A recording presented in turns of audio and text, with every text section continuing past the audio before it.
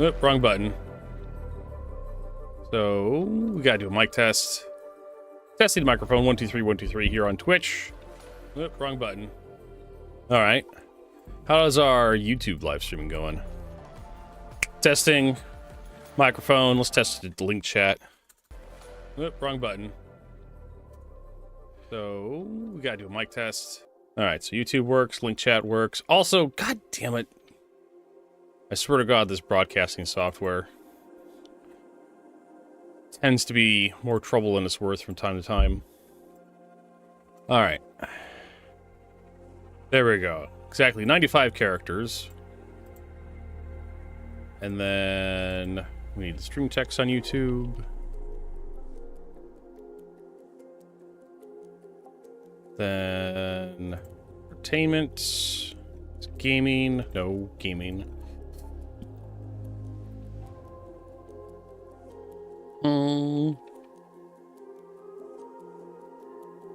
There we go.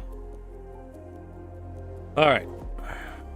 Oh, just let that keep going. We could also check off the promotional stuff since we're not actually giving anything away. But anyways, welcome, Bullet Man. Nice to see you all. Marcus Kincaid, Bluesky, Croy Mora. You can buy camera configured here. Another successful Thanksgiving. Dun, dun, dun, dun. There we go. Good morning. Welcome, everybody, to another Star Citizen stream here on Twitch and YouTube. We've been streaming on YouTube for a little while now. We need to look at... What are we doing? We need to look at the SE testing chat general, see if we're currently preparing an Evocati candidate build for 4.5 with the goal of having it up later today. If all goes well, we're aiming for Wave 1 Saturday. 6 minutes ago. Okay. So we do have 4.5. Now, I was saying that we weren't going to get engineering this year. So again, CIG, you're more than capable of proving me wrong.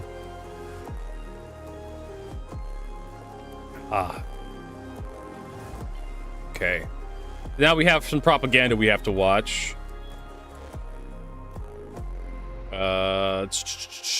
Star Citizen. We've seen that. Hey, there I am. So we have Star Citizen, lots of ship talk, which has some interesting... I've seen some clips of it.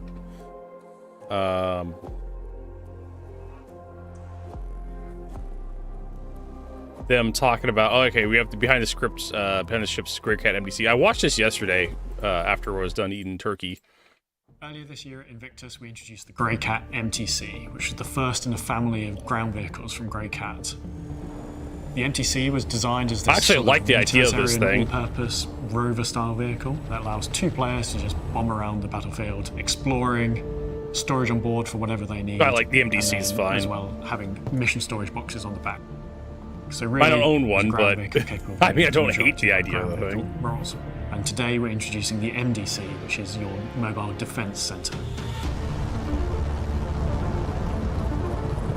So for the longest time, Star Citizen had this problem with like just torpedoes and bombers just being. If you park your ship somewhere, you're just going to lose your ship because getting outside of your ship is probably the worst thing you can do in Star Citizen. As soon as you relinquish control of the pilot seat, like it's super easy to just take you and the ship out. And so the solution has finally arrived. Where are our bases, though? Fuck you, Bones. That's where they are. Stand in front of a mirror, turn around, bend over, and spread your cheeks. That's where base building is.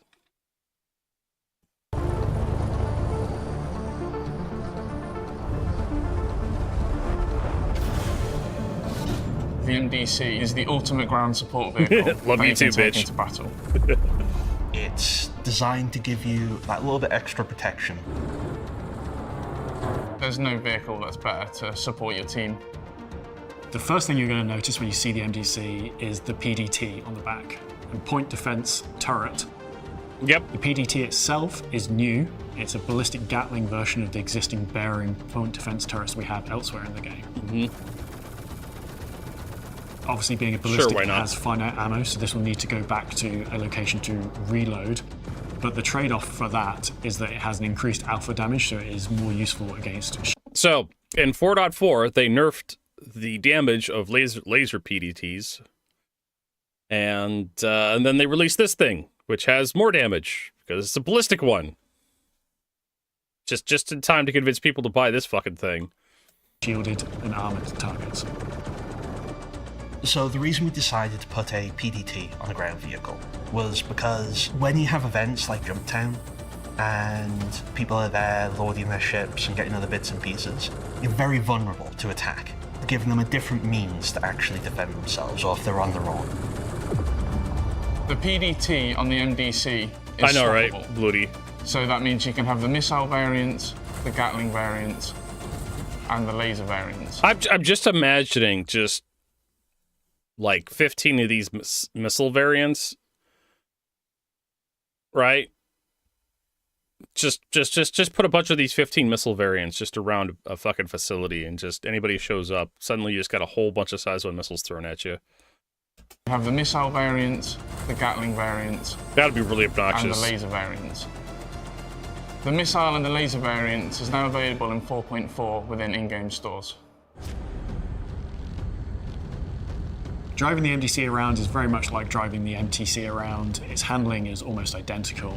It's capable of getting to places the MTC is capable of getting, and can be carried in the driving- same sort of vehicles. as the Driving MTC. is absolutely But awful whilst in you're Star driving around, Citizen. the PDT is automatically engaging threats against you as a player, whether that's incoming ordnance or ships.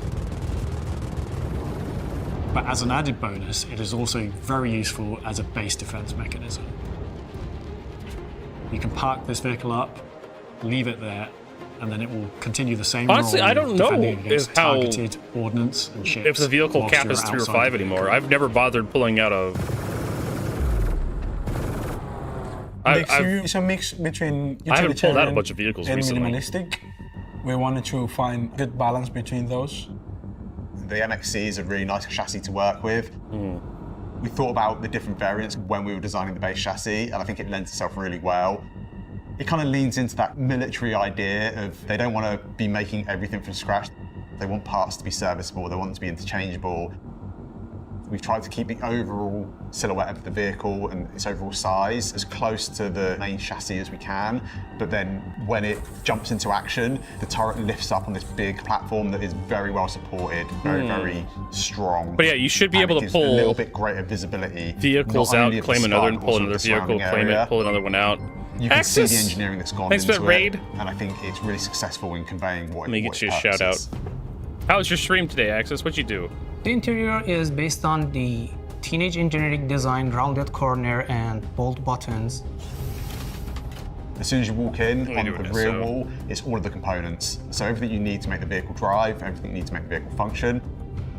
My some favorite Star part Citizen. of interior There is you go. those 2 weapon rack next to each other, and just open the door, Yeah, just access to interior. weapon I mean, rack, this is- get the gun and go back. You've got your fire extinguisher. I mean, a and then lot you're of straight into the of cockpit, this stuff straight they already into have on the driving other around and blowing things up. MDC. So the I can interior is not going to be that definitely much see different. these being used a lot within the universe, especially at things like Jumptown style events or the DMR rally, where there's always a threat of. Still covered. Yeah, we're going to be incoming talking about the ships SCL ruining today as everyone's well. fun. Or causing everyone's fun.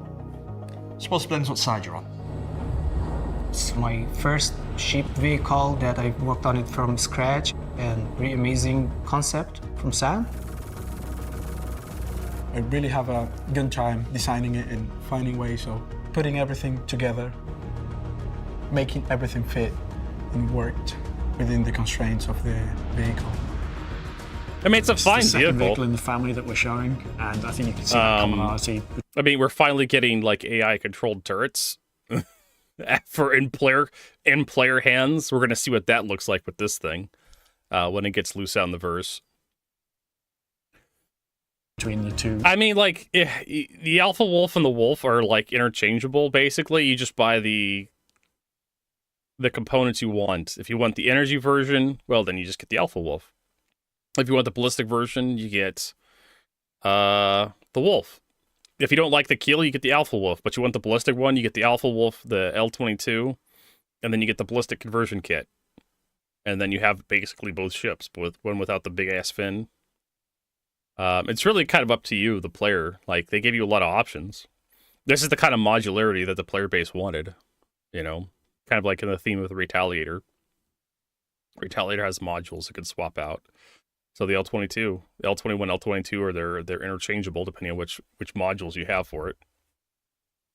And people are like, I legit saw people complaining about the L-22, L-21 thing with the modules, and I'm just like, it's $15. Like this is like the least egregious thing that CIG's ever done with the web store. And this is the same. People wanted to enhance modularity for their ships, and the modules will end up in the in-game stores for in-game credits eventually. Same with the L-21, L-22. They don't seem like they're going to be locked behind Wicklow like the Polaris. They mentioned the Kurthak will have ships that will have measurable in-game presence. Okay. Do we know if the Kurthak will actually have player control? Yeah, they'll probably sell them to people. They'll probably sell them on the web store. Who am I kidding?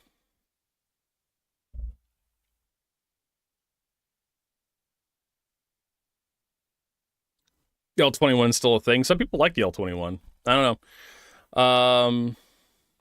But that's kind of the point, Asimir. Like, people can choose which one they like the look of the most. If you like the L-21 with like the ballistics, you can keep that. I figured they would give us, to me, the whole L-21-22 would have made more sense if they had like the L-21 was like ballistic only, and then you had a choice between two modules for the L-21, either the Gatling cannons or cannons, like big boom boom cannons for the L-21. So you had two different. You have like 4 modules, right?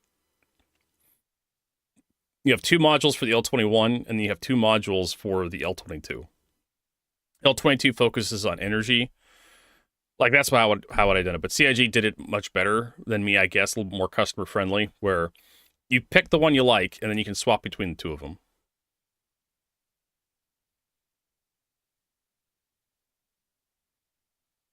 Does it get money back for my holy? No. They appreciate your donations. I mean, I can't remember how big the Hull E's was originally supposed to be, but it was supposed to be like tens of thousands of SCU. Unless CIG, I think I mentioned this before on my channel, where it's like, unless CIG invents a new larger cargo container, you're not going to want to play that game. Right? Yeah, over 100,000 SCU. So, you take that, you divide it by 32, right? You take 98,000, divide by 32.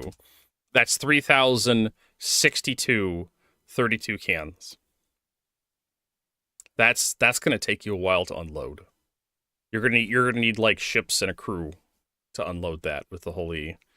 That's going to be several minutes of unloading, and I kind of agree with John Crew on that. It's fine that we're adjusting these down a little bit to make the gameplay a little bit more reasonable. There's also the problem of, they talked about when the Hull C was just pre-release, Hull C, when CIG was like, I think this was back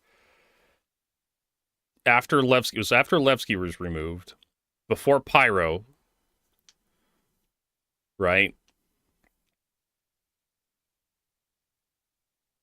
I figured they would just like have like 432 SCU containers welded together for like the Hull D and Hull E, and just say like, yeah, it's fine. Because yeah, if you do 9,800 and you divide it by 64, no, what is it? 128? Yeah, 128. You get 765. That's still a little unreasonable, but it's doable, right? By a few players. You can unload that. But this goes back when CIG was kicking around the Hull C. Like, they were teasing it a little bit. They were kind of they were talking about it. One of the things they talked about, this was before we had physicalized cargo. This was also back when we only had like 1 SU cargo containers. one SU and 1/8 cargo containers. That's how far back this is. But CIG talked about that they weren't going to put the Hull C in until they figured out. Hey, Nonstop Pops! Thanks for that raid. Appreciate it. Welcome, everybody. We're talking about the Hull C. And I just lost my train of thoughts. But they were talking about the Hull C. And they said, like, I think there was this was back during the Thorn. Thanks for that follow. And they were talking about how the Hull C, I think was they were moving from the SC, they were actual concepting the Hull C to be used in game in Star Citizen. And they were talking about how they had to reduce the cargo capacity because they were having a lot of performance issues with the 1SCU containers. Because of how the mesh works, how attaching the container, because the containers, I can't remember how exactly they did it, but the way the containers attach, like 1SU containers, having like a couple thousand SU containers on the exterior of the Hull C just made everything just unplayable. Slipcore, thanks for that follow. Let me give you a shout out. Nonstop Pops. What'd you do today? We're just starting out. There you go. Playing some Star Citizen. So that was like the big problem with the Hull C at CIG. Like initially when they just had the 1SCU cargo containers, they basically concepted the Hull C. They got it kind of flying, and then they put a whole bunch of 1SCU cargo containers on it, and they realized that performance was going to be a big issue with the more Hull Cs you had next to each other. So they had to, like, I think they reduced it from, it was back for during the SC when they actually initially started getting the Hull C worked on. They had the original cargo capacity on the website for the Hull C was the old freight units, and it had like some 1,000 freight units. I can't remember how big it was, and then they moved over to the SCU, the standard crate unit measurement, which reduced the cargo capacity a little bit. You just PvP'd in the Tana all night. Oh. The Tana. People still fly that thing? So yeah, so the whole D and the whole E being reduced in cargo capacity just doesn't bother me at all. They're still big. They're still got like a couple thousand, 32 SU container capacity or some shit. It's just that you run into the same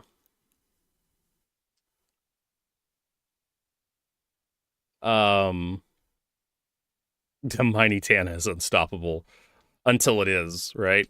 It's unstoppable on paper until it isn't. Until it isn't. So you run into. I don't understand why they can't have a mesh and just like whatever. I don't know how the spaghetti code works in Star Citizen, but you think like if you have a container attached physically to a ship, it doesn't count. Like it doesn't.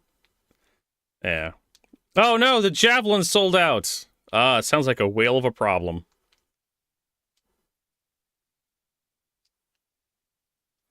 So yeah, and we'll be watching the Star Citizen. I don't know if y'all chat has seen the new Star Citizen live. I watched a few clips of it yesterday after I ate some turkey.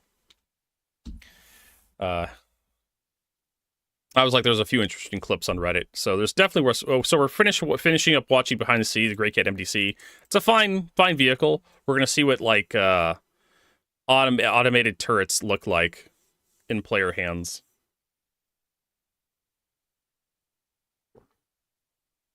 Let me tell you about the Reliant series is fantastic and is amazing. So much value for $90.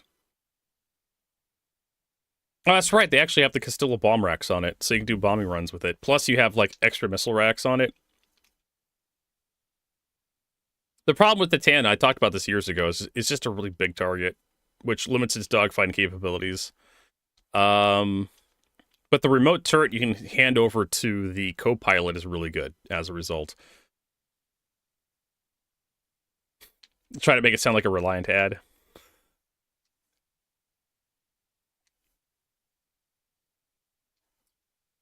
We actually have a Reliant ad. CIG put out a while ago. But anyways, let's finish this up. before my ADHD kills me. Existing ones, and it just adds that extra utility, which I think is very useful. And we're off to the NFC next year for crafting.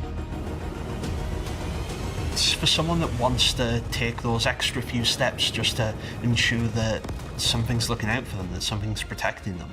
So what happens to the person who gets 30 of these and lines the top of their 890 jump with them? That person feels really safe.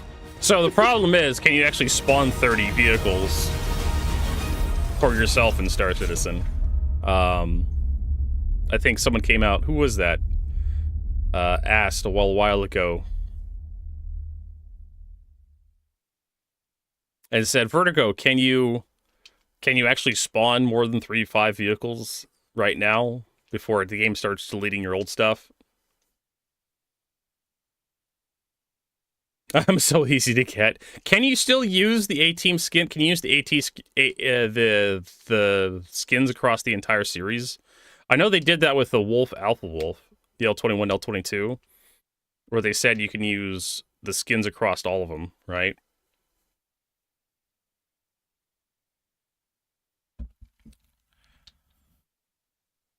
So you can still have the A-Team van for the point defense cannon version. All right, so then they have Star Citizen Live. Star Citizen Live, lots of ship talk. And apparently there's a couple really good clips out of this that are definitely worth listening to. So we'll just turn it up to max. Okay, there you go. Get to full screen. We haven't done this in a while. 2 hours! Oh boy! Hopefully everybody, you may want to top your drink up for this. Get some coffee, get a beer or something. Vertigo's going to stretch a 2-hour... This is going to take all day. For those of you who don't know, I used to be a mechanic, so I'm familiar with like flat rate jobs.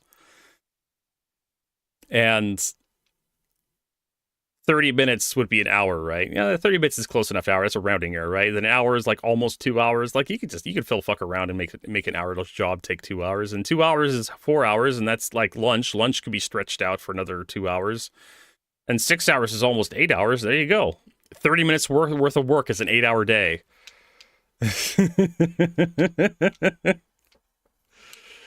For those of you who haven't watched me before, I can turn a 30-minute video into 2 hours worth of content. So a 2-hour video, like we're done. This is the rest of our day here. Hi, everybody. Hope you're all prepared. Happy Thanksgiving. Happy Thanksgiving, Jared. They couldn't get me the pumpkin pie in time, so. And, I mean, I love you guys, but you're pumpkin pie. You also have sweet potato pie. I've had mine. No pie. No pie. Just me. You guys don't really do pumpkin pie here, do you? No, we carve pumpkins and Pumpkins go out once a year. yeah. I had a fascinating conversation with the rest of my team about that actually, because back home we used to carve turnips instead. Oh. Because you couldn't get pumpkins in the supermarket. Like big pumpkins, you just couldn't get them. So you used to get the biggest Swede that you could, carve that out. That's what you'd use. They just charge twice as much for those nowadays. Nowadays, yeah, they used to be dime a dozen. No. The Studio Experience team, delightful that they are, went to Costco, because we still have a Costco here, and they came back with what they approximated was an American Thanksgiving meal, which was pumpkin pie, red vines, crazy delicious. Not Twizzlers. Not Twizzlers. Are they not? Get the F out of here with Twizzlers. I even like Twizzlers. They had a very waxy, No, red vines disgusting. and Twizzlers are not the same thing. Twizzlers have a very waxy Not kind even of sweetie. close. It was like eating like a candle, like Twizzlers rolled in are outright sugar. plastic. I know, right? Skip. Okay. Pancake. Let's get to the actual I content. realized I took eventually. I'm your host, Jared. There we Huckabee. go. And if you've never seen Star Citizen Live before, well, it's usually where we take about an hour out of our week and talk about all manner of things related to the ongoing and continuing development of Star Citizen. Today, we're going to go a little bit extra because we haven't done a show in a while. We're going to see if we can't make up for it and answer as many questions from the community, as many questions from my own curiosity as we can. Joining us on the show this week are 3 members of our esteemed vehicle content team. We'll go ahead and start here immediately to my right. Tell everybody who you are and what you do, John Crew. I'm John Crew, I'm the vehicle director. So I look after the whole pipeline of all the content, all the teams, all the studios. So everything That's related what we know to he the vehicle does. is your fault. Correct. That's not remotely true. Most things, though. Yeah. Say Ben, remotely who true, are he you and what do you says. do? I'm Ben Curtis. I am the vehicle art director. So I look after the visual side of the vehicles, I guess. Make sure they look as good as they fly. So if you don't like how they look, Yeah, that's my fault. it's all his fault. Everything else, though, is... Yeah. If you didn't care for the fin on the L21, Yeah, that's my fault. Oh, his fault. His fault. Fine, we'll get it out right at the beginning. And Mark, who are you and what do you do? Yeah, Mark, what do you do? My name's Mark Gibson. I'm the lead vehicle content designer, and I make sure what John wants to happen actually happens. And when do you start doing that job?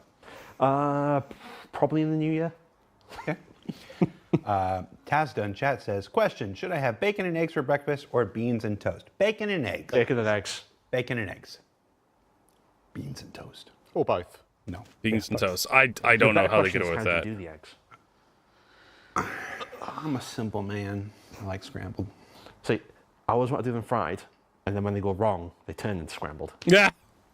That's fair. Bad fried egg. Catastrophically. Yeah, that is a bad For fried egg. some reason, it's the one thing I can't cook. Eggs always go wrong for me. So one thing I like about this beginning of this show is that there's a whole bunch of content creators who are like, bring back the shows and whatnot because we need your content to make our content and whatever. And I'm just like, yeah, that's why we do it. I'm just wasting your time. I'm just thinking about how many restreamers and everything, they're like, we're waiting to watch and to have comments on things, and we're just wasting time talking about Eggs. Yeah, I mean, Skip. So this show's going to be a little different. We're gonna do some, and then we are going to get to the community questions. Like I said, it's going to be a longer show than normal. I can't tell you precisely how long, but There we go. there's a lot I want to talk about. We Can you haven't fried been on the scrambled air for a eggs? I don't while, know if you can, Citizen probably. Con notwithstanding. So I got you guys here. I came in on Thanksgiving. We want to make sure that we get the most out of this time. So let's start with some general conversation, some general stuff about ships in general, the project and whatnot. I want to start off with this year. This year, Right, this year. if my math is correct, and please, you guys correct me if it's not, you have now delivered 27 vehicles this year. If we could fry So butter, we my could fry question eggs. Exactly, Galactic. is, WTF? Like, how did this happen? And what's this change been like? It's been pretty full on.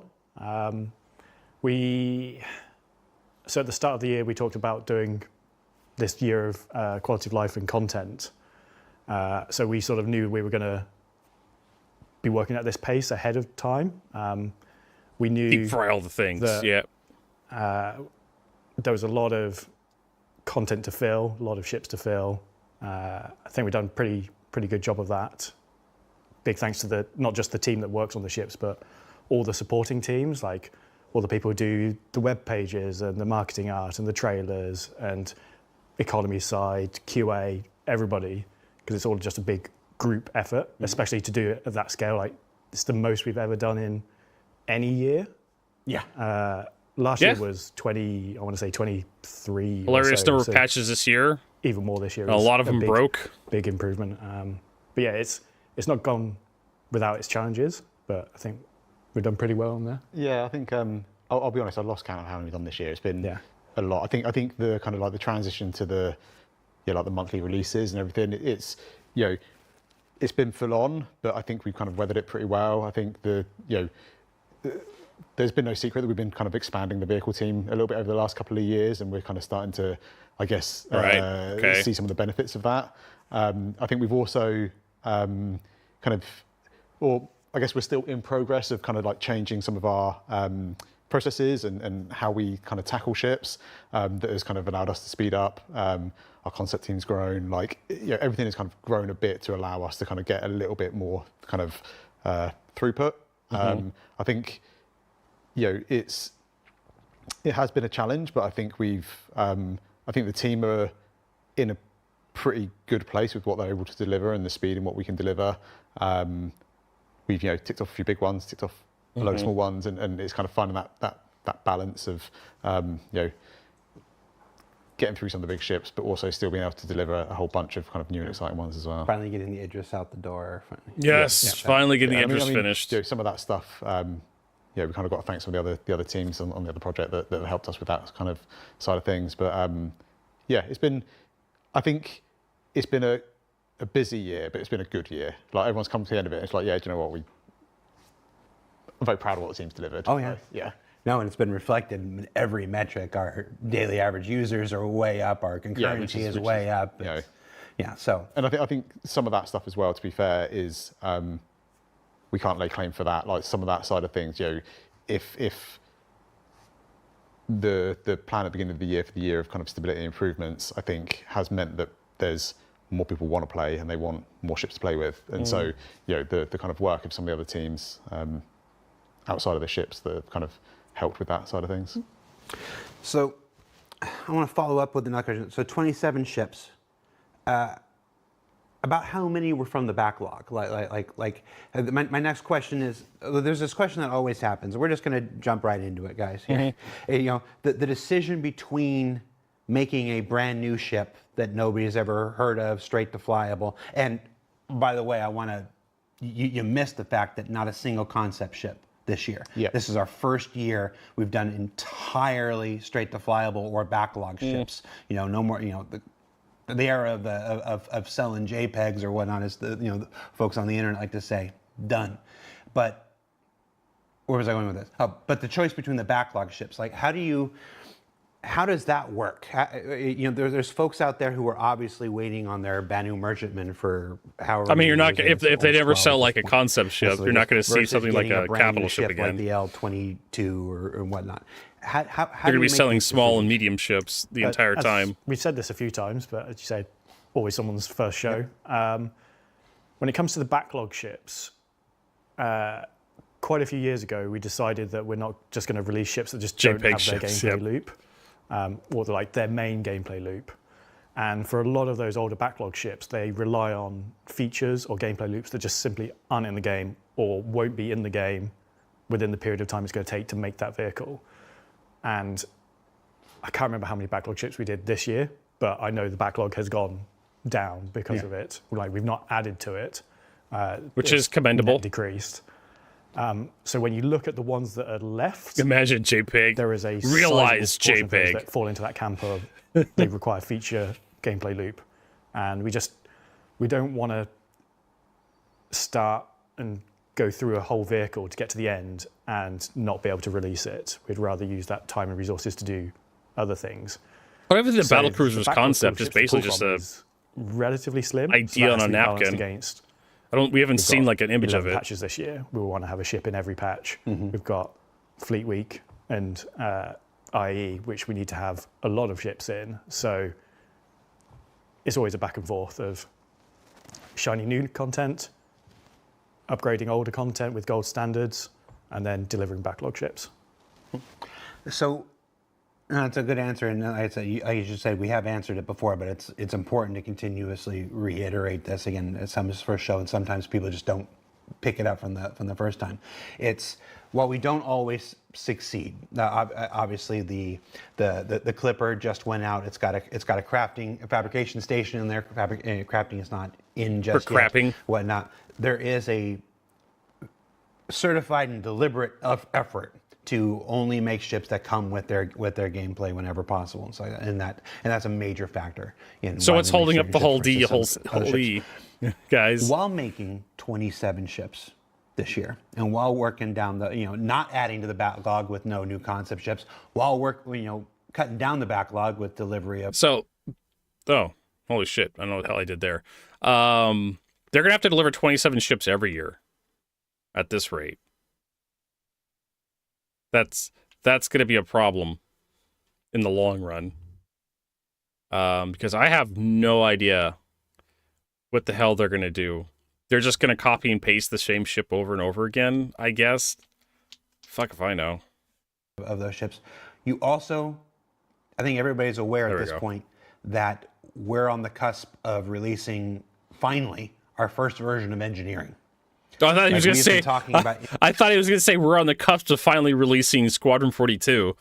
I'm like, yes, Squadron 42 finally will be finished, and we can move on to developing start. No, it's engineering. Engineering so long. The first time we mentioned it, I was dressed as a vampire. Like that's how long. It was, Jeremiah Lee worked for CIG. John Crew, was it Todd Pappy, John Paul Jones? Shooting for December before the end of the year. But obviously, this has been a massive undertaking for your teams because you have to go back and as we're approaching nearly 200 ships now. Yeah, eventually they're going to have 400 ships, 500, 600 ships.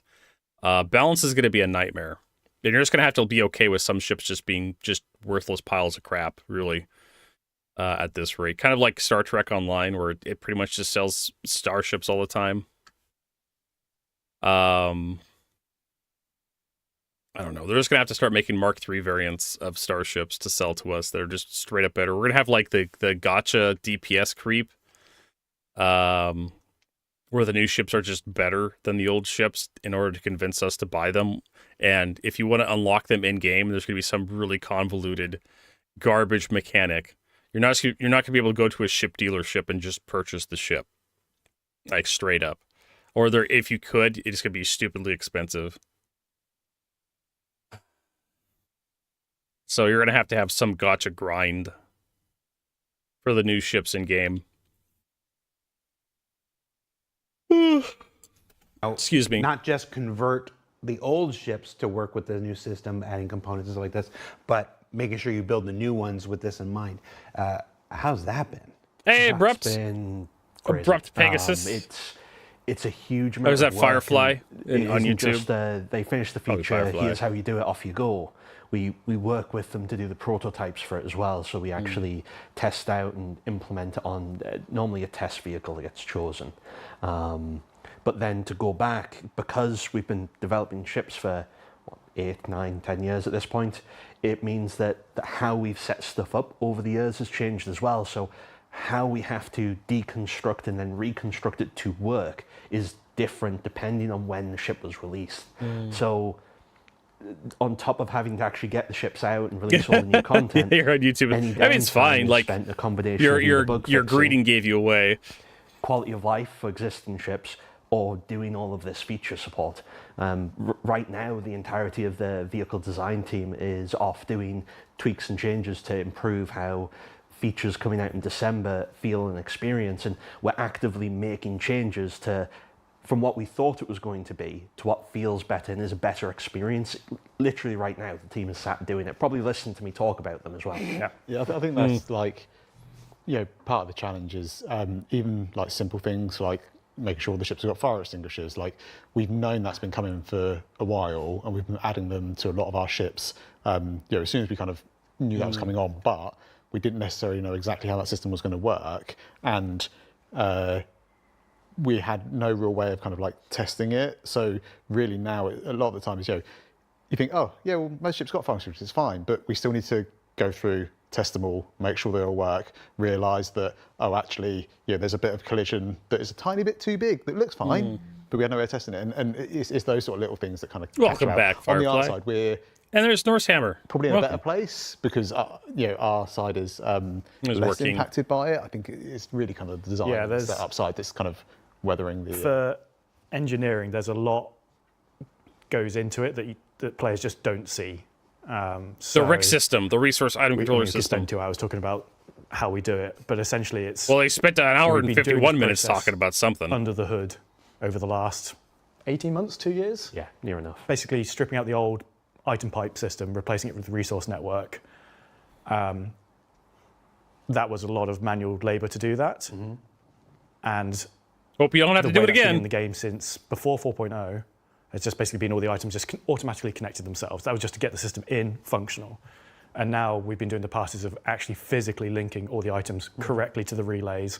So people will have seen in larger multi-crew ships that have released the last 2 years, physical relays, physical items, and it's literally connecting up the resource network for those. So when you have a ship that has an engineering screen, you can see all these connections, you can manage it. And for the initial release, everything will support engineering. It just comes in different sort of what is that twerking stages. It's obviously, everything has to work, step one. Ideally. Ideally. Well, is that the requirement? Yes. It's not always a guarantee. Bacon booties, a pig twerking. Let's just be real. It's not always a guarantee. But obviously, a single-seater is less work and less requirements than, say, the Polaris, where a single-seater, you have the ability to repair your items through the MFD, and that's our sort of fallback case for a ship that doesn't have physical components. You could be able to do that gameplay. You can repair components through the MFDs. And then as we go through the ships, physicalizing all the items, adding engineering screens. Again, not every ship will have an engineering screen because it just doesn't make sense to do that. No. You get more and more of that gameplay unlocked, but it's not like if a ship doesn't have physical components, it's way better than one that does for the gameplay. They both get impacted the same. Mr. Mal0 in the chat says, what about armor? Well, yeah, it's coming too. So engineering's been on Tech Preview for a little while. It was on Tech Preview without armor. When they just finished the code check-in, I was talking to Torsten earlier today. When it returns to PTU, I think tomorrow, the day after, as soon as the build is is where it needs to be. Armor, the first version of armor will be in engineering, and it's going that going to look like? Dramatically change the balance between ballistics and lasers and all that stuff. Different tiers of ships and everything. So it's just fundamentally different how combat's going to play out. Yeah, it's now you're now going to have this choice. Sure, I can use lasers if I want to peel down the shields and then melt the armor stuff, or if I know where the shield generator is and I've got ballistics, I can punch right through that and take those out faster. It's like it's going to be a real interesting. A guy like me who's been in every ship basically is going to know. The more you know where to shoot these ships, the more get the shield generators down and stuff. And then of course, or hell, just go for the power plant. The flight model. The flight model will make that better and stuff as time goes on. Yeah, well, it also massively benefits people actually taking larger crews, because if you're trying to fly it on your own, you can't go around repairing all the components in the bigger ship. So it encourages you to actually go out with your friends because they stay in the fight a bit longer. It's going to be a huge shift in the dynamic of the multi-crew ships. Yep. So we've got an ISC that'll air next week that we shot with Torsten. It'll go over a bit. When the PTU goes, you'll learn more about engineering from PTU than you will from the ISC. Yeah. And do we actually have patch notes? We're working on a big engineering doc alongside 4 or 5 that help explain a bunch of the fundamentals and stuff. So we're all shooting to get this out before the end of the year. So we're going to do our best. No, we don't have patch notes for Evocati, not yet. We've talked about making all the new ships. Talked about the choice between backlog stuff and whatever. There are still also first instance of armor. We'll see how that turns out. Flight-ready ships who are still needing their gold standard, their gold standard. So let's explain what the gold standard is real quick. And if you're so inclined, give me a list of what ships are getting their gold standard in 2026. I know it's a one question, but and then I can't get in trouble. I'm gonna push for it. I want to know what ships get their gold standard next year. So gold standard, I mean, it's a term that kind of gets thrown around a lot, but for me, it's about if we were releasing that ship today, making sure it has all the features, all the functionality of a ship that we are releasing that's brand new. So really, it's going through and just kind of like, ticking off all of its components, its physical items, the different interactions, making sure the metrics are correct, and it's really just kind of bringing it up to the gameplay experience that a more modern ship would have. It's less about kind of making like stylistic changes for the just because you can. I think there's something to be said for kind of keeping a ship's history. Now we have, obviously, over the last 10 years or so, things have improved in how we kind of create the ships. So, we do tend to go in and make some material changes. We might relight it and do those sort of things. But I don't really want to go in and take away like the kind of core DNA of a ship. If we're going that far, then I think we may as well do a Mark II or a Mark III or whatever it might be. But for me, gold standard is just bringing it up to the kind of the functionality that we would if we were kind of releasing it today. Okay, so that's gold standards. There's a lot of questions from the community thread, and we're going to get to that in a few minutes here, about the other ways we update the ships. So there's the gold standard, which you just explained. Yep. And then there's an platinum outright standard uranium. rework. You've got. I think it's Polaris owners are now somewhat envious of the Perseus interior. Star Runner owners are looking at the Clipper's second entrance and being like, "Where's my second entrance?" The 600i. Just do that there. Sometimes we do a gold standard. Sometimes we shoot for a rework, and sometimes we do a Mark II, as we did with the Hornet. So talk to me about how the choice between a rework and a Mark II comes about. So with the reworks versus Mark II, it depends on what we're trying to achieve and whether we're trying to sell more items already exists actually achieves that. So using the 600i as a prime example, just as a talking point for one. If we're trying to sell more ships on the web store, we make a Mark II. When we made the original 600i, we had a particular vision for how we wanted the interior to be used and laid out, and then as the game evolved, we realized that the interior just doesn't work for what we actually want the ship to be able to do, what we want to achieve, what we want the experience to be while using it. And realistically, if that ship was left in the state that it was, it wouldn't actually fit its role or purpose within the game. So what we want to do is rework something like it's almost like Star Citizen is a poorly managed product. Didn't they mention Aurora Mark II? I don't think they did. But they talked about the Hornet. They mentioned the 600i specifically. I mean, if you built your starships as actual like engineers instead of just artists and just kind of slapping shit together, like you probably wouldn't have these problems. But then you'd have ships that look more like bathtubs and submarines than you would have like, I don't know, the Drake Caterpillar or the 600i. I don't understand how they fucked the 600i interior up so much. Like, why is the cargo bay like through the goddamn? Did nobody think to themselves we're going to have physicalized cargo in the future, and someone's going to have to actually move these boxes somehow through the interior of this ship? How is that going to work? Did anyone sit down and think about how getting components to the back was going to be? No, they didn't ask these questions. They just built shit to get it out the door, to get it finished. That's someone else's problem. Changing components on the Redeemer or the Retaliator or the Reclaimer is going to be a fucking nightmare.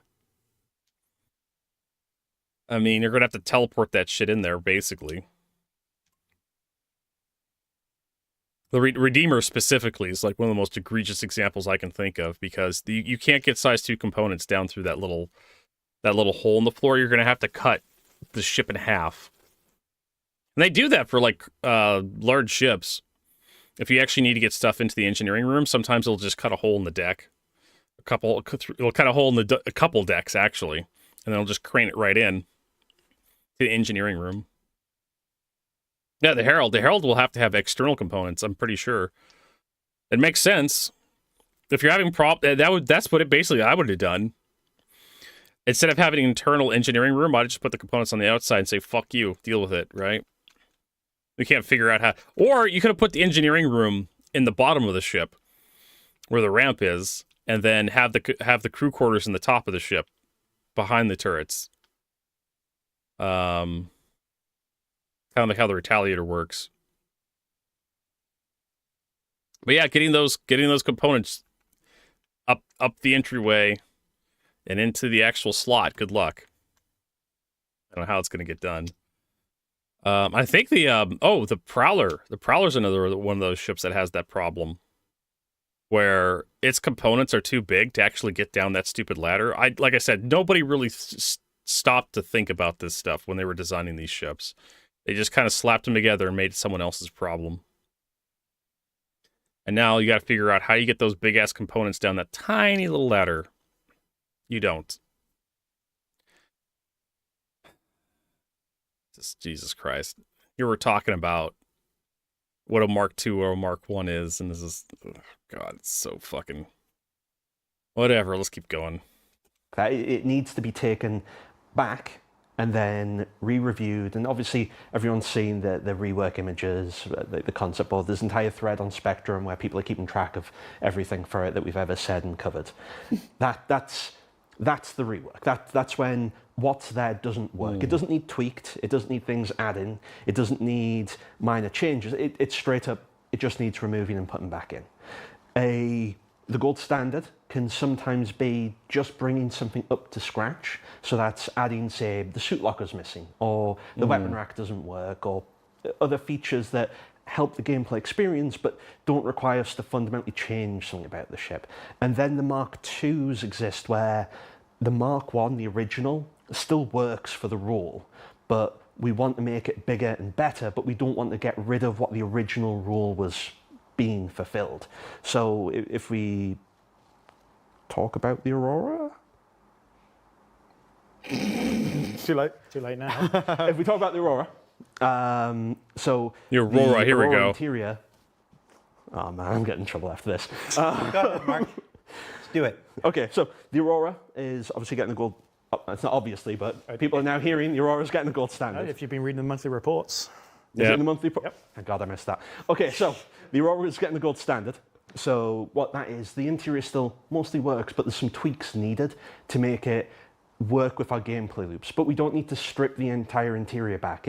It needs a place to put weapons. It needs a place so you can actually walk inside with storage boxes. It needs a fire extinguisher. Wait. Why does it need storage boxes on the inside of the Aurora? The Aurora is getting its gold standard. It doesn't need a full rework. It's got an external cargo grid. We Who gives a don't shit? want to change what the Aurora is, because the Aurora's it's the Aurora.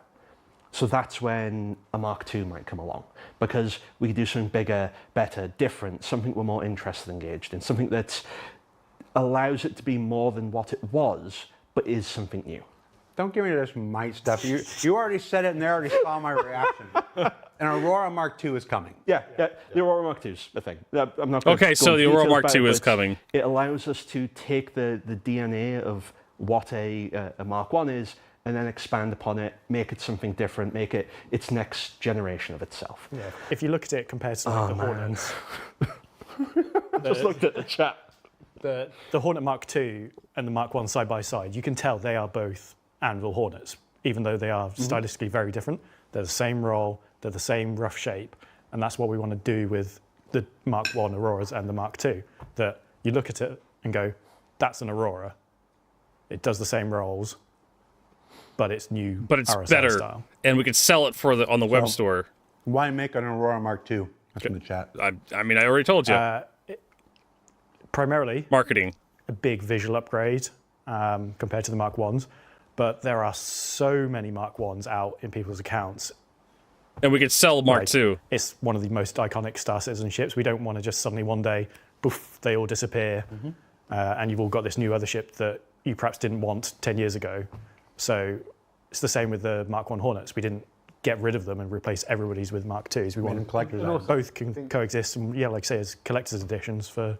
I was here back when the Mark I was a thing. Yeah, and as one of our kind of like iconic starships, you kind of want, it's getting its gold standard to bring it up to what we want that experience to be.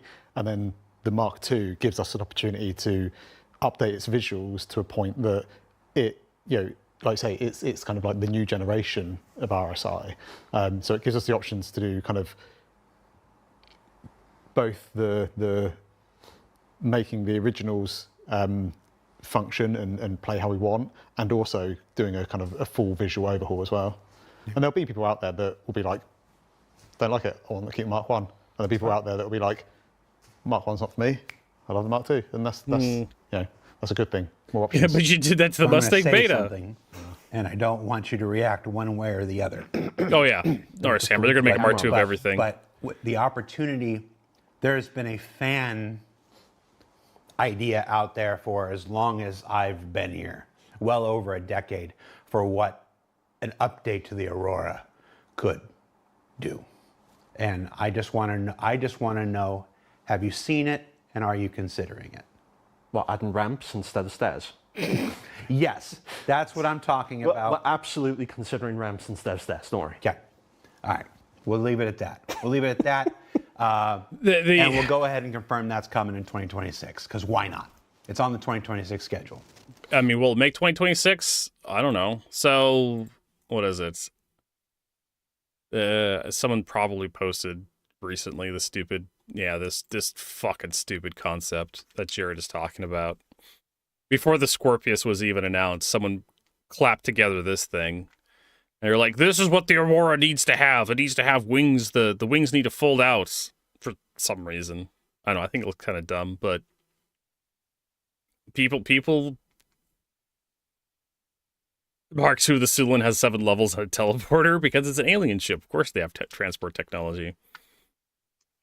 What am I looking at? This is a concept of someone slapped together for the Aurora.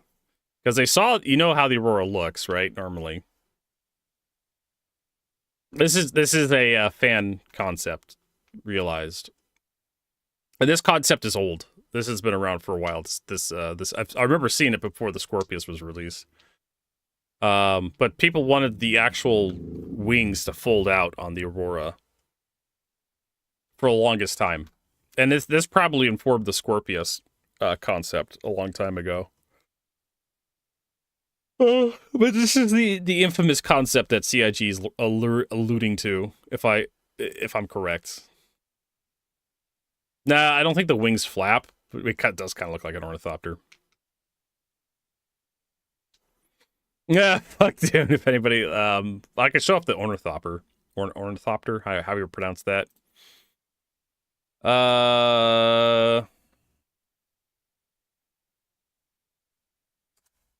It's actually in the books.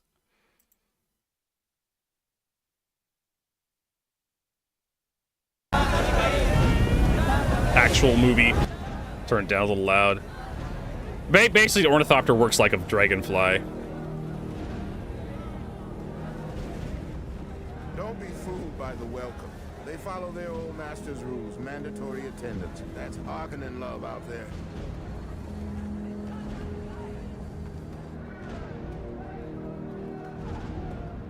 Atreides!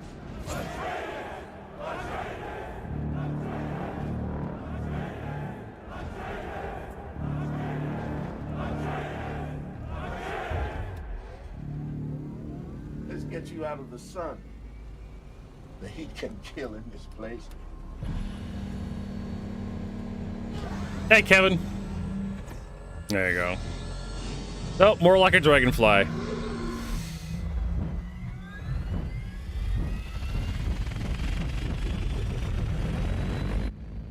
They were pointing at us. What are they shouting? Lisan al-Gaib. Voice from the outer world. It's their name for Messiah.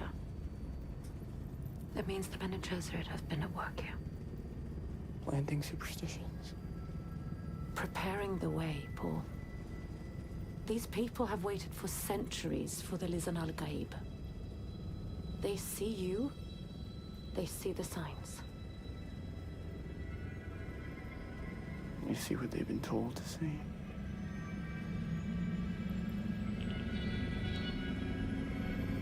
We're good to go.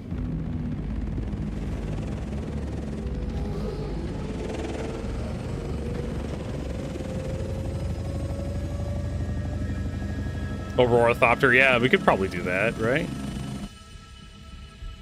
All right, you kind of get the idea of what an ornithopter is. Get back to this. Enough. Yeah. There's nobody left to get angry at me. There have been a few cargo capacity changes recently. The raft, which was a big surprise. Like I didn't even know about that until it went live, and I'm like, what? This guy just. And then a few more coming up in the future with the whole series. The Raylan, which we managed to sneak in there with a little hologram thing, as well as an announcement that it's coming in 2026. Hey, Roland. Nice. Roland's coming soon. I hear even cargo changes to the Ironclad are probably in order. Yep. What can you tell us about these? Yeah, what can you tell us about the Ironclad? Let's start with the whole series. They were concepted back 2015. By the great Jim Martin. Back then, they were everyone's favorite measurement of cargo, freight units. Yep, the freight units. How many FUs a ship had? So many FUs. And then it got converted to SUs. FUs. And as we brought the whole series to the game, the whole C actually, I think, kept at its original SU conversion rate. The hull A was 48 at concept, but we increased that to 64.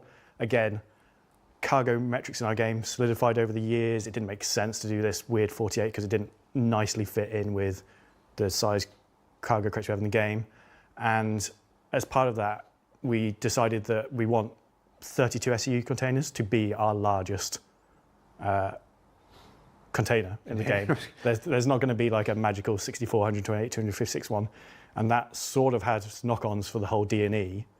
But I want to talk about the whole B first. I mean, you guys can just weld 4 32s together to make a 128. Why not? I mean, it would make certain things a little easier. In that we've been working on that, and that was 384 SEU at concept. It's now going to be 512, and it can still land with the cargo fully on, planet side, and you can get in and out of it as an important thing. There was a lot of finagling to get that to fit. We don't have images, and I want to be clear, we don't have images because Ben gave them to me and I forgot to load them up. So you can blame me. God damn it, Jared. Essentially, it went from this to like this in order to... It should be a concept art, Jared. Yeah. We're that to that. And I then paint pictures with words. Yeah. Slightly longer, but still within the same it was a little bit of a headache, but we tried a lot of different things, but yeah, we got there at the end, so... Yeah. Well, it'll be all right. I mean, they may change it, or so the Rowland does land like the Sulin. You're working on it now, so that's all we'll say about that one. Did you just say it's coming in 2026? Yeah. If we're doing this, let's go. All right. Yeah, the whole B is coming in 2026 too. Should we just list them all, John? No. No silhouettes this year. We're doing this instead. Yeah, I got a question about the silhouettes. Talk to me about the railing. Raylan, 320 to 640. People have seen the hologram in the halls and seen a lot of comments about the triangles missing. Yeah. So the triangles were goofy. Yeah, it's not. So the hologram was based off of the game we have in the model we have in game at the moment. We are currently working out exactly what we're going to do with the cargo on it in terms of. I want to keep the aesthetics there. I want to keep it as close as we can to the original concept, but I also want to make sure that it works. And like I say, we don't want to end up with these weird shaped kind of cargo containers.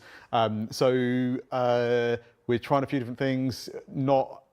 Haven't nailed it down in concept yet. It's kind of in the next couple of weeks we'll start looking at it, but it will support kind of just standard cargo metrics. Yeah, because you can only fit so many of those boxes, right, in the triangles. Because a square box doesn't exactly very neatly fit into a triangle if you're trying to put a bunch of triangles in there. So it would have made more sense to do diamond shape. Just take a box, turn it sideways, and you get a diamond shape, and then you can fill it with square boxes. But they're gonna, it sounds like they're gonna do the Rollin like they do the whole C, where they're not gonna have those weird boxes, the weird triangle boxes. You're just gonna load SCU on the outside of it, like a whole A, C. We will keep the kind of like the visuals of these triangles. They may be like a frame that kind of clasps around it and holds it and kind of moves out the way. There may be little end caps. Not sure exactly, but it was just a case of we haven't fully resolved that yet. So that's why it's not on there. Okay. But it is. Yeah.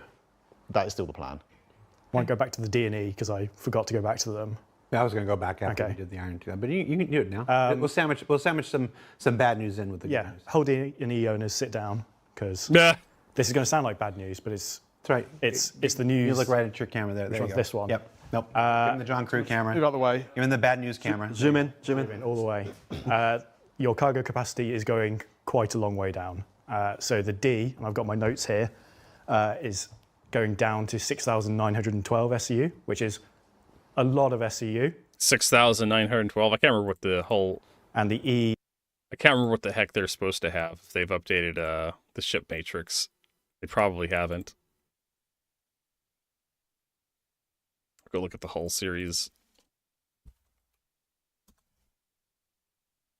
Hull C, hull A, hull B, hull D. 6,000 from 20,000. 736. I know, right? Update the ship matrix for that was a good one. So I went from like 20,000 to like 6,000, which is a hilarious drop. If I could do math, that's not my mathing. This is my mathing. So we take. Sorry, what did he say? Is going down to D, and I've got my notes here. Is going down to 6,912 SCU, which is a lot of SCU. Okay. And the E is going. So we do. What was that number again? 6,912. Normally I'd like write this on the back of my hand or something, but I just had that open because I had to paste that into YouTube. Down to 25%. What was it? 20,000. 20,736. Oh.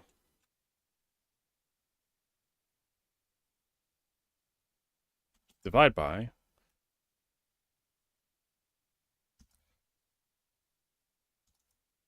So that's the last 60% of your cargo capacity, basically.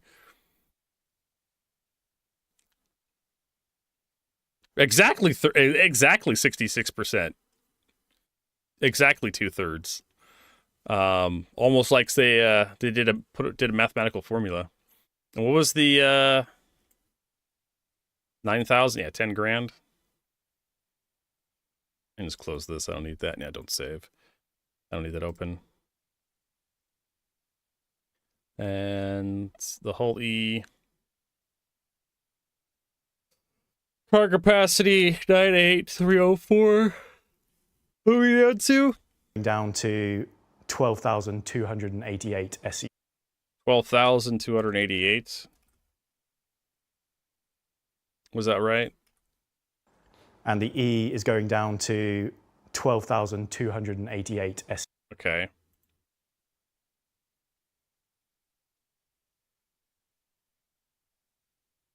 There's a good reason for this.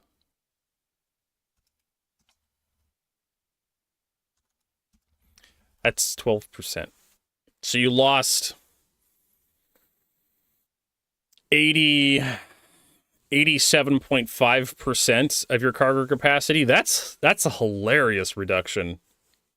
Wow. Oh, shit.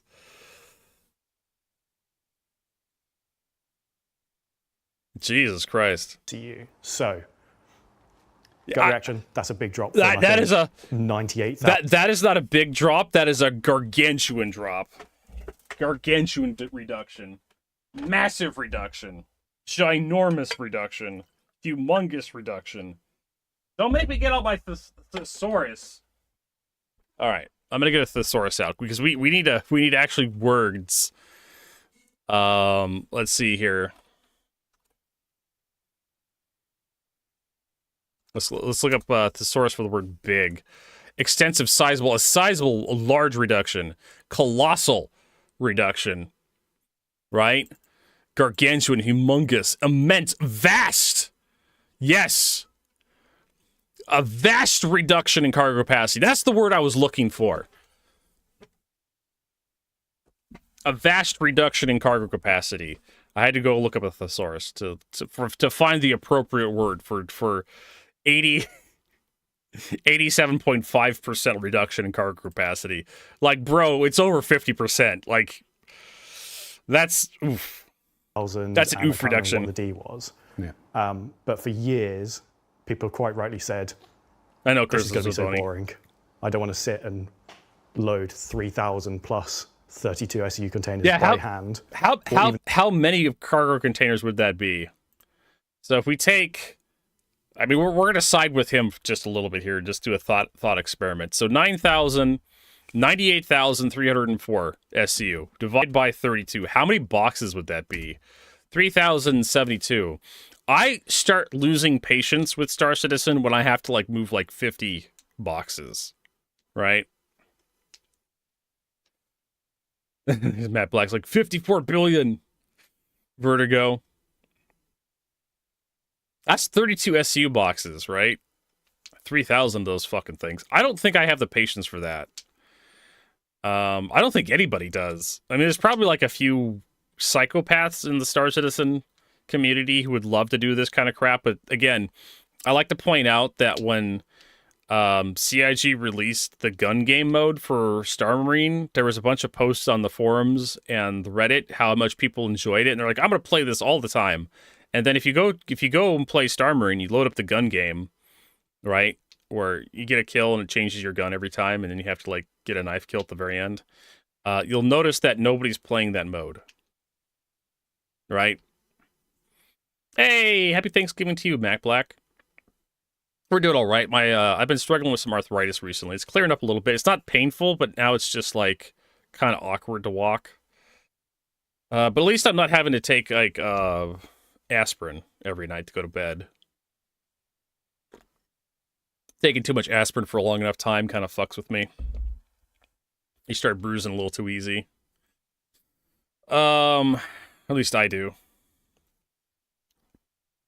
So yeah, like I'm gonna side with CIG on this one, and I look at this number 3,000 some odd at 32 SU containers. Like nobody has time for that, right?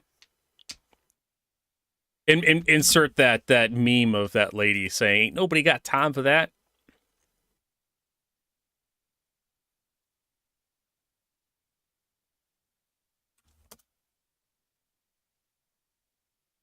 This fucking meme.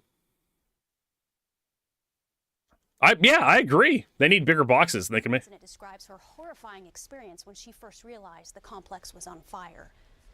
Well, I woke up to go get me a cold pop, and then I thought somebody was barbecuing. I said, "Oh Lord Jesus, it's a fire." Then I ran out. I didn't grab no shoes or nothing, Jesus. I ran for my life, and then the smoke got her. I got bronchitis. Ain't nobody got time for that. Ain't nobody got time for. We don't got no time to watch this whole thing. But anyways, so what's the new cargo capacity of the Hull D? 12,000. So we take 12,288, divide that by 32, you get 384 32 SU boxes. I got bronchitis. Ain't nobody got time for that. So I mean, yeah, if they just take 432 SU boxes, even 98304 divided by 128. That's still 700. That's still kind of a lot. But yeah, they could do like they could just keep stepping up in fours, right? Or they could take a 32 times 6, 192. And then how many of that? 98304 divided by 192. That'd be 5. That's kind of reasonable. 512. That's still a lot. She made some money of that. Well, good for her. Good for her. Making some money off your, off your 15 minutes, right? Hopefully she bought herself something nice with all the money.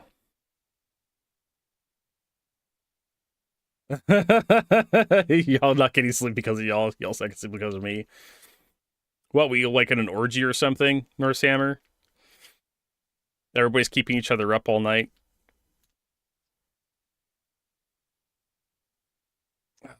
Oof. All right. So yeah, so they don't want to go. They have this limitation of they don't want to make any boxes bigger than 32 SCU. And as a result of them being very unflexible in that regard, like I said, if they made a 128, like it's been suggested many times, I don't think the whole E would be doable, but the whole D would definitely be doable. With its amount. But if they're going to nerf the whole E, they're going to nerf the whole D. And what was that, 20,000? So if they did, what was it, 20,736 divided by 128, you get 100. That's reasonable. 162. In fact, that's very reasonable.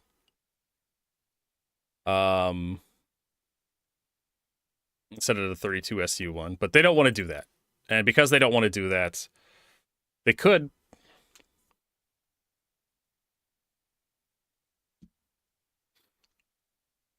All right, let's continue. In an org, economy-wise, huge concerns, and then performance-wise, also huge concerns. So, whilst they have on paper gone down by a big percentage, huge, they are vast, still immense, top enormous, absolute top, and we have no plans currently to have any ships that.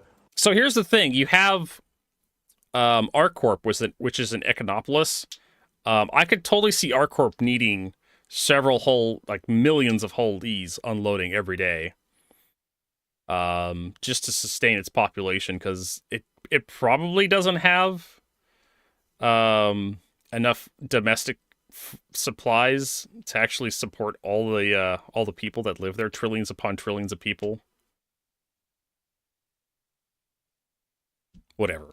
I mean, they say it's for the gameplay purposes. They don't want to make bigger, containers, so they're kind of limited in what they can do. So they have to nerf the capacity. It's fine. I don't. Nah, 98K isn't much for ArcCorp. ArcCorp has always been, to me, it should be the hub of the stand system for shipping. It should receive a lot of raw materials. It should be a manufacturing center. So a lot of people live there. A lot of people have jobs there. A lot of people manufacture stuff there. So raw materials like titanium, aluminum, should have a thriving, vibrant aerospace, industrial base, building ships and whatnot, or building ship components, actually, weapons, quantum drives, coolers, power plants. I think ArcCorp actually, they make quantum drives, right? So stuff like Quantanium goes there, tons of fuel needs to go there too. And then it produces a hilarious amount of waste, so it should have very lucrative, trash, trash contracts to, dispose of all the waste, recycling and whatnot. They recycle what they can, but then they just dump the rest, in the stars, the Stanton Star or something. Or they go to Crusader, they dump it to Crusader. Or they send it to Pyro, they outsource it. Kind of like how America outsources a trash problem to, Indonesia. They say they're going to recycle all the plastic, but they just put it on a boat and they send it to Indonesia, and they pay a bunch of bribes to the officials over there, and they just dump it on the land. Yeah, well, yeah, you'd be doing a ton of ice mining, kind of in the Expanse. You go out and find asteroids that are covered in ice, and you mine those and take it to ArcCorp. Of course, you need to recycle the water as best you can. So yeah, like I said, there should be a lot of missions that come and go from ArcCorp just for supplies. Just it needs tons of materials. As opposed to Hurston and Crusader and Microtech, they would need some, but not nearly as much as ArcCorp. Get anywhere near those. I can't think of one that actually beats the whole sea at this point in terms of cargo capacity. So the D&E is still the cream of the crop. There's nothing that beats the whole sea at the moment. They're just their SU comes even down in concept to more reasonable levels. Yeah. Well, other than the other whole series. To see how long it would take to load a Hull E with the original numbers. Hand on heart, generally curious how long it would take to put that many 32 SUs on it. Yeah, and we looked at the concept meshes of it, and there's some quirks. They basically add extra spindle for the D and then for the E, but the scaling's all off, and there was just no way we could even get to those numbers with the current actual cargo metrics. The spindles would have had to have quadrupled in size.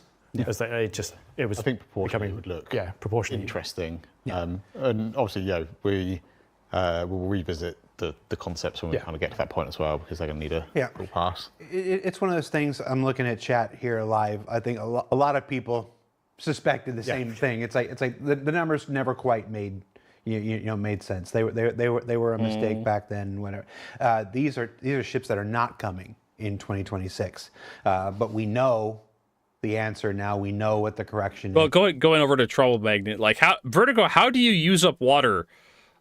Easy. Industrial chemistry.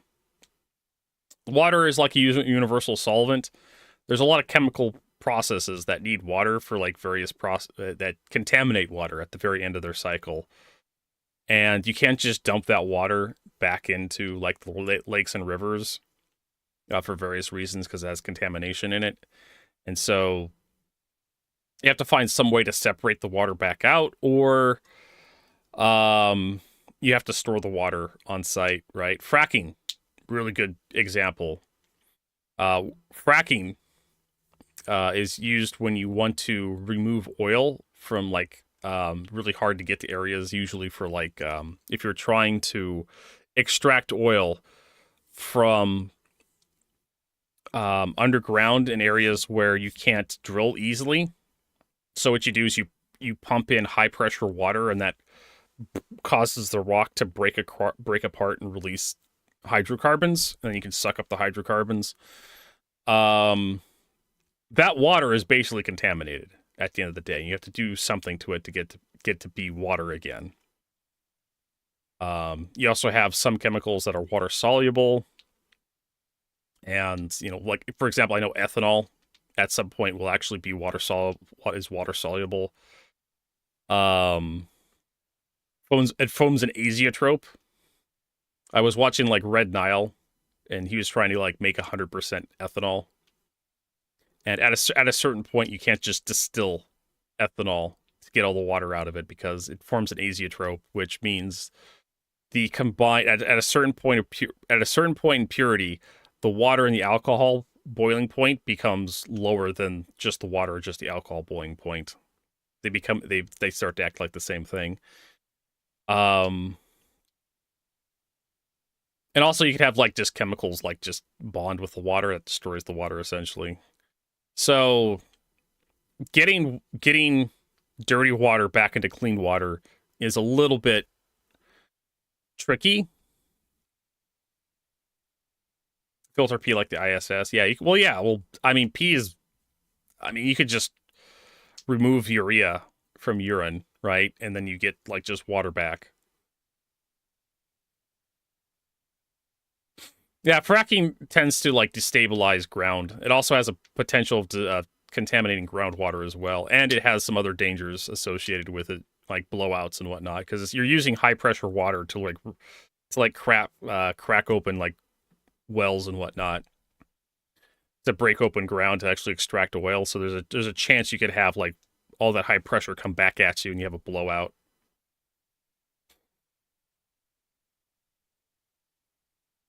Oh yeah, like Star Citizen ships are like completely fucked in terms of scale. Actual like super containers ships in real life haul more cargo than the Hull C, I believe. I see the water also flow dense than oil. Yes, most of the oil, right? There's also there's more than just hydrocarbons. When you're drilling down, like you're actually mixing in. I actually worked with a guy who was like doing oil drilling on the Panhandle in Texas, which is a lot more easier to do than like the Dakotas and whatnot, where they're doing like the fracking. And the ground's a lot softer, so it's like mostly just like clay and mud and soil, occasional rocks, but eventually you'll hit granite at certain places. But you're pumping down more than just water. You have a special mud that you pump down that's mixed with a ton of chemicals. I'm trying to remember. You want to keep the pH of your drilling mud, which is water mixed with like there's some surfactants in there and some abrasives.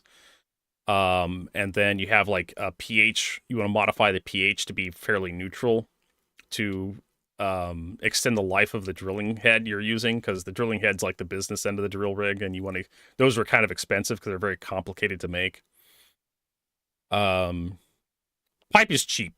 Just steel pipe, Schedule 80, Schedule 40 pipe. That stuff's cheap. Who gives a shit, right? But it's the drilling head. That's the complicated part of the drilling rig. You want that to last as long as possible. So you don't want your drilling mud that which is basically a lubricant. You pump down while you're drilling down the pipe. And there's a whole bunch of reasons why you drill mud down a pipe while you're drilling for oil. One of it's lubrication. Other one's like preventing excessive wear on the head. Like the head's going to wear out no matter what, but you want to reduce the amount of wear it takes as much as possible. And sometimes you're just drilling through areas that have a very high pH, and one way to they're very caustic or very acidic, and like it starts wearing out the tungsten carbide bits, and so you want to like make sure you pump. And you're using steel too, and steel corrodes, oxidizes. So you want to make sure the pH of your drill mud is fairly neutral. And so they use chemicals like caustic soda, sulfuric acid, and whatnot to like help neutralize that stuff. Very dangerous work, yeah. I don't envy the people that do it. It's hard work. But yeah, like purifying water is not like an easy task in like today. Like it requires money to like reclaim the water. You have to like filter it all out. You can pump it through a sand filter, but now your sand filter is all clogged up and it's dirty, right? And even then, like the water you get out the other end may be filled with like, you know, hydrogen sulfide or some shit. With a whole bunch of contaminants that may affect it, depending on your the chemical process you're using to make the water dirty. But you should be able to like clean it up somewhat. But then what do you do with the contamination, right? We're talking about like large amounts of chemical contamination for ArcCorp, so you need to like have a facility nearby to clean the water out and then pump it back in. It can be done. You can't drink water from sewage treatment plant, ATM. You can't filter out certain stuff like some medical waste stuff. At least you can't in Germany. Well, yeah, like there's like prions and whatnot and viruses that can slip through a lot of filtration processes. It depends on how much effort you want to put into it, but you can filter out most stuff from water if you want to. I'm just not addressing trouble magnet. Like it's kind of a difficult problem even with modern day technology. And Star Citizen doesn't use modern day technology. In fact, it wants to use like 1940s, 1950s technology with a little bit of sci-fi flair thrown in. They don't really want to. Chris Roberts doesn't want to really commit to the sci-fi themes because it would require him to actually think for once in his life instead of just making a fucking movie.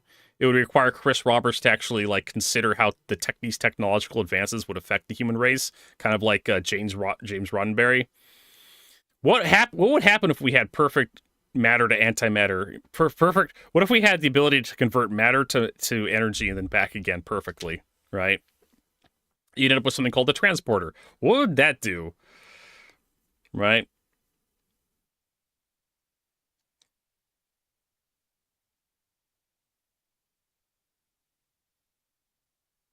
How many lights? Yeah, exactly. How many light bulbs would the Death Star need? Yeah, the Death Star just wouldn't work.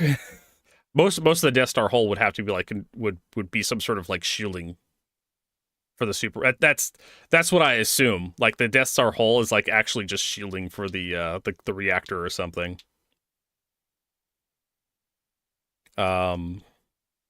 But yeah, I mean it's rule of cool, right? Like the Death Star is the Death Star because it has to look cool, right? Or crack the water. That's kind of like my point. Like, wouldn't they just dump the dirty water like into the star or something and just get more water from like somewhere else? Because basically, like effectively in Star Citizen, like water is infinite, right? You just need to find a new comet or an asteroid or something, or a new planet that has frozen water on it, and you just ship it over to ArcCorp. That's why ArcCorp would probably have like tons of ice imports, or water imports, because they just wouldn't bother cleaning it up because it would just be too cheap, or it'd be too cheap to import versus like trying to filter out the crap there. I mean, you could have like a gigantic filtration plant, or you could just have more industry, right? That consumes more water. Instead of trying to recycle, you could just like build more manufacturing and then just like dump it into like a whole E or something and then throw it at a moon. And it's someone else's problem. I just, as I'm talking about this, I'm thinking like, why don't we just have a moon of just like pure ice, right? Or a planet that's covered in like an ocean of waste. Like literally like just a bunch of chemical crap they dumped on Hurston or something. That would have been so cool. That would have been such a cool idea. Like literally just an aqua planet that's just like waste from like ArcCorp in the Stanton system. They had a moon that was kind of like out in the fringes, just kind of out there, kind of like a big asteroid with just enough gravity. Well, that's what, yeah, Clown. Fire into the sun. That's like the easy way out. I don't know. But anyways, like I said, this is how I stretch 30 minutes of content into like 2 hours. Like I just start talking and I just keep going and like, this seems like a really good idea. Yeah, don't forget drinks like cocktails, Coca-Cola, yeah, alcohol. How much drugs, even legitimate drugs, how much insulin would ArcCorp need with trillions and trillions of people?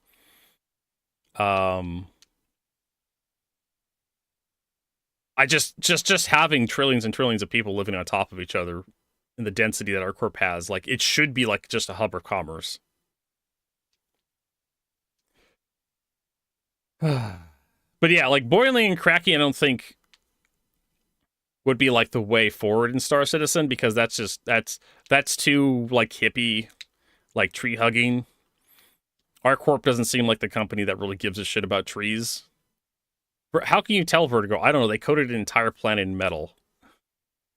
I don't think they give a rat's ass about fucking trees.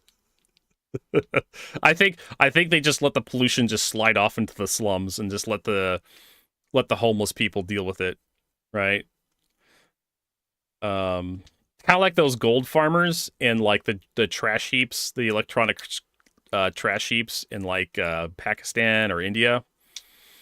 Like, you ever wonder where your electronic waste goes to? Like your old like NVIDIA graphics cards or AMD graphics cards from like 10 years ago. If they're not usable, they go to a big scrap yard in like a third world country, and then they grind up the card, and they mix it with aqua regia, the scrap components, and they extract gold from that. Or they'll use like mercury, right? In an attempt to like get the precious metals to leach out.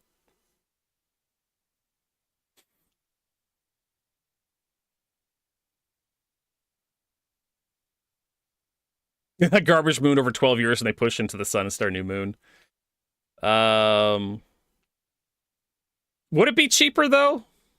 I don't know. But anyways, let's continue. We can argue about this all day. And we get through this at some point. John came to me, gosh, it was like last week, I think, and said, hey, I'd really like to get this information out there now. There's no reason to sit on it. So I really appreciate you doing that. Back to some better news then. Ironclad. We're talking about cargo. Yes, so that's obviously in production. Again, monthly reports. Backlog ships are always mentioned in there. We don't keep them a secret. Ironclad cargo capacity, both of them, going up. So going up. The base Ironclad was 1,536. 1536. That's going up to 2,204. Motherfucker! Assault's going from 1,152 to 1440. 2,000. That's a huge improvement. Again, they may change slightly as we get close to release, but it's that proportional change. Why did that happen? We reshuffled the inside of it. It was the bulkhead move, and it was changing where the ladders were. So there was, as we went into, when we went through White Box with the actual layout, we then get a good chance to walk around and play and feel what the ship would be like. There were a few changes that happened to the layout and how we were orientating everything. And as things push and pull around a little bit, there's a little bit more space. It made sense to fill it, so we ended up putting a little bit more cargo in there. It's one of those things where there might be a little bit more cargo in there. We'll I don't know about that. Well, sometimes might go. You went from like 100. What the fuck did they go from? 1,152, 2,200. Keep them a secret. Ironclad cargo capacity, both of them, going up. So the base Ironclad was 1,536. 15. What was that number, John Crew? Base Ironclad was 1,536. 1536. That's going up to 2,204, and the assault's going from. That's going up to 2,204, and the assault's going from 1152 to 1440. I see why you got notes now. Yeah, this is why I have it written down. 1440. I see why you got notes now. Yeah, this is why I have it written up to 2,204, and the assaults going from 1,152 to 1440. I see why you got notes now. Yeah, this is why I have it written down. 1440. Again, I mean that's a substantial increase. That's over 500 SCU for the base. That's the base one. So, and it's a 300 increase for the assault, but the assault's really not supposed to be a cargo ship. And it can be pressed into that role. So whoever owns the ironclad, 1536 divided by 2204, 69%. I think I did that wrong, but so you got a nice increase, which is what 31-ish% increase in cargo capacity. Yeah. How much is the ironclad? I don't know. Going over to RSI to the any elaboration instance content? Nothing yet. Ultra epic. We're talking ships today. We probably need to go to the shop to find it. Blood store. I don't know if the ironclad's for sale. I think it's one of those limited FOMO ships. Like you have to wait for a sale for it. Ironclad. 450. So it actually is comparable to the Herc C2, Herc M2.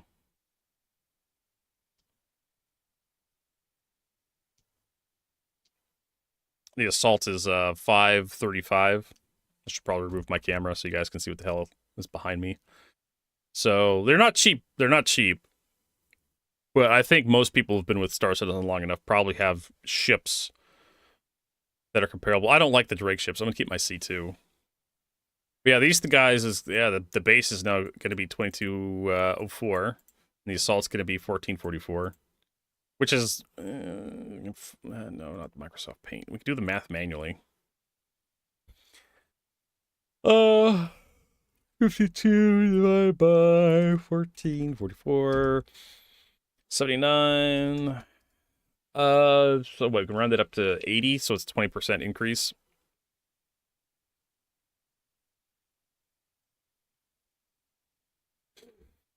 The problem is, how's it going to be to unload this stupid thing? Because you have to like load and unload the cargo through the front of the assault. I don't think the assault has a top that opens. I think the ironclad does. One of the gimmicks is that it has a tractor beam mount above on top of the ship, and then you can open up the top of the cargo bay and you can fling stuff out that way. Or I mean, the whole C is basically designed to be unloaded. That thing is kind of still a pain in the ass if you want to manually unload it. All right. So anyways, there you go. There's, if you guys wanted to know, ironclads. Bombs are basically nerfed from the new turret car thingy. Yeah, good. Fuck bombers. CIG had a great idea of introducing bombers into a game that basically didn't need them. Torpedo bombers were enough, like the Gladiator and the Retaliator, but, you know, we have to have, like, our bombers, right? And now we have a counter to the bombers. And eventually we're going to have a counter to the counter bombers, right? We're going to have a ship that comes out that's designed to, like, suppress PDCs so you can do bombing, right?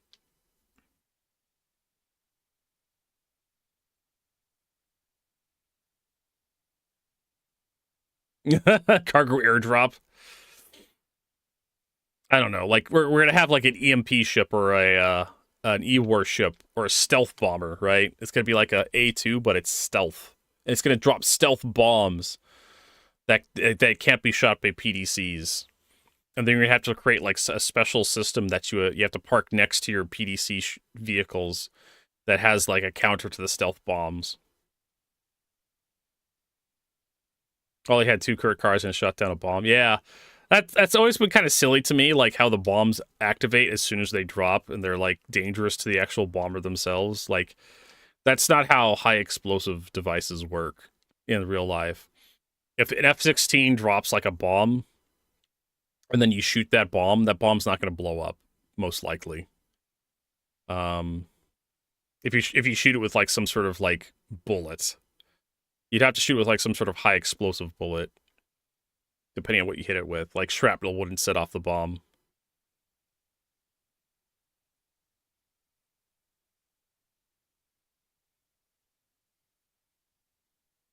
Holographic there you go. Yeah, decoy bombs.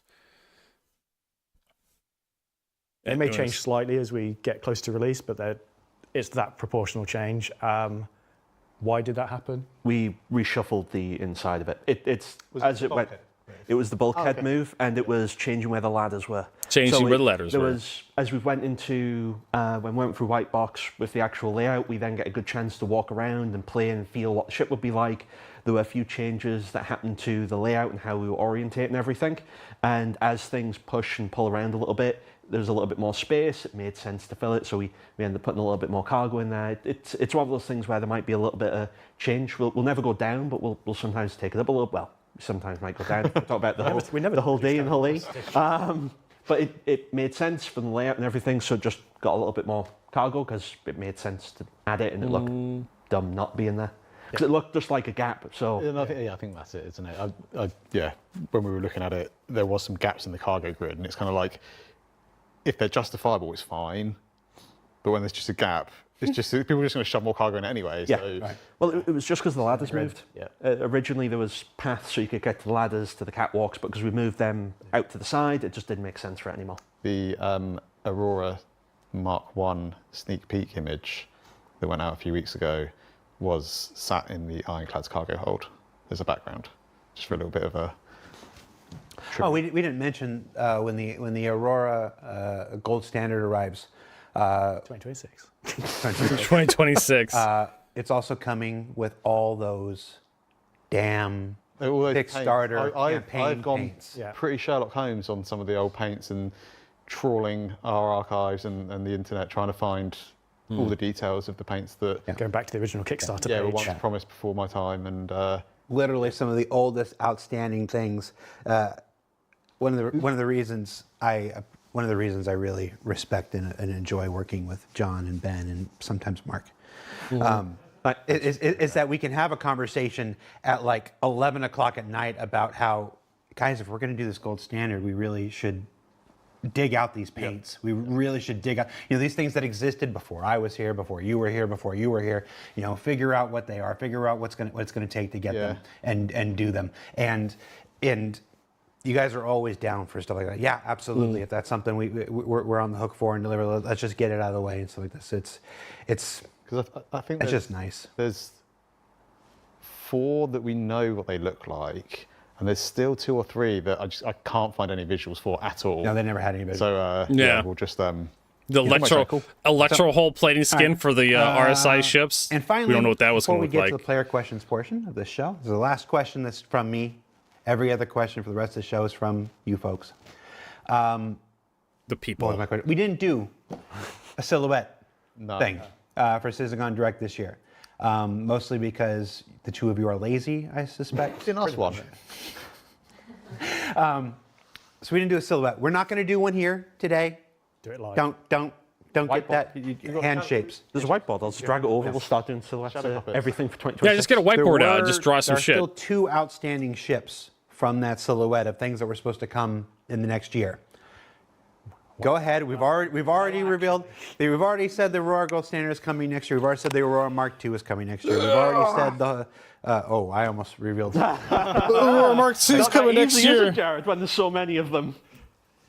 Tell me what those 2 ships are. There's actually 3. It's actually 3. There's actually 3. So everyone thinks it was the MTC silhouette, but it was actually the MFC, which Ben announced in the MDC video yesterday. So that's the crafting version. That's the fabricating the crafting version of the Grey Cat M something. So it's got it swaps out the rear section for a crafting section. Opens up. Made some lovely images again. Okay. Yeah, it does this. Just imagine the back. Goes up like that. It kind of adds a little bit of like shielding, so you can get to your crafter if you're under attack and reload. Chris would be so proud of us, right? Yeah, I know, it's brilliant. It's basically how I deal with my team. It's just this. It's the classic art director meme gif. Of just move it. So yeah, we've got that. The big Anvil Atlas chassis one is the Auxilia. Yep. Which is, if you like the Clipper, it's basically that in an Atlas ground vehicle chassis. So it has a crafting machine, same dimensions as the one in the Clipper, and a tier 2 med bed in it, in a big hulking great. It looks really cool as well. It looks really cool. Yeah. Nice little kind of forward operating base. Yeah. Kinda. Yep. Yeah. One Why can't we just have base building at this drive it in, point? and you've got your little respawn and crafting and everything. I mean, they're making a vehicle that's basically And a then the mobile last base. one, I already a lot of have people one. It's called a correct Carrack. Guest was a Glest. Guest was a consolidated Outlands ship, and that is, I think, currently called the Forge. I don't know whether we're going to keep that name or not. And you can guess from the name what it does. It's another crafting ship. It's basically a small to medium-sized solo ship with a whacking great crafting machine, bigger than the ones people have seen in the Clipper and other ships. And it also has an onboard refinery, so you can refine goods to make your things you are crafting or fabricating. Basically the Expanse, and but then, smaller, right? 11th hour request for it as well was, much like the Pioneer, it's super big brother. It also has ground extractors in it, so you can land on a planet and extract the resources to refine, to use for your crafting. Yes. And I mean, with that one, we were fairly early with the concept when we kind of paused it. Yeah. The concept's super cool. It's got this amazing kind of like slab front kind of glass canopy to it. Full width flat glass. Yeah, full width flat glass. So it was a really cool looking ship. Okay. Can't wait to pick it back up. Hey! I don't know if we'll end up doing... Gamia Padodo just Padodo? subscribed for 62 Thanks for that 62 buttons support. Appreciate it. Things Thank you so much. We're not confident that the gameplay is going to be there in time for its release, and it got a few extra things added to it than when we started. 62 months. That's a long time of support. So then that's obviously pause it. And obviously, if it hasn't been apparent now, the reason those didn't come out last year is because crafting didn't come out last year. Yeah, and it didn't have was crafting. On the production schedule. So I feel like crafting's coming. They're talking about it ahead of time enough. They're putting it into ships. So I feel like crafting's coming sooner than later. Didn't have the gameplay, so we pulled that out. I can't remember what we put in its place, but we released something else in its place. So is crafting coming in 2026? It's above my pay grade, so you need to... Ask that team. We're going to try. All right. Oh, there's a good question in the chat. I lost it. Oh well. You know who you were. There was a good question, and it's gone. So let's jump into the questions from the community. So the next 30 questions or so are entirely from members of our player base, and we've grouped them into a couple different subjects. All right, before we go any further, I want to stand up for a bit. I need to stretch my legs. Oh, boy. Also, I need a snot rig. We've been at this for like almost 2 hours. We should be done by now, but you know how Vertigo likes to stretch content.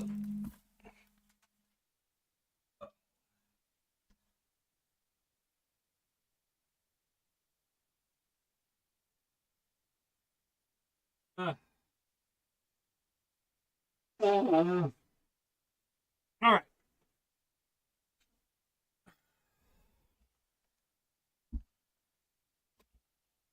Why is this being tugged all over the fucking place? All right. Let's continue. Let's start with some Perseus questions. We'll start with the questions related Perseus to our question. That's a bit personal. Currently new vehicles that I...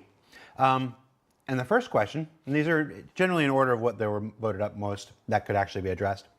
Will you be adding gravitational plates to the outside walkway of the Perseus? I kind of would like that, actually. No.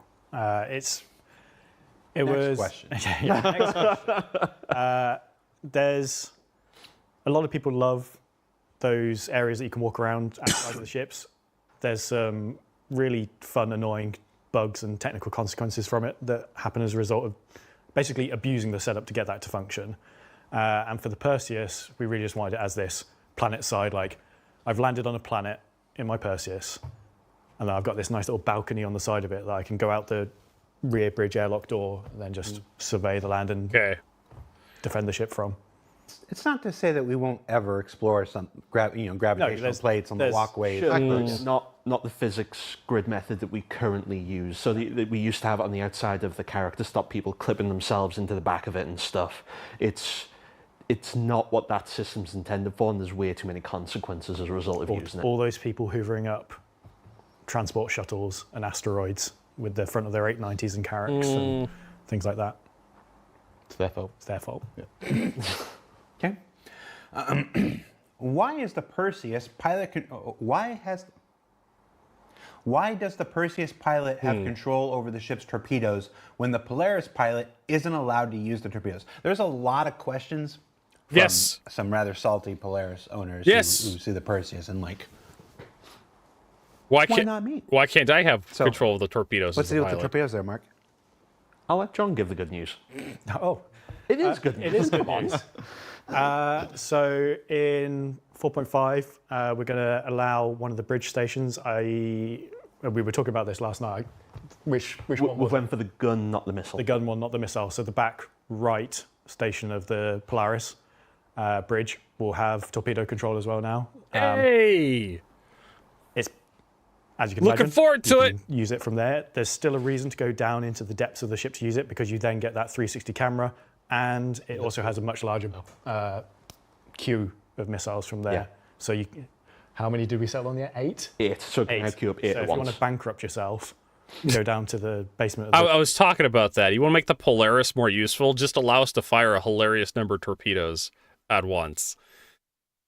I'm like, yeah, you're going to be firing off several million credits worth of ordnance, but one of them will probably get through, like the PDCs. That's what makes the Polaris dangerous. It could just fire a whole bunch of ship killer torpedoes off, and you don't want one of those to hit you, because if it does, it's going to hurt really bad. The Polaris and queue up 8 torpedoes. What are you shooting at? Something you don't want to exist. An Idris. Yes, we do want to, and people will in 4.5 have it, so at least they're on the bridge together doing things. Why not the pilot? Yeah, why not? Because we sort of want to have some enforced balance there. The Perseus torpedoes are way smaller, way less damage compared to the Polaris ones. The community still doesn't give a shit. I still don't give a shit. It's like when the Mercury Star owners look at the Clipper. And then we look at the Idris, right? The Idris is a much more expensive ship than the Polaris, and the Idris gets like a railgun. It gets a laser cannon. It gets torpedoes that it can fire that are actually a lot bigger than the Polaris. Where's the fucking engineering station for the Idris, John Crew? But fuck the Polaris, right? That's basically what it is. It has a second entrance. It's like this. There's this. It's easy to want every ship to have everything. Yeah. It's real easy. No. I just want the Polaris to have what other ships have, right? It's easy to get the Polaris to be able to fire missiles from the pilot seat, because there's a ton of other ships that have that functionality right now, like the Retaliator. So don't you fucking tell me that this shit isn't easy. Don't you fucking look me in the eye and tell me this shit can't be done. You had to intentionally disable this functionality for one ship.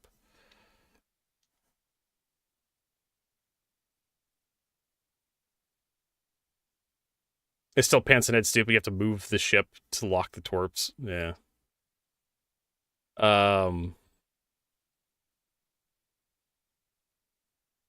Hey, Zephonos, welcome. See you over there. Yeah, don't give me this. Don't piss in my eye and tell me it's raining. CIG. Like, don't tell me like, oh, you can't do a I mean, I can understand like he's talking about non-sequitur here. Like, people want a second entrance for the Mercury Starmer. That's a little different than getting like the torpedoes to work for the pilot on the Polaris. That's apples to apples here, right? Let's compare the Retaliator to the Polaris. Let's compare the Perseus to the Polaris. Let's compare the Idris T to the Polaris, right? The Eclipse to the Polaris, right? all these torpedo boats. The Gladiator to the Polaris. The Gladiator could fire off 4 of its torpedoes. The Harbinger could fire off all its torpedoes from the pilot seat. And it's for some reason, the Perseus stands out as the ship that's not allowed, for the pilot's not allowed to control the torpedoes. Hammerhead came out torpedoes on it too, and the pilot could fire those torpedoes. Why does the Retaliator allow the pilot to control the torpedoes? Why does the Idris T allow the pilot to control the torpedoes? Well, we didn't have you'd have to have like a separate seat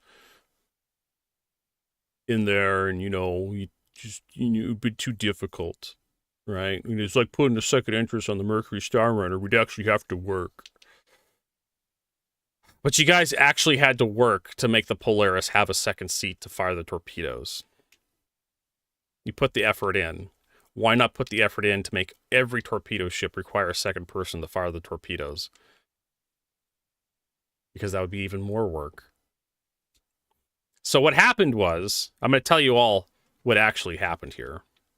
And I'm 90% confident this is what happened, is the Polaris was concepted with this stupid idea of having a munitions officer, someone to actually a fire control officer for the torpedoes. And this was before the Idris T was even thought up, right? Yes, Ellen George, you came at the perfect time. So the the Polaris was concepted, I believe, after the Retaliator, right? And the Polaris was going to have size 10 torpedoes, which was like even bigger, more powerful ship-destroying torpedoes. And this was before the Idris T existed, right? And this was before the Perseus existed. And so CIG just, again, the artists drew this stuff up. They started producing the ship. Like, how is this going to work? How is this going to look? And they made a judgment call on the rule of cool. They're like, this thing's really powerful. We can't give these torpedoes because they're too powerful. We can't give them to the pilot. So in order to balance the Polaris, we're going to create a second station that has to be used to fire the torpedoes, and that'll solve this balance issue, because you had this problem with Jumptown in the A2, where an A2 can come down and basically just flatten Jumptown. Didn't matter how much firepower you had, because the A2 was tanky and quick enough with the old flight model. This is before master modes. You could fly in, drop a bomb, and then kill everybody, including yourself, and then just claim insurance on the A2 and just keep coming back to Jumptown and just bombing the hell out of it if you wanted to. And so CIG is like, well, we got to learn from the A2, so we have to have a second seat for this thing. And that was fine. And then the Idris T existed. CIG realized that they need to make more money off the Idris. They can't make an Idris Mark II. But for a couple $100 more, they could sell you a torpedo kit for the Idris that allows you to fire size 12 torpedoes. It's better. They're bigger. The number's bigger. R goes to 11, right? That Spinal Tap thing. And they never thought to address why the Idris could fire why the Idris pilot could fire its torpedoes versus why the Polaris pilot can't fire its torpedoes, right? CIG didn't think to address that with the Idris T kit. And as a result, now you have this really dumb balance discussion happening over the Polaris. The Idris could fire its torpedoes, the size 12 torpedoes. The pilot could fire its size 12 torpedoes with just a kit, just an upgrade. Why can't the Polaris do that? Well, it's for balance, but the Idris can do it. Why can't the Polaris? For balance, but the Idris is bigger, stronger torpedoes that it can fire. They're more damaging, right? They're more devastating torpedoes. Why can't the Polaris do it? It's an imbalance, but they're using a balance to tell people it's not a problem. Like, no. You don't understand. The Polaris is balanced behind having two people to fire the torpedoes. But the Idris T kit one person can fire all those torpedoes, but it's a balance. It's so fucking dumb. Yeah, exactly. A lot of people, including myself, bought multi-crew ships on the idea that we'll have AI crew sooner than later, right? And CIG told us a long time ago, we're not going to have NPC crew for like until after 1.0, which is going to be a long time. I just want to be able to put a few NPC crew members in like the turrets to help cover like my my firing arcs on certain ships. Like the Polaris, for example, if I don't have like a full crew, I can just shove a few NPCs into some of the turrets and yeah. How big are the Idris T-Teeps? I believe they're size 12s. I had to like Google it. If I remember correctly. It's bigger than the Polaris from what I recall. Idris Elba, Star, Citizen, Idris T-Kit. Idris T-Kit upgrade. This feature additional equipment focused on torpedoes and orders for the Idris series. The kit does not add additional hard points, but rather replaces already installed weapons to be installed or on empty hard points. Missile rack, the HMF T-12 Hammerfall torpedo launcher. Size 12 torpedo launcher manufactured by Herson Dynamics. So there you go. This is what all that came in the... It was 400... Oh, Jesus Christ. It was $430. So CIG basically, they wanted to sell the Idris again, but they couldn't sell the Idris for a second. They couldn't make a Mark II Idris. It would have been too complicated and have to go into concept. So instead, what they did is CIG sold us some geometry that fires like size 12 torpedoes for $430 is quite a bit of money.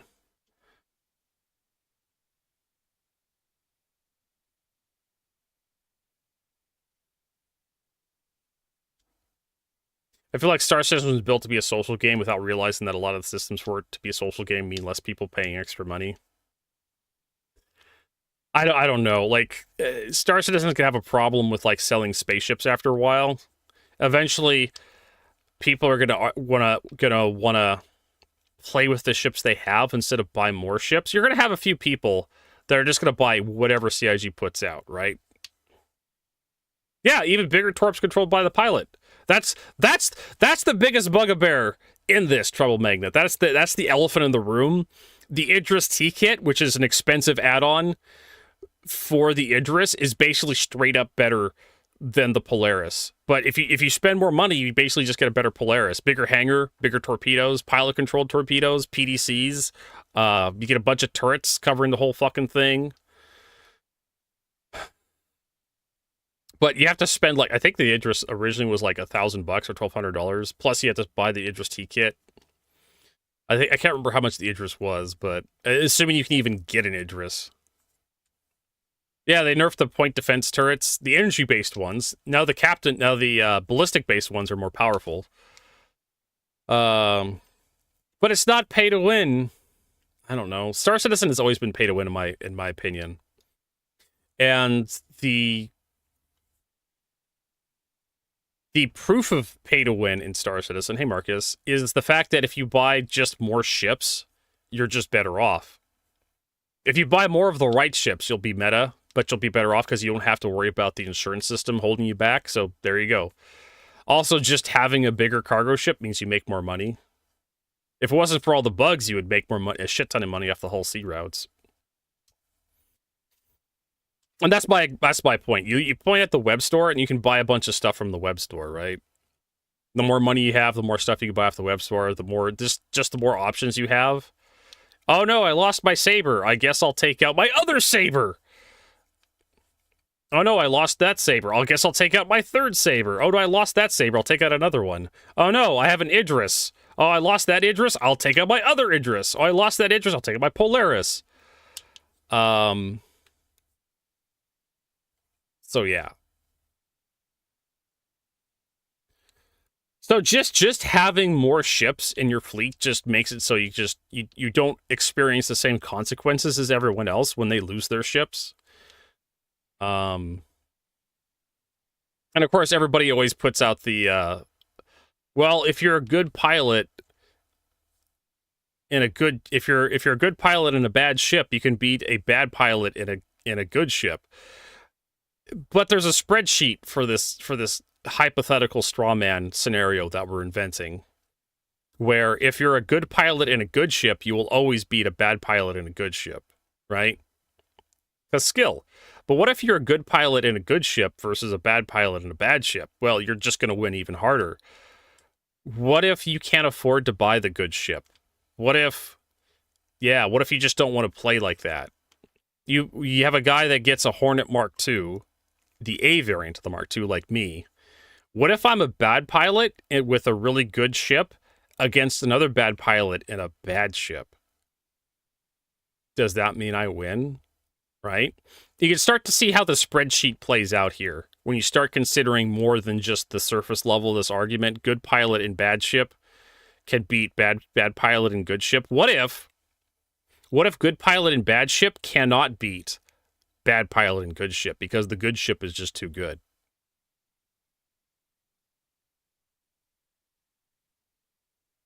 Yeah, exactly. What if you played mouse and keyboard? That was like when they introduced auto gimbals, there was a huge outcry because it would play the game for you, right? Auto gimbals were basically for like controllers, right? That's what ESP is for, by the way. For those you don't know, enhanced stick precision is something in Star Citizen you can turn on and off. It's basically for joysticks and controllers. It's not for mouse. Mouse is really good at aiming.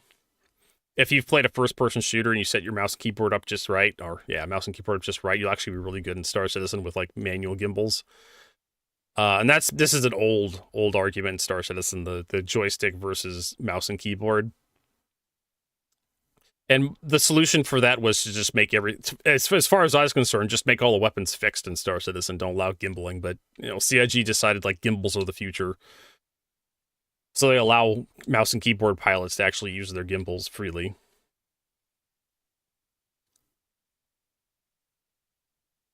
But what if, okay, so Zelendros brings up another argument here.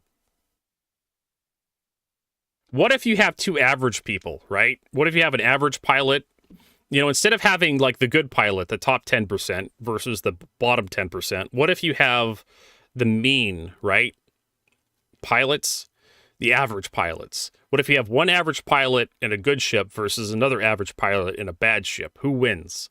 Like I said, as soon as you start to like think about this scenario that people like to put out in Star Citizen, it's not pay to win, because if you're a good pilot in a bad ship, you can still beat a bad pilot in a good ship any day of the week, right? Well, what if we extend the scenario out to its logical conclusion and we start thinking about because Star Citizen is a multiplayer game, and what if we start to think about, what if you have a bunch of average pilots, but what if you have an org full of average pilots with a bunch of good ships, like all the Hornet Mark IIAs, versus a really good bunch of pilots with a bunch of M50s, right? Who wins? Well, Avenger Squadron did that, and it turns out the M50s win if you stand and fight. If you equip the he did this. I watched a bit of it one day, and it turns out if everybody just decides to stand and fight, eventually the M50s just wear you down. He was using like the size 2 railguns. I can't remember, Scourge railguns or Sledge railguns. And they would just pick a target, fire a bunch of shots, and as soon as like one of them realized they were being attacked, they would just enter nav mode. They drop countermeasures, enter nav mode, and just fly away. And there really wasn't anything the Hornet pilots can do. How much do you think engineering will change combat as a whole? You definitely don't want to let your shields get penetrated. I'm not quite sure about armor. CIG talked about armor a bunch of times over the years. Armor is not going to be Maelstrom. Maelstrom is the physicalized destruction of ships. Maelstrom is more of like stuff collapsing and falling in on itself and like physical calculations. I don't think Maelstrom has much to do with the armor system. If you get hit with a really big missile, your wing is going to get torn off. That's Maelstrom, basically. And I think CIG said they wanted to use a hit point system for the armors, kind of like how it worked in like Doom, where you'd pick up an armor and armor would wear away. If anybody remembers like Doom and the armor system from like Wolfenstein Doom and Doom 2016, I don't know if it's going to work exactly like that, but from my understanding, your ship's going to have an armor, and it's going to have armor hit points. And as you take damage, those hit points are going to be reduced. And at a certain point, your armor hit points get low enough and you start taking internal damage. And that's how CIG wanted to do the initial armor system. And Maelstrom is going to have like parts of your ship falling off when you start taking enough damage or you take enough force. And they're going to move away from a hit point based system. I don't know if they're going to be able to do that entirely, but that's kind of like the complexity of Maelstrom, where ship parts falling, large ship chunks falling off is not going to be hit point driven anymore. It's going to be firepower driven. If you get hit with a big enough weapon, like your fin, a fin is going to fall off, or a thing is going to get torn loose. So armor is going to be ablative essentially. So you can wear armor away using lasers, but it's going to take a lot more effort to wear away armor to the point where with lasers, with the energy-based weapons, I should say, not lasers. With energy-based weapons, it's going to take a lot more effort because you're going to have to get the hit point pool much lower before lasers start affecting the internals of a starship. As opposed to ballistics, where ballistics, yeah, like it still does damage to armor, but I think that damage is going to penetrate the armor at a much higher hit point pool as a result.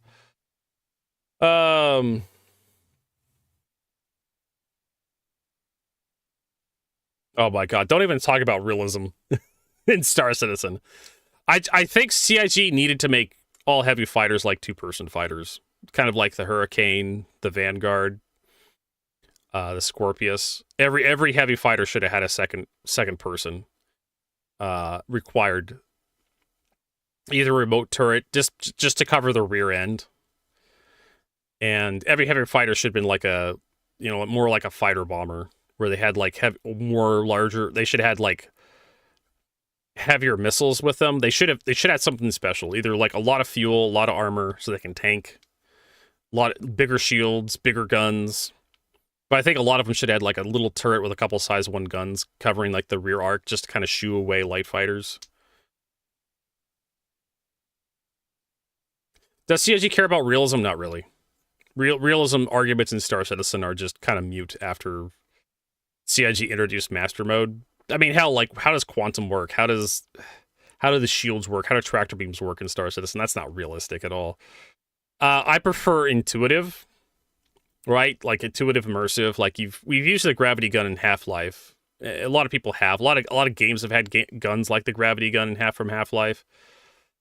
So everybody kind of knows intuitively how that works. So the tractor beam is kind of intuitive. And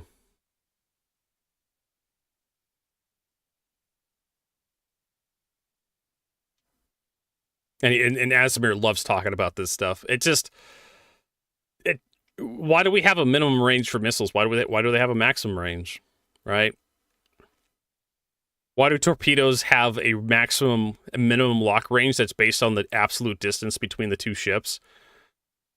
If you fire a torpedo out of a Polaris at an Idris, and that Idris manages to close the distance under 1.5 kilometers at any point, that torpedo will be a dud. So you could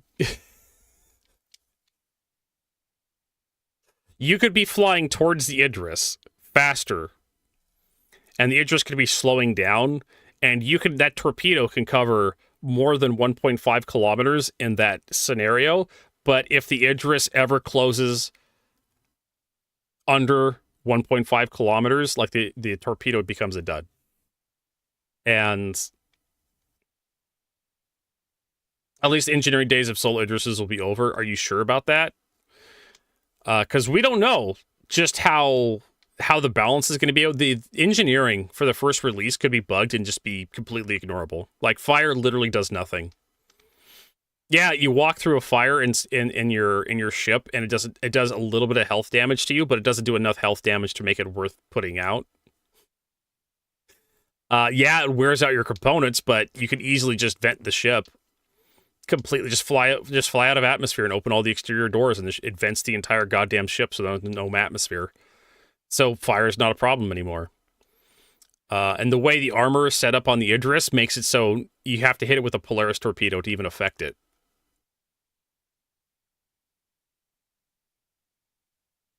I hate to break it to you, Trouble Magnet, but World War II torpedoes did not have an absolute safeties.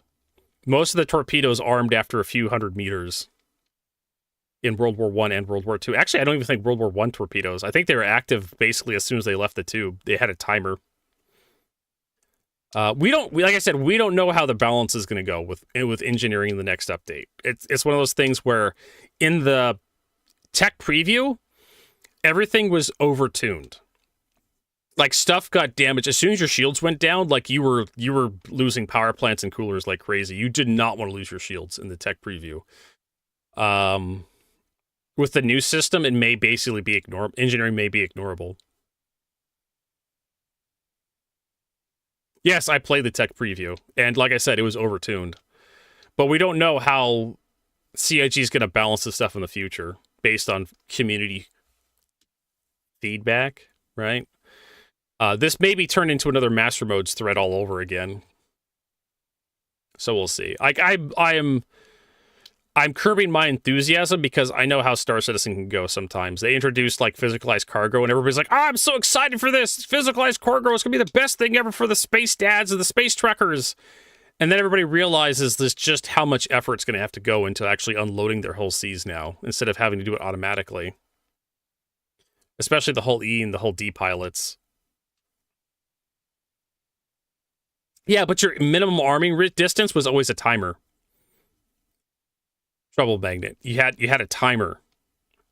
Or it was like the number of revolutions the propeller would make, because usually like torpedoes at that point in time were gas propelled. Or you'd have like a little engine inside with some fuel that would spin the propeller. But most of them were just gas propelled. You'd have a gas bottle filled with air, highly compressed air. And that would spin a little turbine, which would then turn the torpedo propeller. And that would give you a certain amount of range. And usually your fuse would be either a timer, you'd have like a little timer on it, like a little pocket watch and some mechanical timer, or it'd be number of revolutions for the propeller, which would give you a certain distance before the fuse armed. But fuses back then were like magnetic or pressure sensing fuses. The really fancy torpedoes the Germans were using were magnetic. And the idea is you'd fire them under the keel of the ship you're shooting at, not at the ship. World War I torpedoes were impact sensitive, so you'd actually have to hit the target. The torpedoes they were using in late World War II were magnetic. So basically, you'd fire them underneath the ship, it would sense the metal of the ship, and it would detonate, and would lift the ship out of the water, and then let it fall back in, and that would break the ship in half. And so you have like a timer. But in Star Citizen, you wouldn't have that. You just have a timer. You'd fire the torpedo, and then after a certain amount of time being in flight, the torpedo explosive would arm. Same with the bombs. Like, I brought this up for like the A2 and the A1 bombs. Why does shooting the bombs as soon as they come out of the bomb bay blow up everything? Oh, because they arm as soon as they launch, which is the dumbest fucking thing ever. You wouldn't build a bomber like that, because the problem, and we actually had this with one of the Russian submarines. I can't remember. There was a Russian submarine that sank in the Arctic.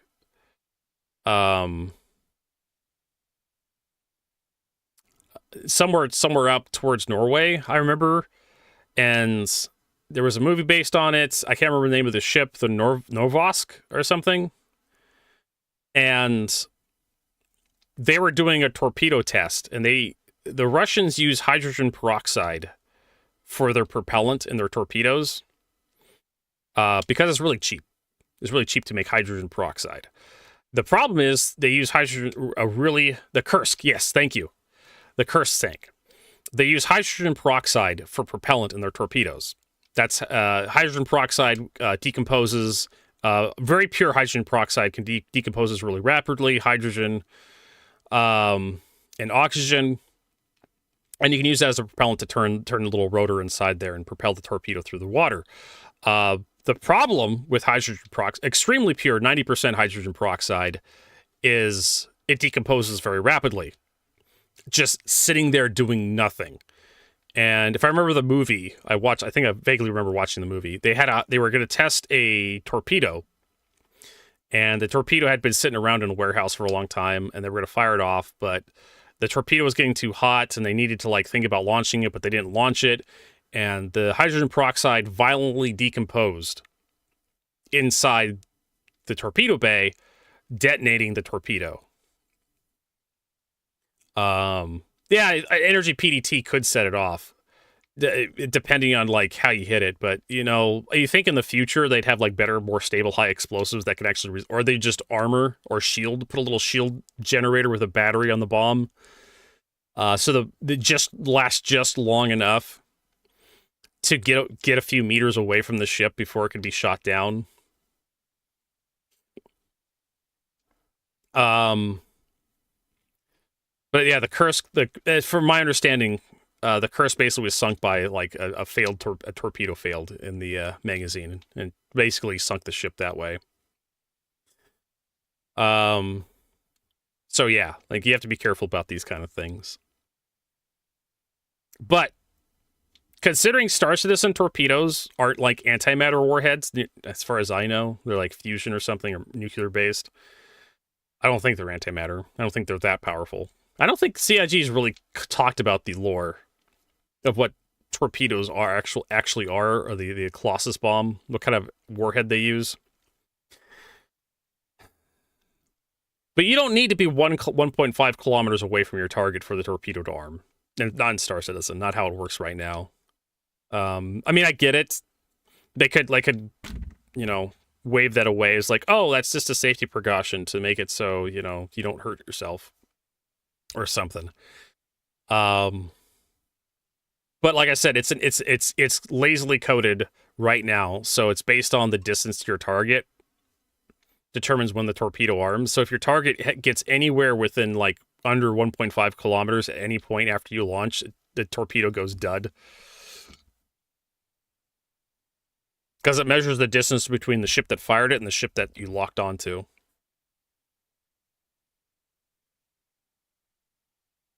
And that was designed to like remove like minimum people basically dumbfiring torps at ships. Even though dumbfiring torps is like highly skill based. They didn't want to make the Idris pilots really sad because Polaris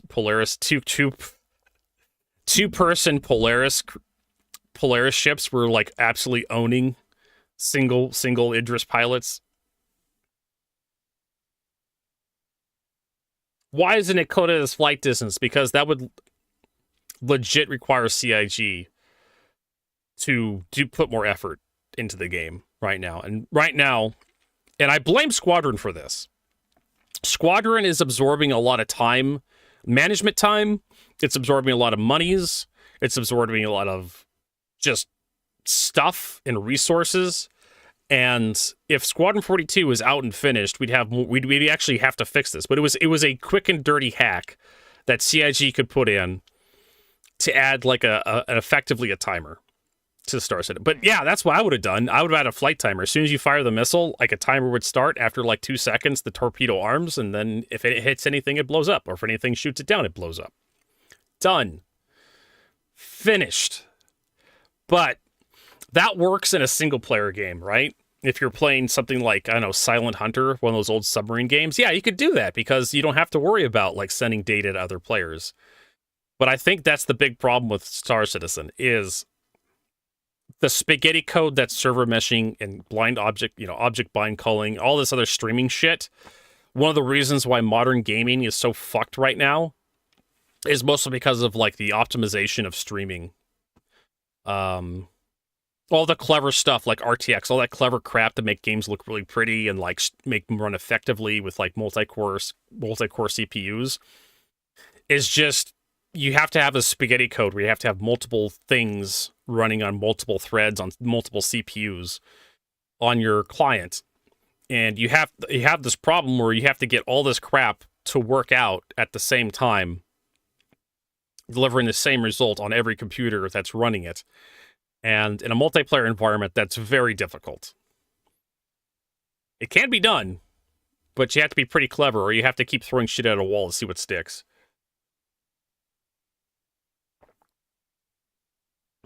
You forgot. Now you remember Galactic Command.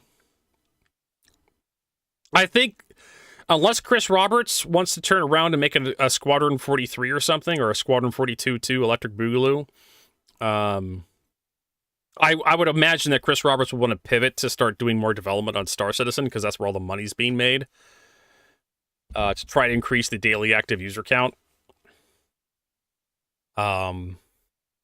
So that we'll probably see like a lot more quality of life stuff when Squadron 42 is finally finished, when money starts flowing back into Star Citizen and programming resources start flowing back into Star Citizen and UI. Because I guarantee you a lot of the UI people are probably working on Squadron, doing like the main menus and like the cutscenes and like the how you save your game, the UI for saving your game or some shit like that, instead of working on like the UI for like the star map and making it better. Well, it's supposed to be. Chris Roberts may have given up on episodic content, just like Steam did, just like Valve. Okay, so Valve is a billion-dollar company that had the idea of doing episodic content for their video games, and they gave up on the idea, right? Same with like Sin Episode Emergence. Anybody remember that? Anybody remember episodic video games that were going to have, like, you had this big release, right? Half-Life 2 comes out, and then we're going to have an expansion, Half-Life 2 Episode 1, right? And then we're going to continue the story using episodic content. You basically pay a little bit of money for each episode, and then YouTube, right? Then YouTube comes out, then Twitch comes out. Everybody can just watch the episode instead of having to buy the game. So episodic content went the way of the dinosaur. It's been extinct for like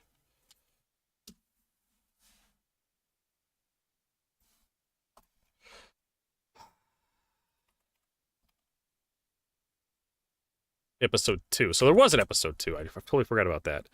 There was an episode 1, there was an episode 2. 2007. Almost 20 fucking years. Episodic video games have been dead.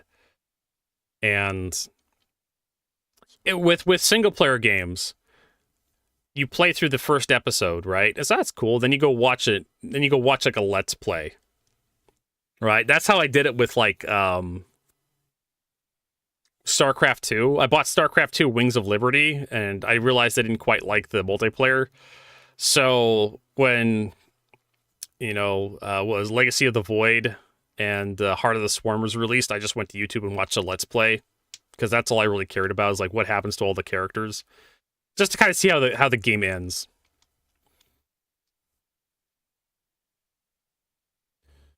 I mean, like, it actually kind of get Quanta to work, like, in Star Citizen right now. Like, they have 3 star systems.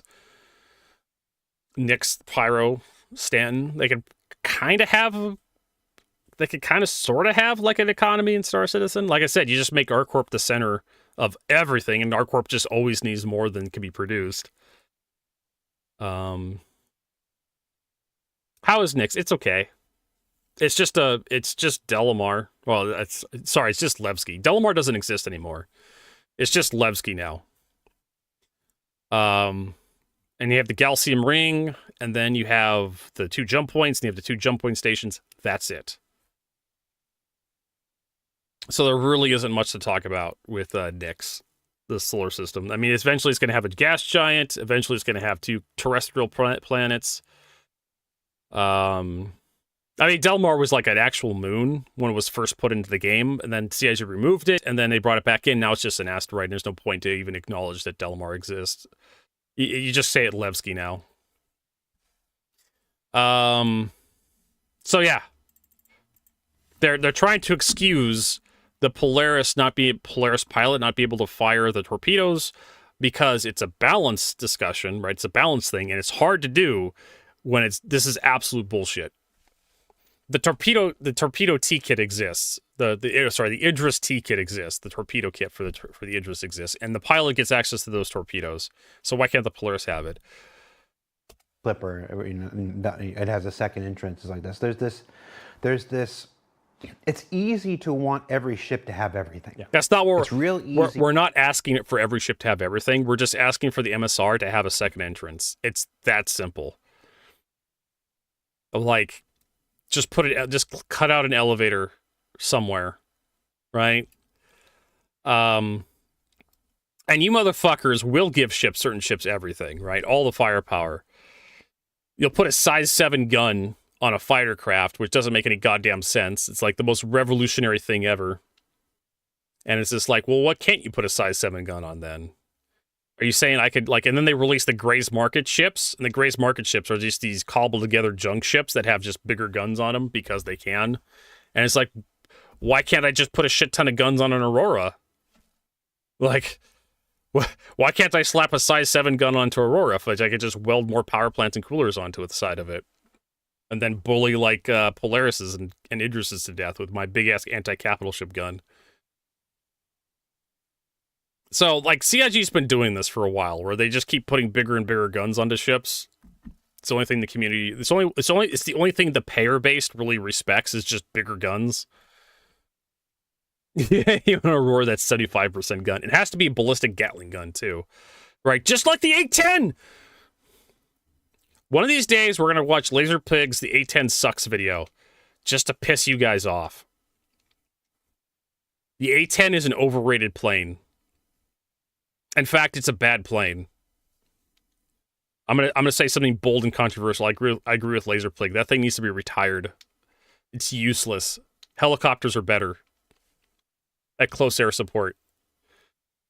Everybody gets a hard-on for the fucking gun, the GAU 8. But the GAU 8 doesn't make any fucking sense anymore because it's a tank hunter Vertigo. No. Missiles are better tank hunters than the GAU 8. The GAU 8 cannot...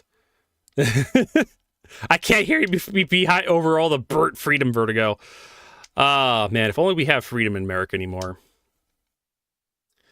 The GAU 8, there is absolutely no modern tank that the GAU 8 can hurt anymore. Like, the top armor on most modern tanks is too thick for the GAU 8 to actually penetrate, so it doesn't make any sense to have a gun. Also, it's highly inaccurate. You cannot get accurate hits with the GAU 8. It is such a high fire rate that you may get like 1 or 2 hits. I mean, for taking out like light vehicles, sure, whatever. Again, a helicopter could do that. And also the A-10 requires air superiority and like the absence of like anti-air emplacements or like armor or like people with like iglas or stingers or something in the area, because close air support requires you to like be in the area for a long period of time. You know what's better? Drones with Hellfire missiles. Those are better close air support because drones are cheaper and they don't require a person to sit in a seat for like hours on end and then have a chance to shoot up like our allies, right? So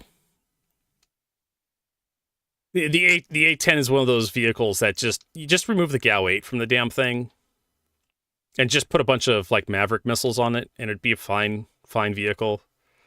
Get rid of the GAU 8 and add a big camera to the front of it that the co-pilot can use to like see stuff and like target missiles and shit. Better close air support system as a result. It's basically the GAU 8's like obsolete. You can also put it in a Spectre gunship. You know, the Spectre gunship's a better close air support system than the A-10. Because at least the Spectre gunship can actually like put shells where it wants to, as opposed to the A-10, which just sprays everything everywhere.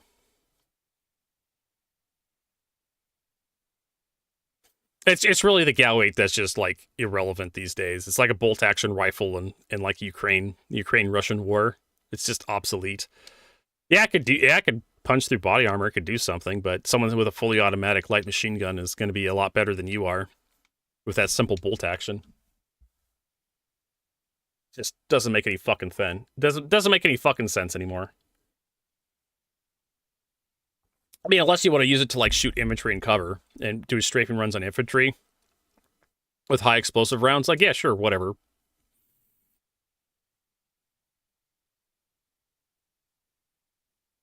You know what's better than making the Taliban scatter, Azimir? Making them dead.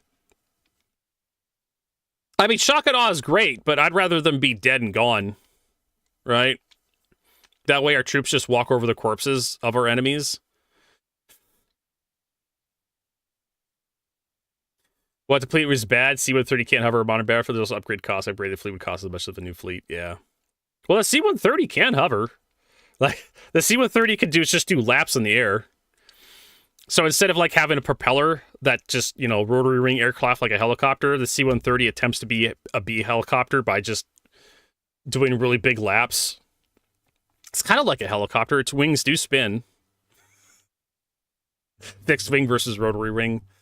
Anyways, what the fuck we were talking about? Like I said, there's that laser pig video.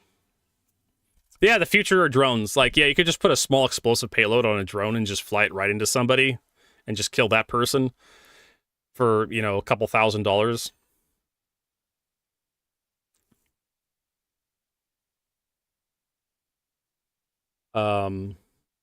We're seeing that in the Russian-Ukraine conflict right now. You want to drop a 1 kilo bomb as CAS? I mean, we have bombs, a couple 100-pound bombs. Oh, have you seen what was that stupid Hellfire missile they used to assassinate that Iranian general? What is that?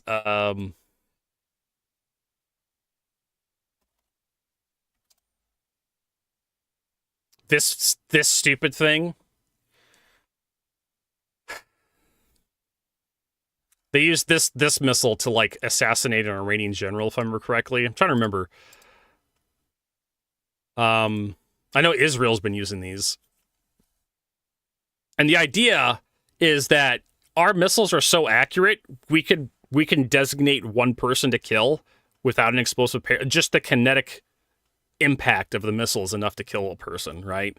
So you just have to get the missile to hit somebody. And just having blades that pop out of the side increase the impact area. Yeah, flying Ginsu missile allegedly used to kill a quad-leader airman El-Zawari.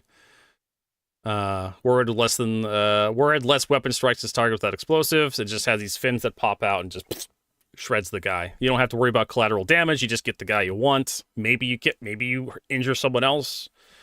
But yeah, you're not walking away from this. I know, right? I saw this fucking thing and I'm like, you're fucking kidding me, right? This is some weeb shit. Fucking strapping katanas to a missile? What the fuck? And apparently it's an actual thing. Like, if you got someone that you want to take out, you have a Predator drone loaded with this thing flying over a city somewhere in the Middle East, and you find the guy you want to kill, and he's sitting in his car on a phone call. You could fire this missile from that Predator drone, and 13 seconds later, that motherfucker's dead. And just him.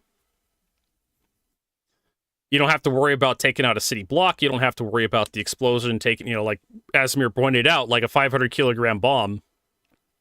That's going to take out a lot of people if you drop that into an area. This thing kills one person, maybe two. Maybe the passenger of his car gets clipped and he loses an arm. Exactly. You stop at a light to observe some traffic laws. The next minute you're just in the pearly gates, talking to St. Peter. It's frightening the level of accuracy we have. We could get just the one guy. Supposedly this is what they're using. I mean, you could also just have a missile that just hits the guy. Our missile technology is getting so good at intercepting other missiles. Like the Patriot missile system, we're shooting down like mortar rounds. Really small, fast-moving shit. Like we have to like increase the speed of our missiles to actually get through like missile intercept systems, like with the hypervelocity cruise missiles, because missile interception is becoming too easy. So you have to make it a lot harder to intercept our missiles. So just wanted to show off this thing. Like this is the state of close air support these days, where you just like pick a guy and you kill him. Or you could just do a drone with like a few kilograms of high explosive. Like you could strap a claymore. That's what they've been doing in Ukraine. They basically put a grenade. They drop a grenade from a drone into a trench, and they just kill like 2 guys. There's your close air support. Like I said, the A-10 is basically obsolete. Its original purpose is no longer viable. Like the GAU-8 is basically a pointless. It was pointless when it was built, but it's even more pointless today because you can't kill tanks with the stupid gun. There are so many better platforms for close air support that can actually loiter for long periods of time that are cheaper. And like if you lose them, who gives a shit? Like a Predator drone gets shot down. Oh no, we'll just have to like order another one up from Raytheon or something, or General Dynamics Land Systems, or like Northrop Grumman, Boeing, whoever builds that shit. Oh, Rheinmetall. I'm sure they're fucking crying. That scene from like Zombieland where Woody Harrelson's like dabbing his eyes, his tears with like fucking $100 bills. Fucking General Dynamics Land System, Raytheon or something, Northrop Grumman. They're just like, oh no, we have to sell another drone to the U.S. military. Oh, what are we gonna do with all this money? I'm sure there's Black Friday deals on Reapers and Hellfires. Sell them by the dozen. But yeah, Laserpig, one of the YouTubers I follow. Yep, I understood. Tried. You did. Laserpig. Fuck it. The A-10 is stupid. It's a 2-part video. The first part is 33 minutes. The second part is 50 minutes. This made a lot. This 2-part video made a lot of people mad. But he just goes in and talks about just how terrible the A-10 is. And one of these days we're gonna sit down. We're gonna watch this shit. But there's a lot of problems with the A-10 that just kind of make it obsolete.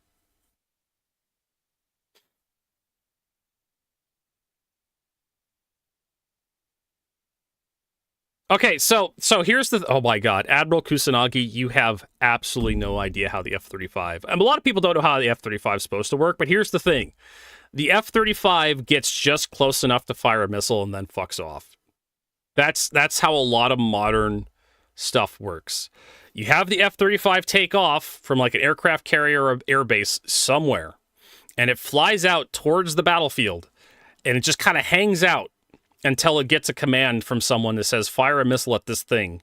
And so the F-35 flies in just close enough to fire the missile and then fucks off. The A-10, in order to use its gun, has to get within visual range of its target, which means it's going to be eating, like, return fire. The F-35 is not supposed to get anywhere near getting shot at. And that's what the whole stealth thing is, right?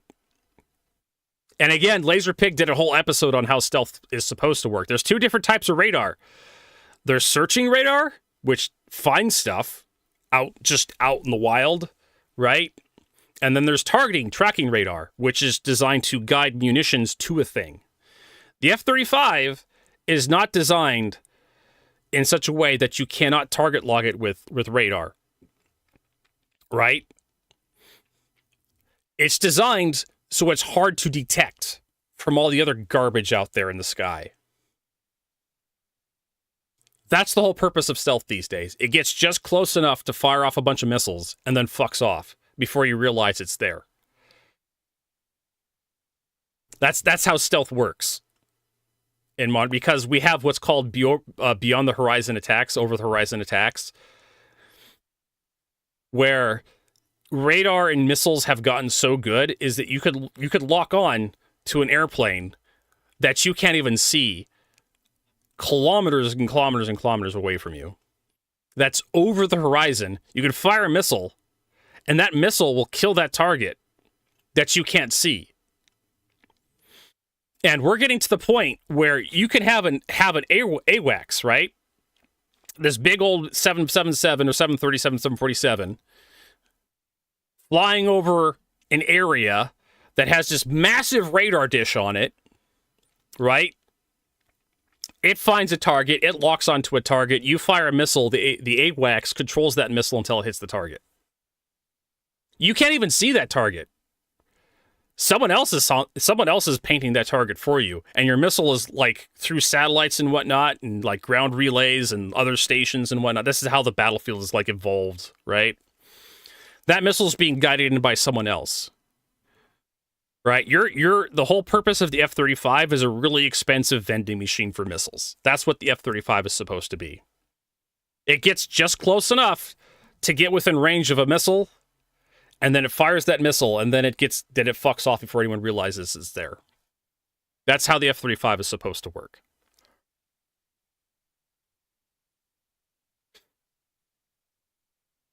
So yeah, laser designated missiles. Again, you still have to be hooked up to a battlefield. The F-35 can use laser-designated munitions as well. And again, Reaper drones can use laser-designated munitions as well. And their Reaper drones are cheaper, and they're more expendable. Like, you don't have to lose a pilot if a Reaper drone gets shot down.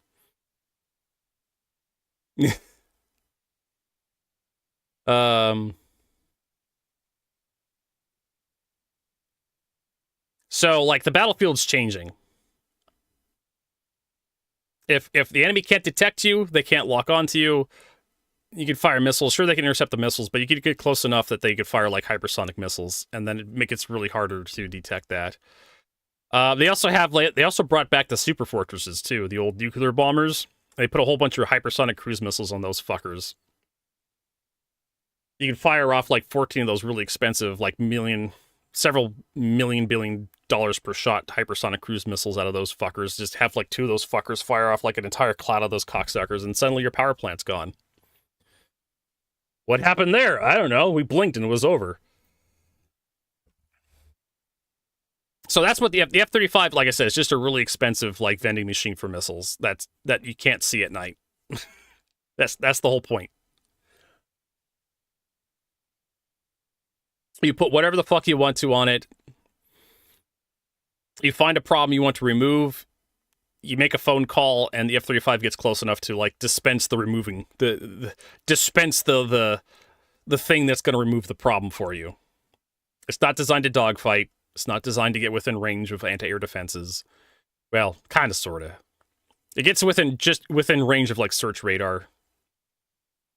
If everything goes well, it won't get shot at. If it goes well. But it's designed to avoid search radar. You could probably still lock onto the damn... There's probably techniques for locking onto it and like firing actual missiles at it and shooting it down, but God knows what else the F-35 can do. But anyways, A-10 is junk. They shouldn't make any more of them. It should be in a museum, to quote Indiana Jones.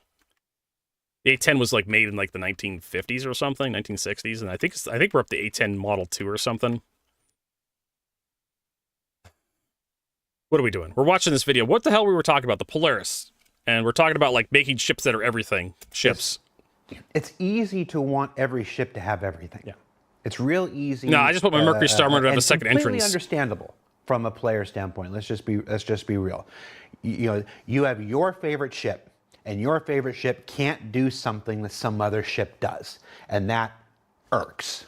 That just makes your brain itch. But this is my favorite ship, and I want my favorite ship to do everything because it's my favorite. And What about the opposite of this? What about if I hate the Idris being able to fire size 12 torpedoes, and I don't want the pilot of the Idris to be able to do that? Can I hate request? Can I just hate request nerfing the Idris so the guy has to get out of the seat? If he wants to fire the torpedoes, he has to get out of the seat and climb down to the bowels of that little torpedo module. He actually has to climb in. He has to get out of the ship and go into like a separate door. It's the torpedo module. There's like a little seat in there with like a little desk where it has the... Yes! Do that! He literally has to climb into the torpedo module itself in order to fire the torpedoes. This is the last ship I want to fly. But weirdly, that's not exactly great game design. You don't want everybody to just pick one ship and that's the only ship they ever fly for the remainder of their time in the game, because that becomes boring. You want choice. You want... Which is weird, because CIG told us years ago you could fly starter ships forever if you wanted to. But it's also cheaper and less grindy if you just pick a ship you like and just stick with it for the rest of your life, for the rest of your Star Citizen career.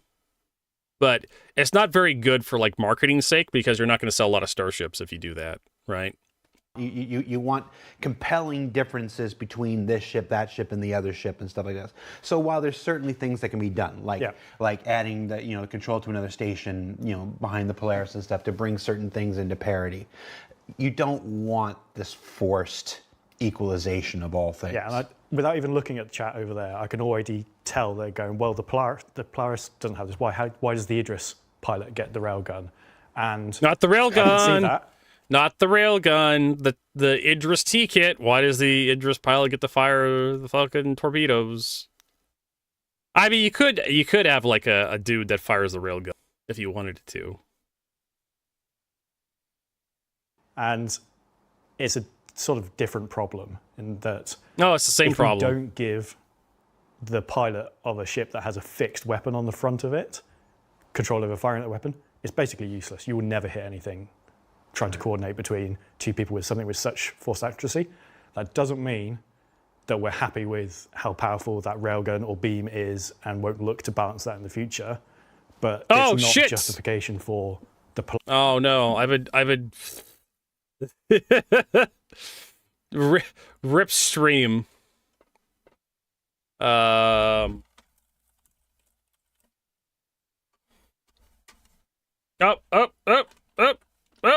Is it back? Yeah. Apparently I went down for a few seconds. Let's see if like auto reconnect kicks in. Yeah, we just dropped frames. We just dropped everything for a brief minute.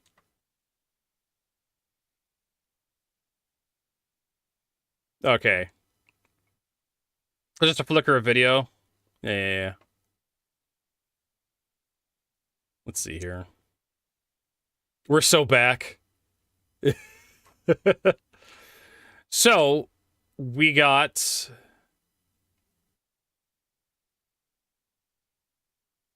There we go. Okay, so we're back. Yeah, we just... apparently my... It's not Comcast anymore, it's Light Curve. So they apparently Light Curve decided to drop me for a little bit. But hey, they're cheap. Yeah, if you feel like you're behind, you want to catch up, you might want to refresh your browser. Oh my god, we're gonna distract ourselves with the cars shit. When is this? Oh yeah, the bus gets stuck. We also have this. This is a joke about Black Friday, where it's like Jeff Bezos. It's Jeff Bezos' day. All right. What's cars? Yeah, this thing. Traffic chaos in Oslo as 4 city buses become simultaneously stuck in a roundabout. So there you go. That's what Galactic Command really wanted to show us today. For those of you who haven't seen this.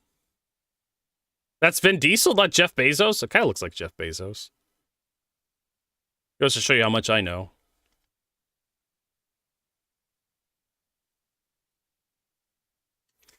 All right, you think you could just, like, I don't know, get a forklift in there or something and just, like, dislodge one of the buses? Have one of the buses back up or something? I don't know. But that is kind of funny. All right, so... Idris Railgun.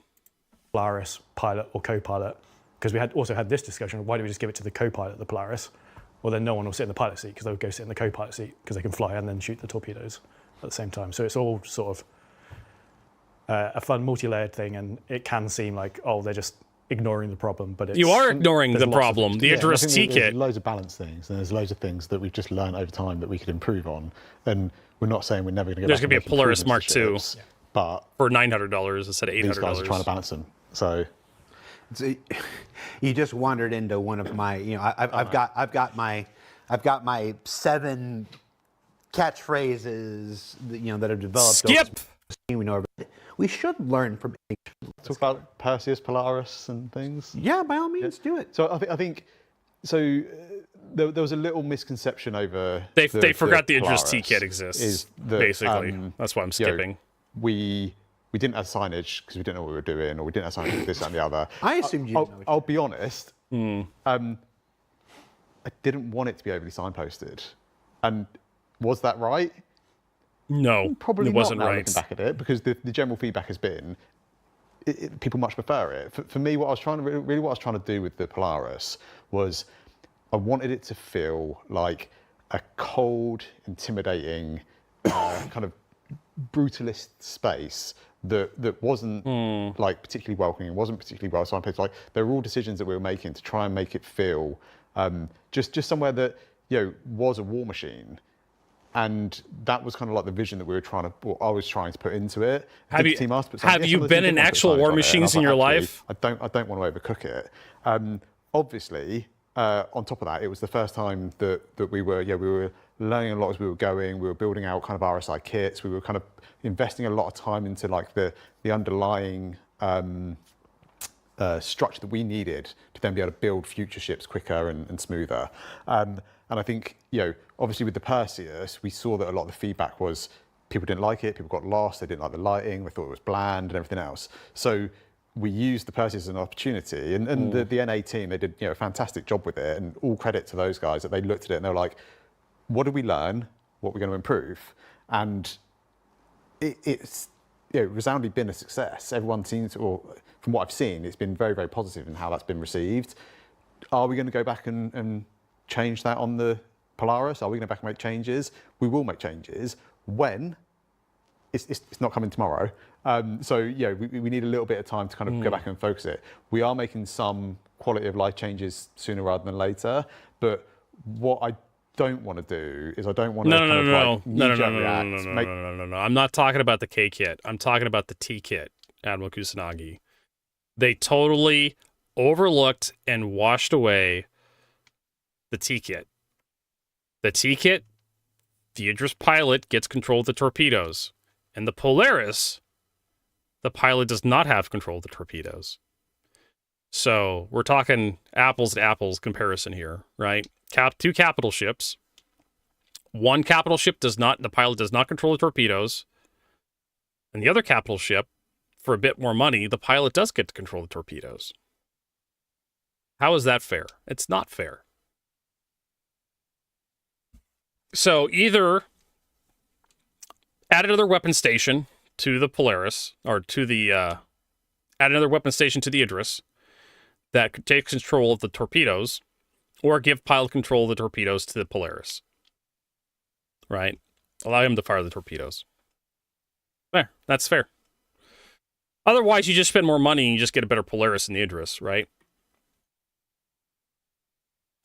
Loads of changes to it, put it all in, and then them not be, just kind of rush it. I'd rather kind of do it right and have a little bit of time just to kind of let the dust settle, look at what was really successful, learn from it, and go in and make those changes to it. So I was trying to do one thing and it turned out people didn't like it, and that's fine.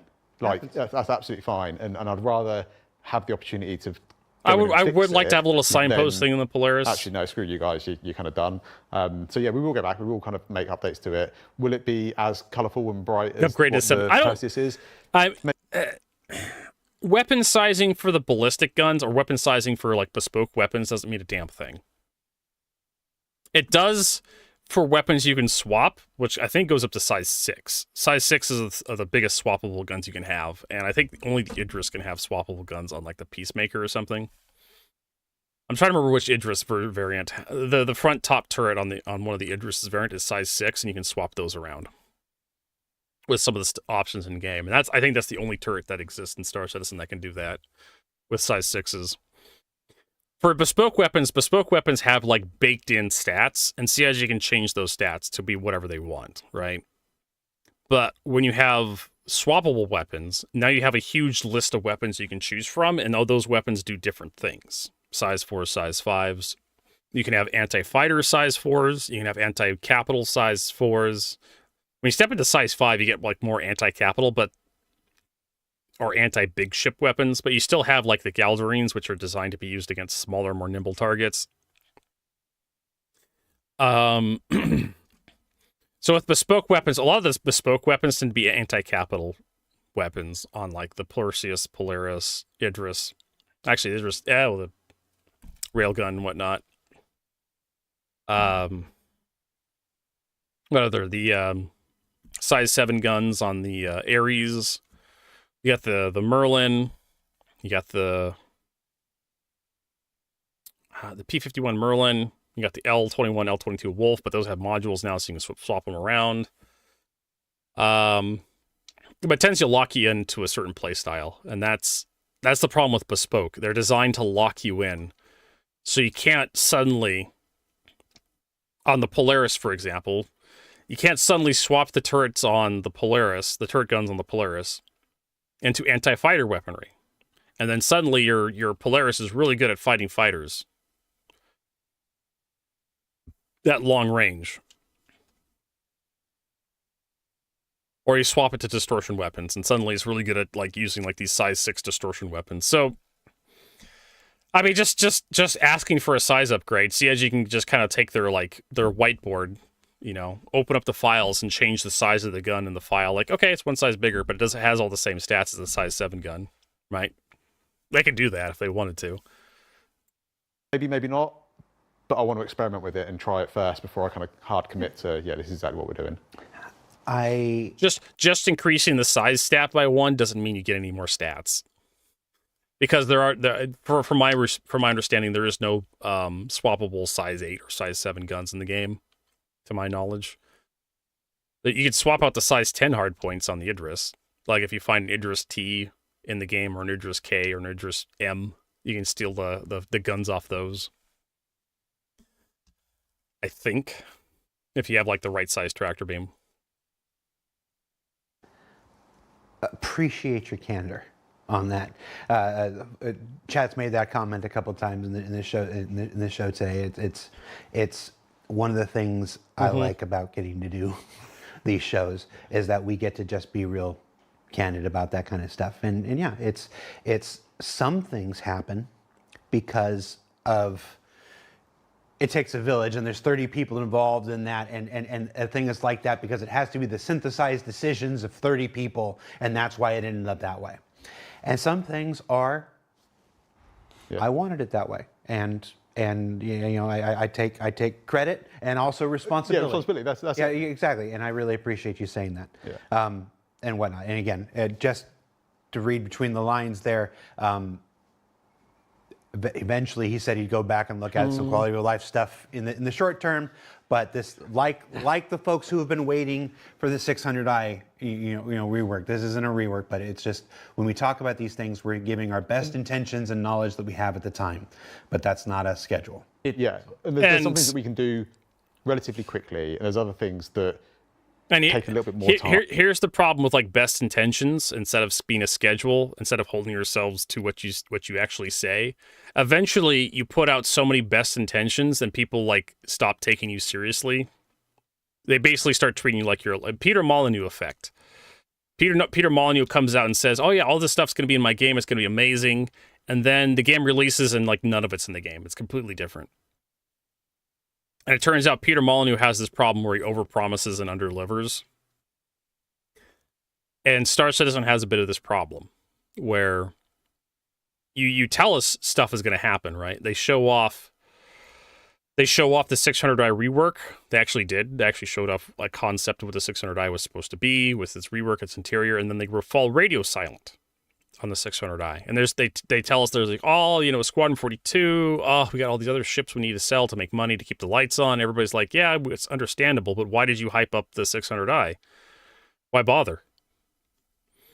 You're just doing this whole like Terravon Kung Fu. Chris Roberts said a long time ago during a 10 for the Chairman, like early in 2013, 2014, where you're going to be able to learn Terravon Kung Fu in Star Citizen and fight fist to fist and whatnot.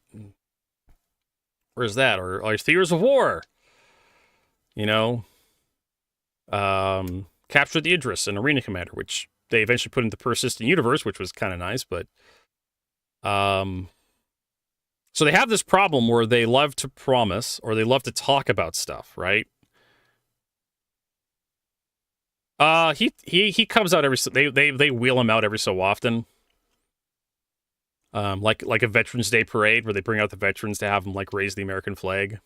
Chris Roberts comes out every so often during big events to say something, but really Chris Roberts is kind of like faded into the background. I think Chris Roberts has kind of realized what nerds are actually like. They have a furniture dolly they put Chris Roberts on. They what do they call those hand trucks?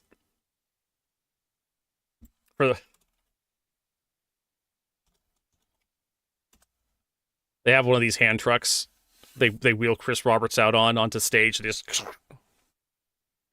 They lean it back. They roll him on stage. They stand it up and they just take the dolly out from underneath him and they just walk off the stage. And Chris Roberts comes out. It's immersive fidelity, technology. Buy our spaceships.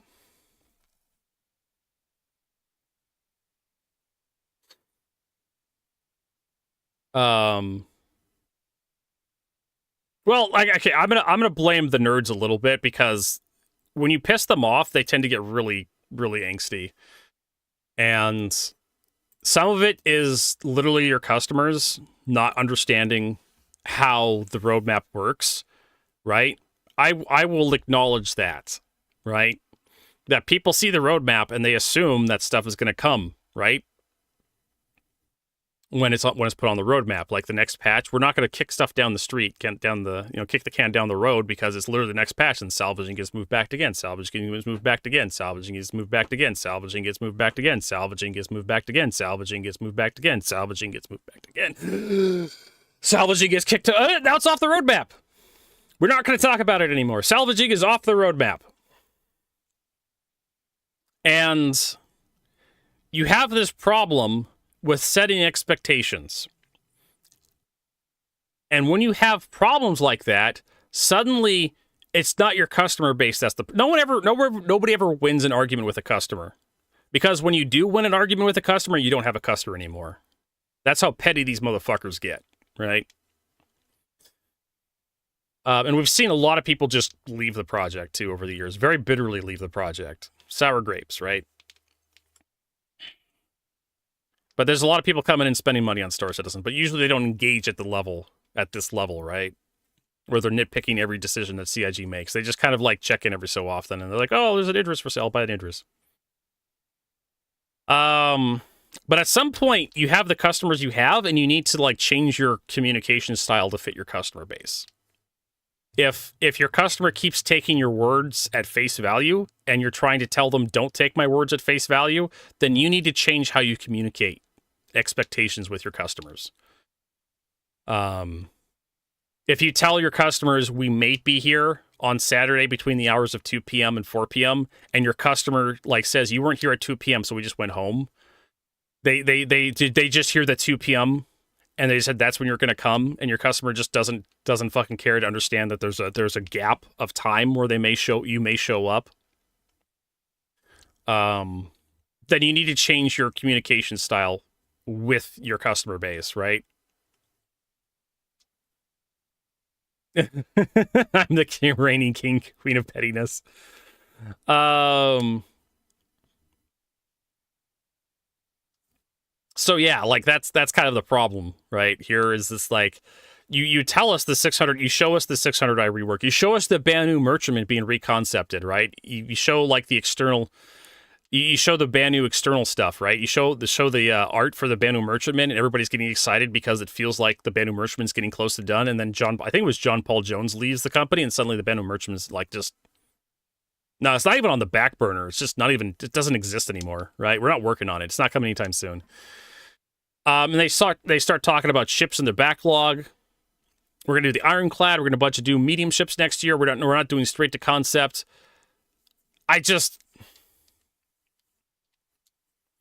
And here we are. It's just like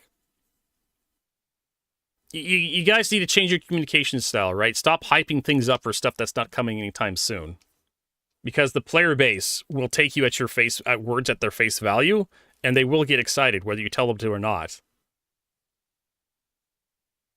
Yeah, it was designed to sell it, right? And CIG's very good at marketing stuff, right? The game will literally bend over backwards, like game mechanics will literally bend over backwards for CIG to sell more shit to us. Like the medical bed rework, where CIG released the Ursa rover and suddenly all medical beds can respawn. That was the idea all along. Then why don't you just do it from all along? Well, we were having trouble like distance respawning. Didn't fucking matter, just fucking do it. Whatever. Hey, Joe, now I'm ranting. I know, they nerf PDCs in this patch 4.4, and they release a new vehicle that has a ballistic PDC for you to buy. Or they nerf tractor beams, right? They nerfed tractor beams in a patch, and then they released the Atlas, right? And that pissed everybody off that CIG had to like release the Atlas that patch. So, I mean, like, obviously marketing ploys, right? To sell more concept Banu merchantments. Like, oh yeah, look at this. We have like an actual exterior concept of the Banu merchantman now. You know, they show off like it was like a 15-minute inside Star Citizen. And like a huge portion of it was dedicated to the reconcept of the Banu merchantman. And like, oh yeah, the IE comes out. It's like, buy the Banu merchantman. It's coming soon, right?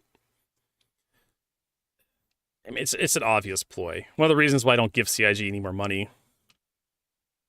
I'd rather just like give someone else money these days. And just a little bit more thought process into it, and I just want to make sure that we kind of like we do it right. Yeah, but I will say the RSI kit, like in the last, starting with the Polaris. You know, I know we just had some words about the Polaris interior, but there is so much of the Polaris that just pushed that RSI brand beyond. Yeah, and then we also have the Zeus, the Polaris and the Zeus. Yep. And stuff like this, there was this whole thing with the Polaris and the Zeus where, for me, the Polaris was what originally I'd wanted RSI military ships to feel like, and the Zeus was this commercial, something like a little bit more inviting, a little bit more. I own a Polaris. I don't much care for the interior of the Polaris, and same with the Perseus. I've been in a Perseus several times, and I don't much care for the interior of the Perseus. Like a lot of people are like, "Oh, it's amazing! Look how great the interior of the Perseus is," and I'm just like, "Really?" Like, this is what gets your dick hard? This is it? There ain't nothing here. There's a bunch of ladders and a few elevators and, like, a basketball court and, like, a fucking door the 2 docking collars and, like... I'm sorry, guys. I'm not that excited about the interior of the Perseus. The Polaris has some bad stuff happening in the front of the ship where the crew quarters is, where I feel like there's too many fucking doors through that area. There's just a long fucking hallway with like doors off to the side. You have to walk through. Like it's like the intro to Get Smart back in the day.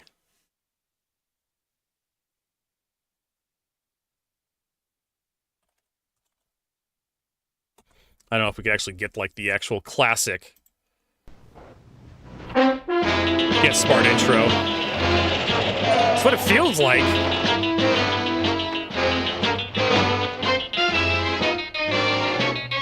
I used to watch these on reruns a long time ago.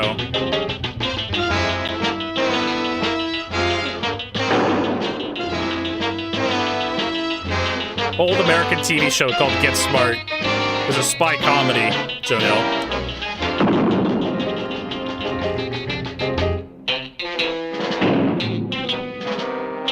Mel Brooks. There you go. Just walking through a hallway with a ton of doors.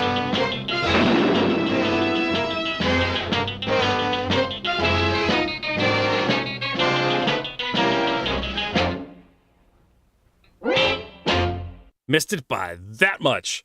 That's what it feels like to like walk through the Perseus. It's just there's a shit ton of fucking doors like you have to walk through. That's one of my problems. I don't know how they could do that. Welcoming, and I think with the Perseus, we've kind of found that really nice balance between the two. So we just need to go back and sort it. I'm excited about the future of RSI. You know, I've always been, you know, I've always been an admitted, you know, Drake guy because I like the usable future and everything. But the last year, I've really come around on RSI. It's what I saw with the Zeus, what I saw with the with the Polaris was just like, oh, maybe I have a new favorite. And it's nice when your favorite also shares the boss's name, just as a political commentary. There you go. Yep, Robert Space Entry. This next question is simply shark mouth Perseus skin. Yes. Please. Maybe. Please. Maybe. Yes. Not sure yet. Yes, better skins for the. I don't know. Better skins for like all capital ships. Sharkmouth Idris, I was just like, nah. Well, fuck you. But we got all these like. That's a brilliant idea. Stella Fortuna and this guy's like, I saw the Idris Sharkmouth skin. I saw no, that's a great skin. Shark Week 30th Century. I bet you Shark Week. And just force you to make shark paints for. Yeah. I'm waiting to see if someone in chat says that Shark Week's already a thing. It is a thing. It is a thing in real life, but this is the 30th century. Yeah. Moving over. We just continued it. Sharks still exist in the 30th century. Manny, let's talk about a Shark Week. Manny doesn't watch the show. The next question. Star Kitten Perseus paint, please. Sure, why not? Two different people. Sure, why not? One of them wasn't me, I promise. Yeah, I was going to say, is this Mark? I would love to have more nose art, Asmir, for our fighters. Just give us. Ben hates Starkit. No. Like everyone's like, give us Starkit, and Ben's just like, nah, can't. I refuse. Everyone thinks I hate Starkit, and I don't hate Starkit. It's like me and Drake. I just want it to be used and released for a reason. Deliberately. Yeah, like if we have a Starkitten celebration month, then yeah, of course we do Starkitten paints, absolutely. But I don't want to just slap Starkitten on it. Are you challenging me? No, just because everyone likes. Are you? Like, I respect think, my authority, right? It's got to feel right. And just slapping it on the side of a ship for no reason doesn't feel right. I think for Star Kitten skins, they should have like what is it? For civilian ships, like the raft. Yeah, Star Kitten skin, sure, why not? It makes total sense to have a Star Kitten skin for like a raft or a caterpillar.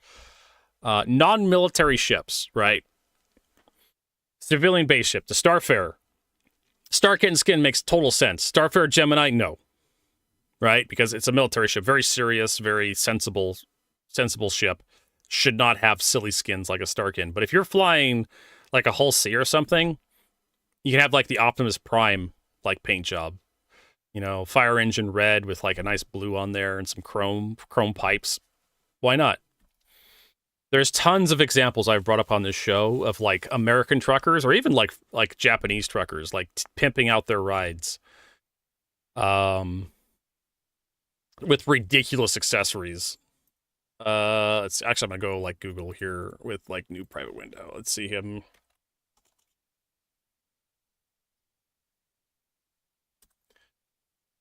But images. So I mean, you can have like decals on the side of your trucks. There's people that take this shit very seriously out there. I think these are for like American Facebook. These are like truck simulators. This is AI shit. I think this is an actual. No, this is a fucking fake one as well.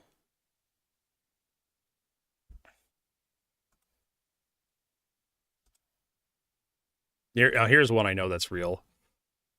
Yeah, I mean, there's been tons of people that gussy up their trucks to be like nice looking.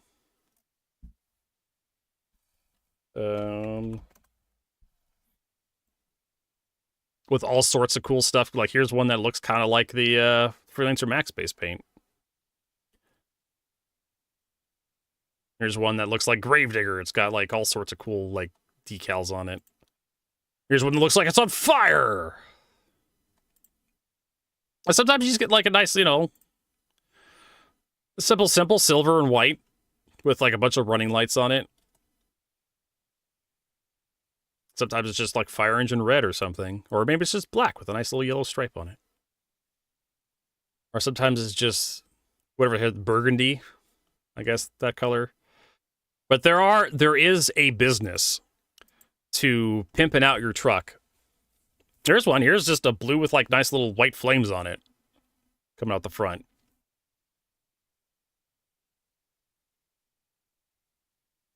Yeah, I've looked for those. And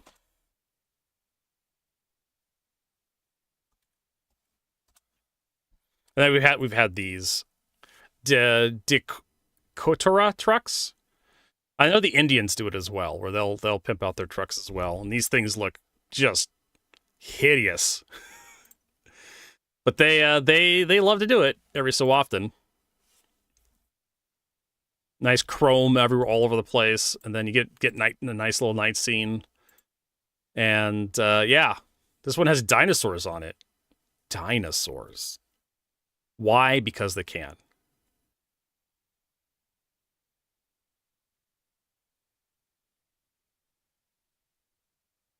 And of course, you have like this stuff. You can go really, really crazy with these trucks. These are I'm willing to bet that these are display only. Like no way in hell are you driving around actually using these to do actual work.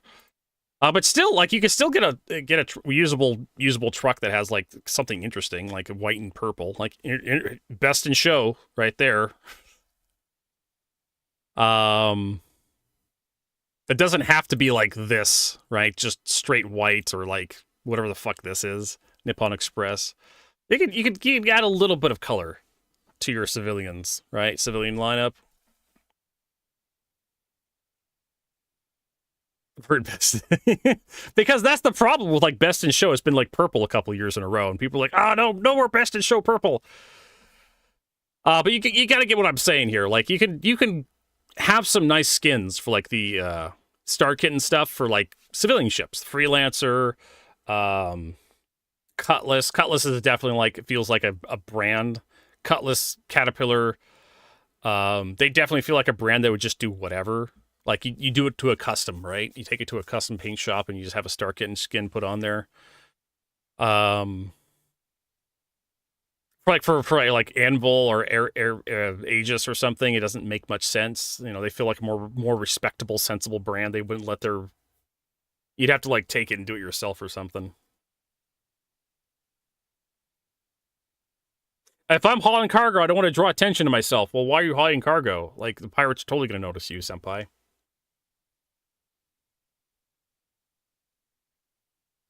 All right, we're done here. So Star Kitten skins make sense on some ships, in my opinion. And I'll side with the community on like Star Kitten skins don't make sense on all ships, though. Like a Polaris Star Kitten skin, please. Perseus, get the fuck out of here. But I do like the Perseus skins that I've seen so far on the web store. They do look a lot better than the Polaris skins. See, Edge, you're killing me on the Polaris skins. Just, oh my god. Some of the worst skins I've ever seen. I'd love to build out that whole family, whole brand a little bit further. So it's not just Star Kitty. There's a whole host of characters. Star Shark. Star Shark, yeah, that's fine. But yeah, not right now. Not right now. Yeah, unless Chris asked me to, and then I'll I doubt that request will come from. Oh, did I? See here. He does have a whimsical streak. He is on board with doing more people don't. So, we've been going about 3 hours and 29 minutes, and we're only 57 minutes into this 2-hour video. I've done it again. I've fucking done it again. I managed to take an hour's worth of content and stretch it into like 3 fucking hours. I don't know how I do it, but I do it. I know, right? Hypervelocity impact. Something keeps happening.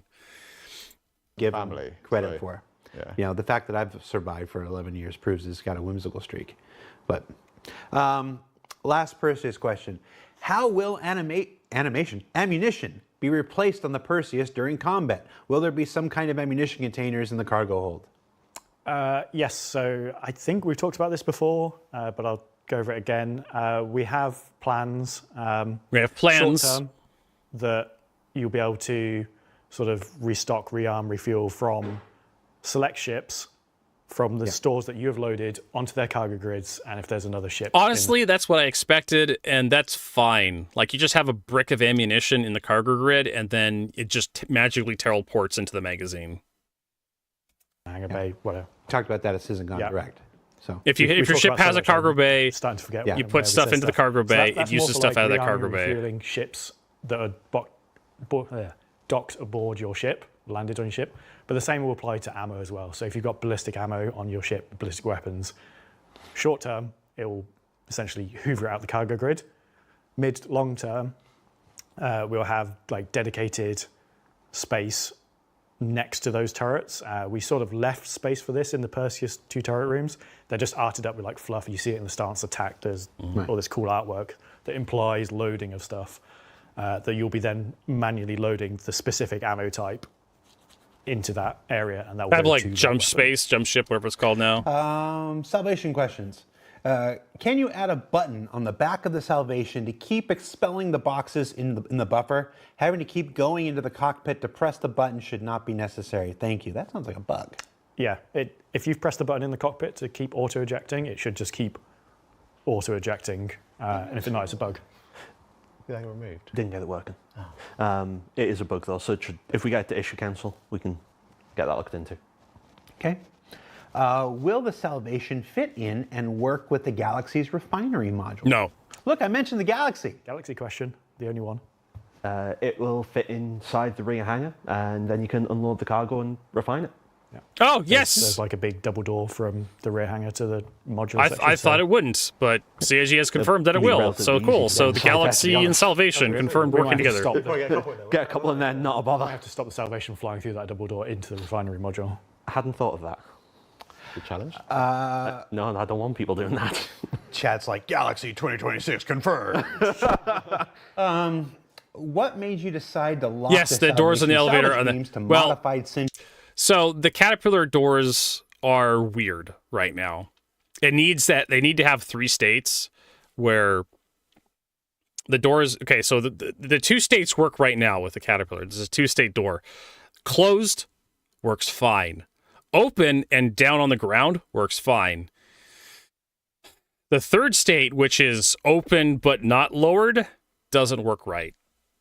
So what happens with the Caterpillar is you go through 3 states, but one of the states fucks up. So you can have open, you have closed, no problem. Open and up, no problem. Open and lowered, no problem. But when you go to raise the elevators, that's when the problem hits, because it immediately goes to close the doors. And CIG needs to support 3 states from like a switch. Which they can do because I mean they talked about it on like a thing a while ago. And apparently the thing is, for elevators, no problem. You can have as many states as you want for an elevator. Look at the Reclaimer, look at the Corsair, the Carrack, where you have like the Carrack's main elevator has like 4 different floors. Same with the Corsair. The Corsair can go down below, out of the ship, up to the mess hall, and then out the top of the ship. But the Caterpillar, the doors on the Caterpillar are not set up like the elevator, so it doesn't use the same elevator code. They're set up like doors, which uses a separate code base. So, doors cannot support 3 states fully. They support 2 states, or transitioning between states. And that's the problem with the Caterpillar right now. CIG needs to go and do more work to get the doors to support more than 2 states. So you can open the doors, and they'll be up, and then you can lower the doors, and they'll be all the way down. But as soon as you go to like raise the doors, it just closes it. And so if you put anything on the doors when they're lowered, when you go to close, it just goes to raise it. It'll just close the door on whatever the hell you got on there and toss it in. And then you have to like get in there and kind of rearrange stuff, or it crushes it in the doors, or it just gets caught in the doors, and suddenly you just have like a Gray Cat STV or something kind of like just violently jittering around between 2 closed doors. It's not ideal. People want to be able to raise the doors and then load stuff into the Caterpillar and then close the doors after they're done loading, or go back down. So they don't have the ability to support those 3 states yet, where it's like closed, open, up, lowered, all the way down, and then up, lowered, and then closed. They can't do that. They can't transition between those 3 states. They can cycle through those 3 states, which I think is probably what they should do, because they could already do that. Because when you go to open the doors, they open, right? They go from closed to open, up, and then you lower them back down the floor. So I think you should just allow us to cycle through the states. Why do you zoom in on the ground? What? What do you mean, Norris Hammer? You have to be a little more specific. Are we talking about Star Citizen? Are you in a ship? Are you flying or zooming? Like zooming as like enhancing your image, like getting out a pair of binoculars and looking at something really closely, zooming or zooming as in moving really fast. Because I usually zoom in on the ground, move really fast on the ground because I want to get someplace quicker. Right? I want to go someplace really quick in Star Citizen.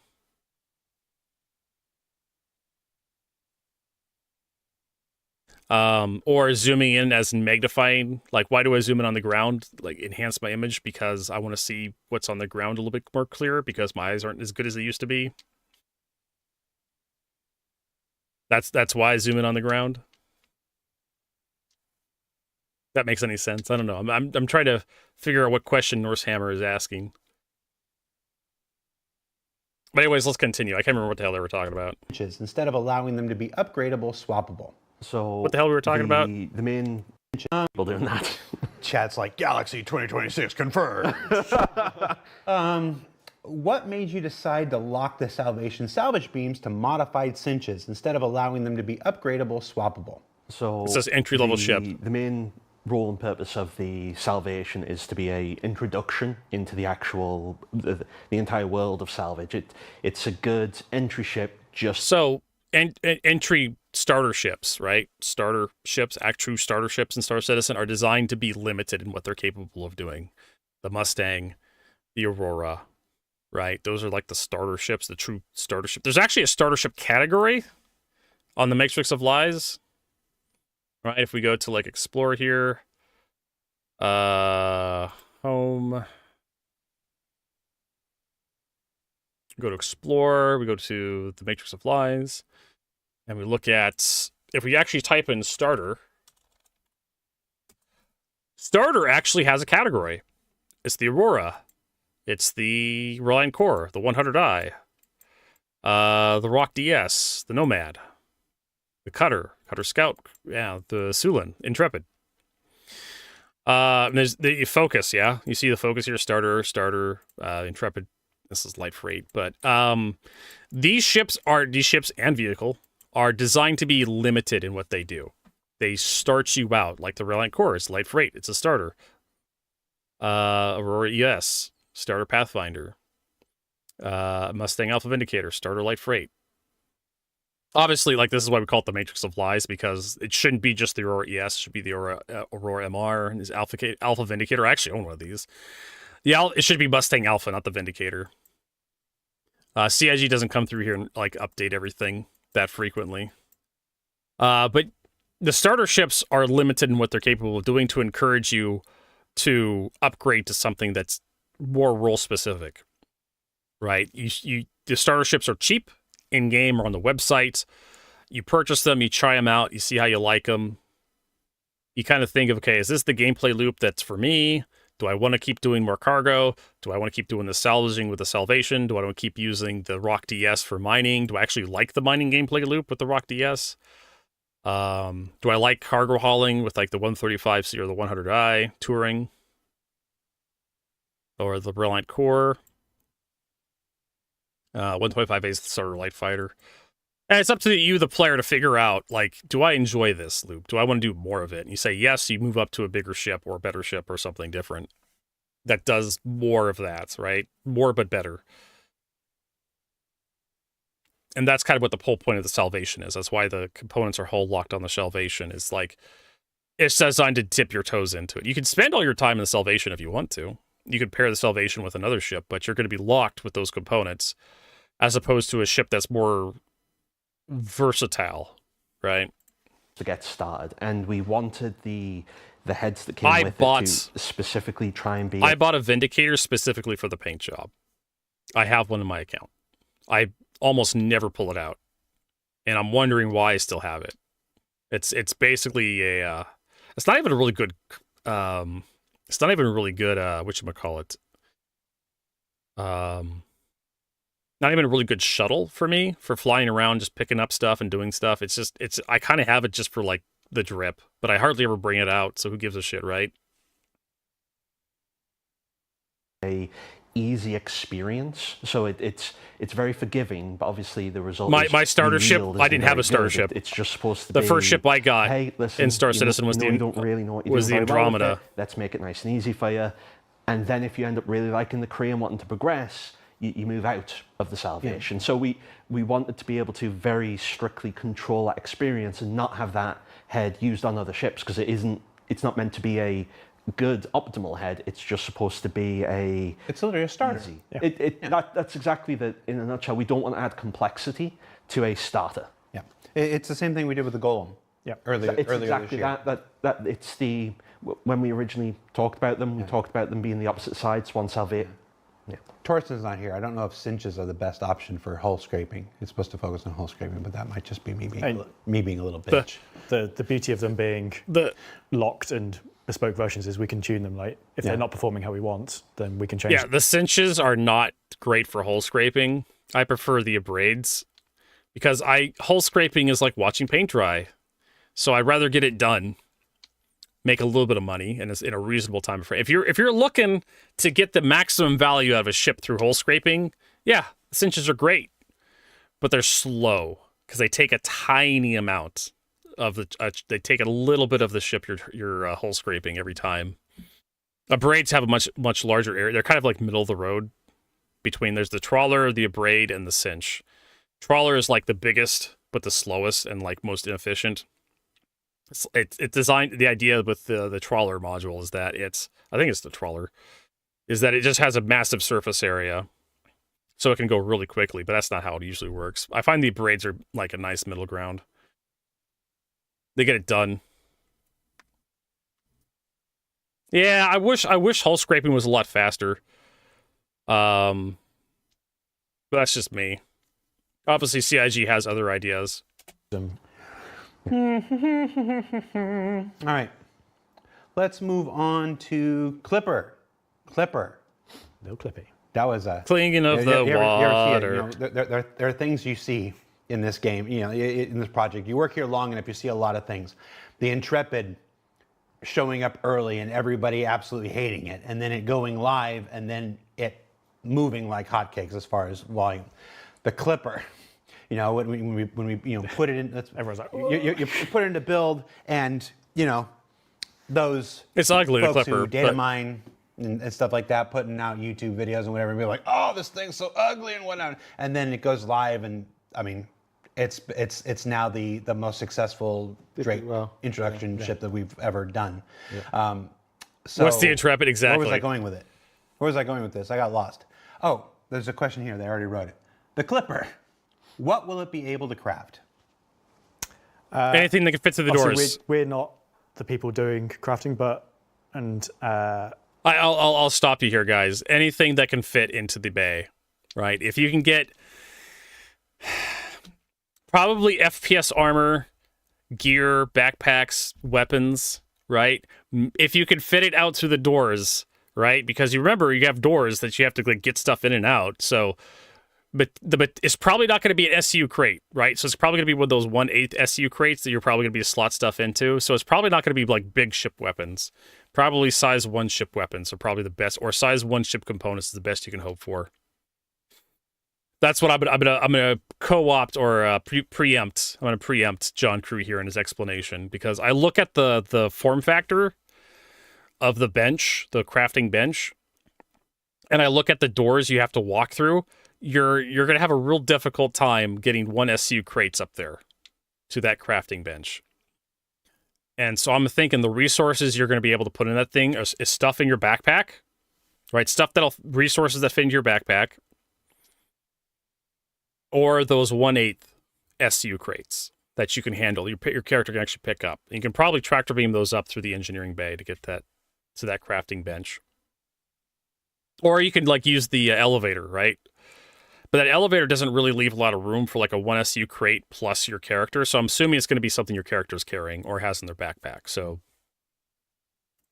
I can't give you exacts, but it's designed to be FPS items and small ship items. I was right. Within that world, it's not designed to be like, I was guessing, make another vehicle. It's clearly not going to fit.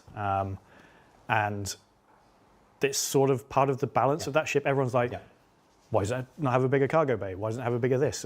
It's the jack of all trades, master of none. It has a relatively small cargo grid, relatively small crafting machine to sort of constrain that.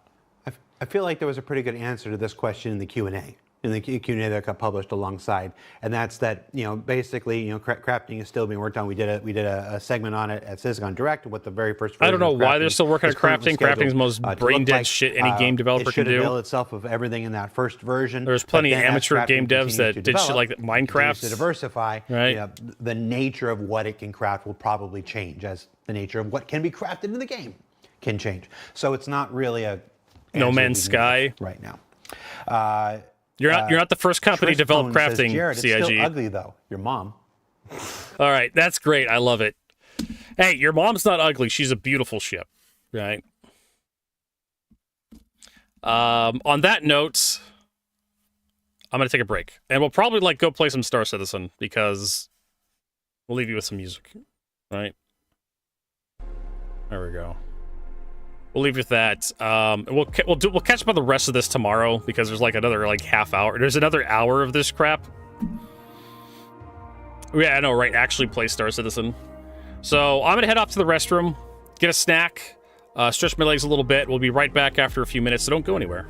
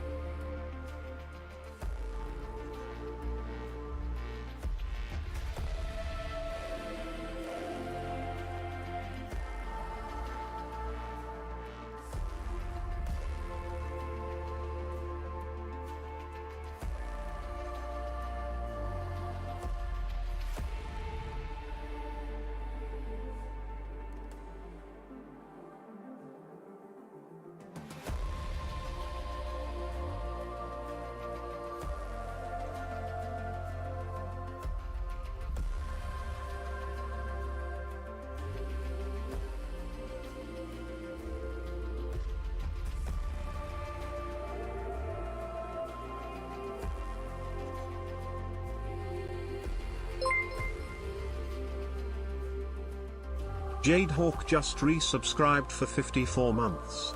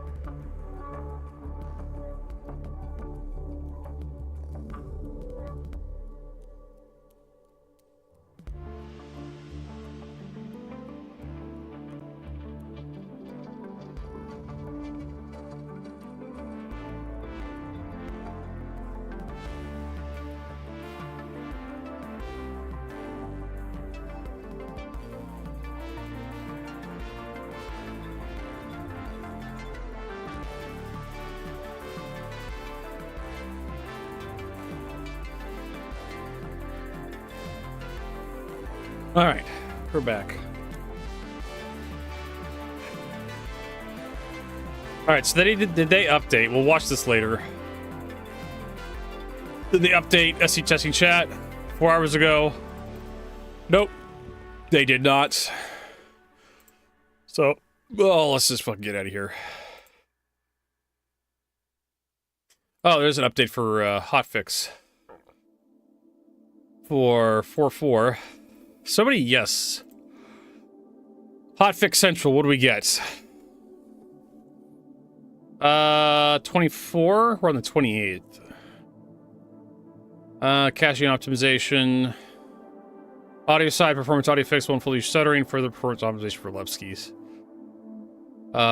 Okay. Cool. Just a small fix. Not that small, though. Oh, boy. I think my ISP's throttling my bandwidth.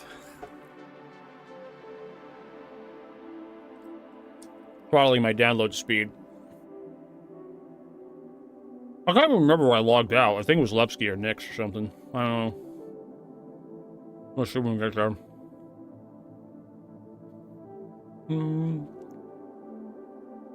Oh, man.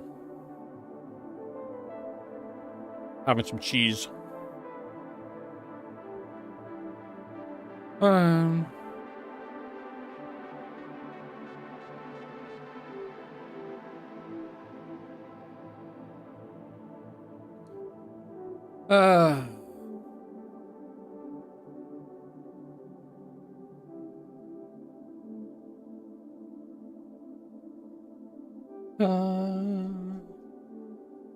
Yeah, nothing too crazy on the Reddit.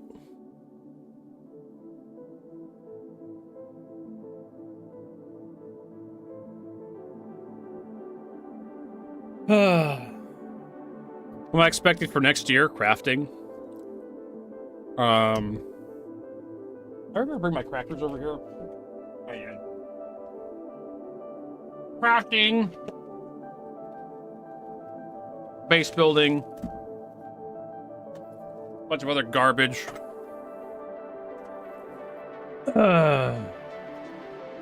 Maybe more engineering. Engineering stuff, yeah. No, we don't know anything about 4.5 engineering armor. It's the first implementation, but I kind of expect it's going to be whole hit points. Let's see here. I went over to the Links Discord, see if they got anything. What is this?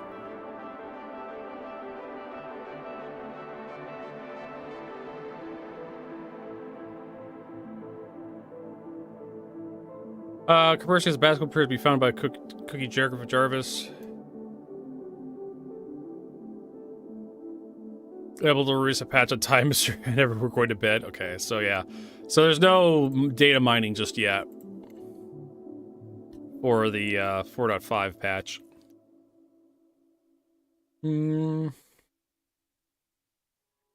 So CNG did talk about the initial implementation of armor a long time ago, but that's the problem. They talked about it a long time ago. Which could be a hit point based system, where the entire ship has a hit point pool, and as that pool gets depleted, you have a chance to actually affecting stuff underneath the armor. So I don't know. It's up to them. They may go with a different system entirely for the first implementation.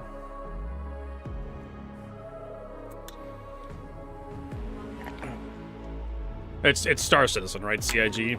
Who knows what the hell they're doing? I don't even know if they know what they're doing. That's the problem. Alright, so we got crackers, we got guacamole.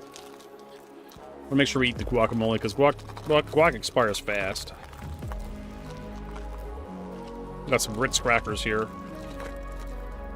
I love this stuff. It's delicious. Like I said, it only lasts a couple days. Crackers. So, you can't really see it, but it's guacamole. There's some crackers. Or it's just avocado with some spices in it.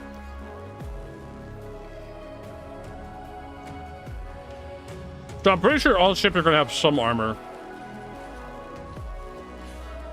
I don't think any ship's going to be 100% unarmored. Just some ships are going to have more armor than others. Maybe CIG proves me wrong and ships are just have 0 armor.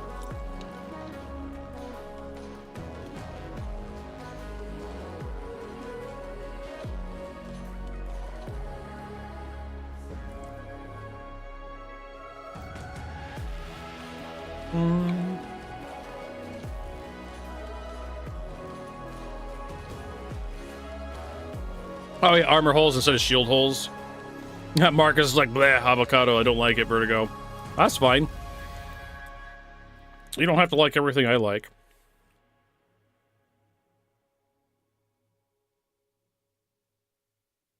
Yep. And then we have our usual coffee and milk in our tankard here. It's basically like half coffee, half milk, and a little bit of ice. I don't like my coffee very strong. Not anymore, at least. You've never had an avocado.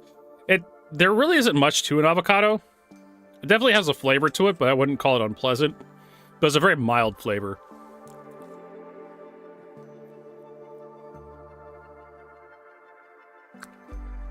I'm trying to think if I can describe, like, the flavor of an avocado. I really can't. It's a very unique flavor. Some people would like it, some people wouldn't. But like I said, it's not. I don't find it to be an unpleasant taste.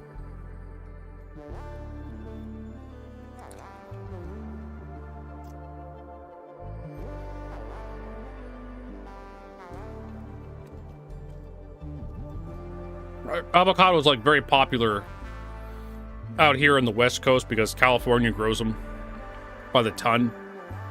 So people put it on like their toast, avocado. They put it in their toast. They put it on their eggs. They put it in their sushi. California rolls. You can also just eat it straight up. You know, make guacamole out of it, which is basically just mashed up avocado with some spices in it.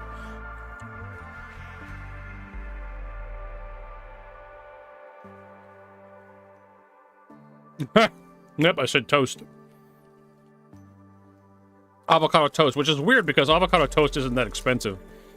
But all the boomers were like, stop eating your avocado toast. I mean, like, it's not. Do the country yokels assume, like, because avocados are grown in California, they're really expensive? Kind of like orange juice or like oranges?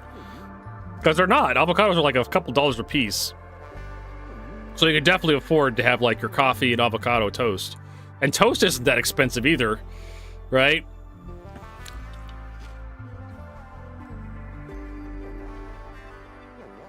Okay. So, I'll enter the lab sample.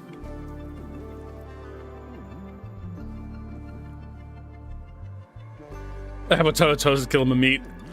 So the lab sample mission is you only accept a lab sample mission, Jade Hawk, if you actually found a lab sample. It's very random.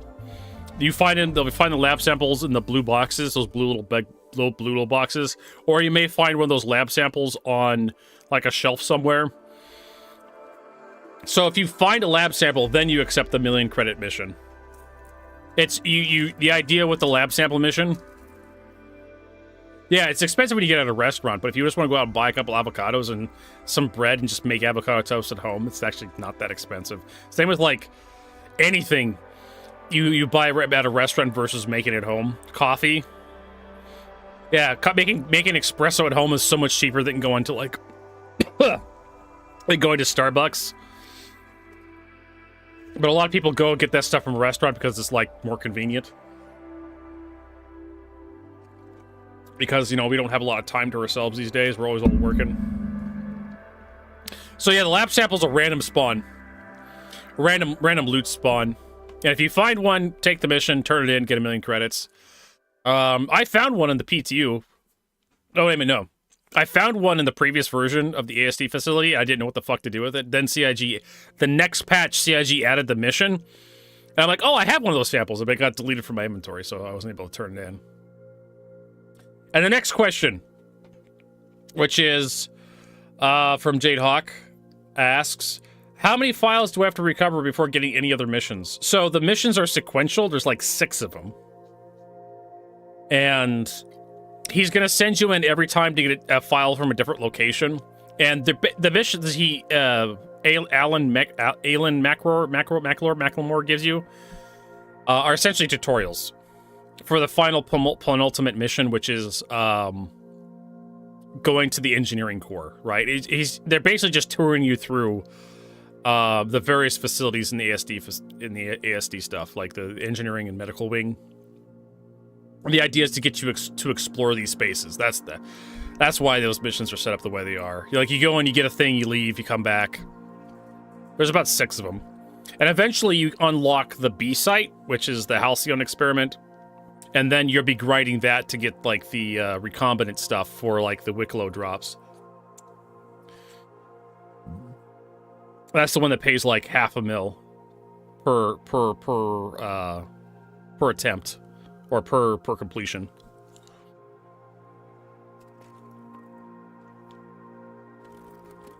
I swear to God, my download speed is higher than 2 megabytes per second. I should have 200, but for some reason it's like I'm pegged at 2 or 3 megabytes. I don't know why. I mean, like, the ASD facilities are really nice. I think this is probably the best piece of content that CIG's released in a while. Very immersive. Interesting level design, nice set pieces, especially when you get to the engineering core. Of course, when you start grinding them out, the missions out to, like, unlock the Geist armor or unlock the Corbill armor set to get the Wicklow rewards to drop, then it gets a little old. Better than CZs.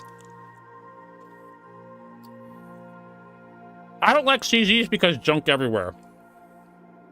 That's my problem with CZs. They're in Pyro, and the art style looks ugly as sin. I don't mind the whole extraction, like collecting valuable stuff in PvP kind of stuff. It's not really my bag.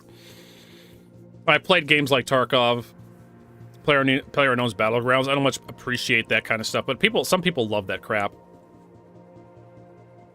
I can tolerate it for short bursts.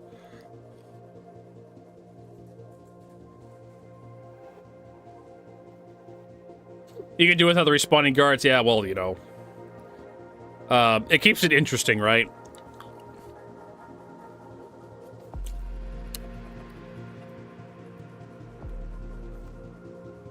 The respawning guards should be on like on a fairly long timer.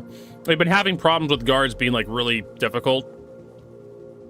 The NPCs are like more accurate this patch than they're supposed to be. I don't mind the extra difficulty.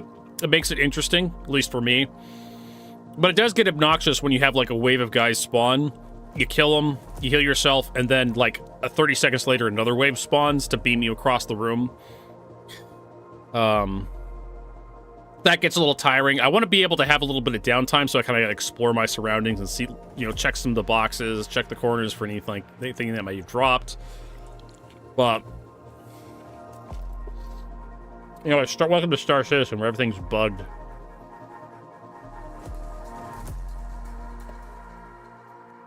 I have another thing of crackers because I can. And I have a little bit more guacamole. How long does it take to grind out the executive hangar in Pyro? You can do it in half a day, about 4 hours, if less, depending on how active the contested zones are. If nobody's running CZs, you can get access to an executive hangar in like 4 hours by yourself if you wanted to. The problem is all the problem with CZs is all the timers, the vault timers and whatnot. Well, especially the executive hangar.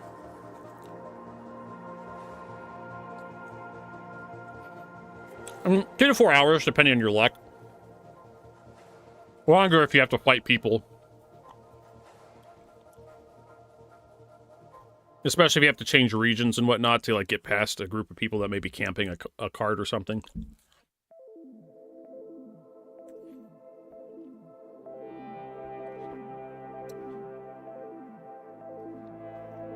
So, the more people you bring, the more likely you'll be successful.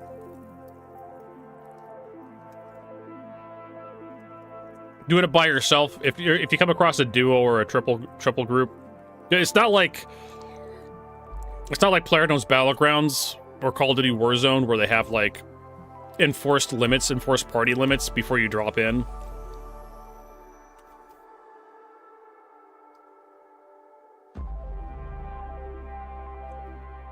You could literally run across a group of 20 people farming one card. At that point, you're just done. You're not getting through that area. Like Aldo Brink or myself are running a big group through there. Like, nope, not happening. Or Burks or something. Detox. Zero State. There's tons of people that could be running a party through the CZs to get something. Doesn't have to be a streamer either.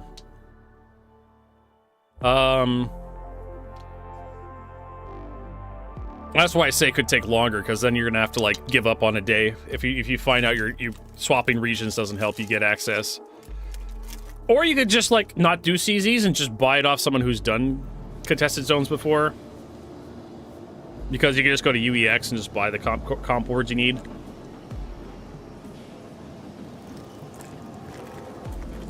Although the comp board's kind of expensive. But I'm sure there's people out there who'll sell it for credit, in-game credits. Or you could just buy them for, like, real money, too. On eBay. Because that's a thing that happens in a lot of video games. I know people don't like that. They don't like RMT shit. But it happens. It happens in MMOs. People assign value to certain items, and they want those items. What happens is they pay people to acquire those items for them. Because some people have more money than time, or more money than sense. It just naturally happens.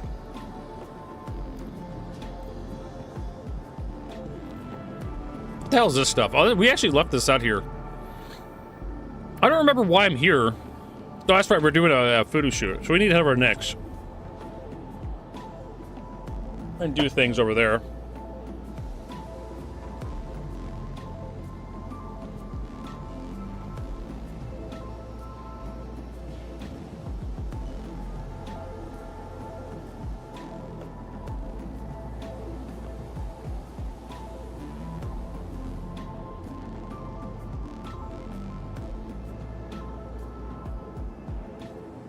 All right. We can also take out the Salvation. I think we have the Salvation out here.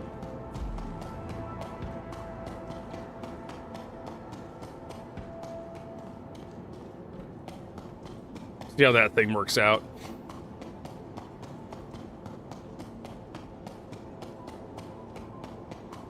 Also, the new gameplay loop of...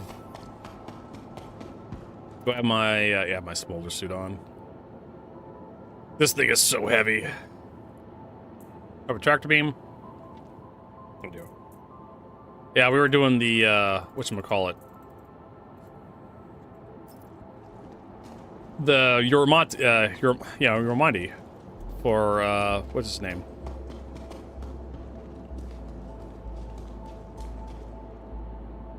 With MiGs 20.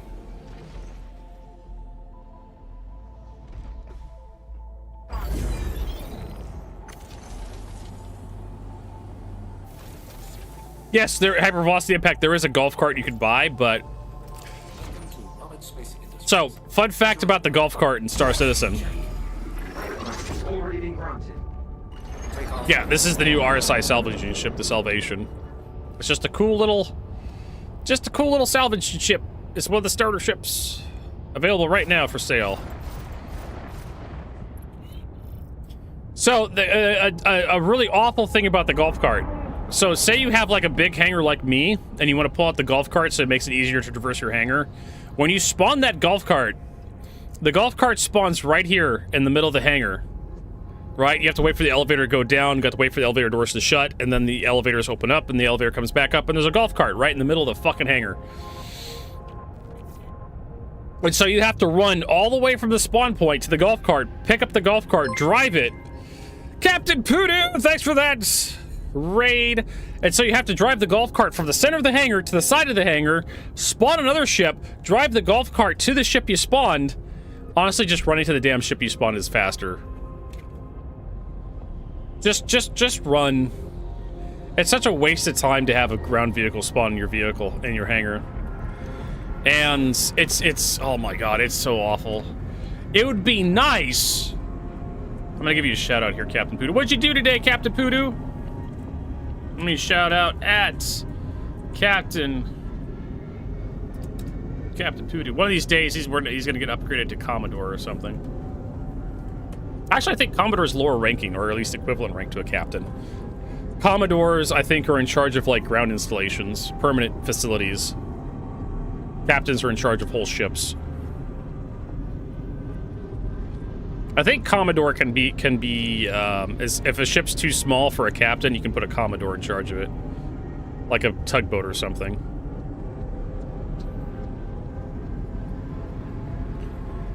So now we need to find like abandoned ships. What about 6 golf carts in a trench coat? So what they need to do, if you own a Grey Cat, if you own a small enough vehicle, there should be a vehicle spawn point right next to the elevator where you enter your hangar, in my opinion. That you could walk up to and order a vehicle, and a vehicle just gets delivered there out of the floor or something. That would be far more convenient, because also, every time you enter a hangar, right, every time you send the hangar up and down, every time you enter the hangar, it kind of resets everything, so your Grey Cat PTV gets re-put back into storage when you call it a new ship. They have to clean the surface of the hangar off for like certain ships.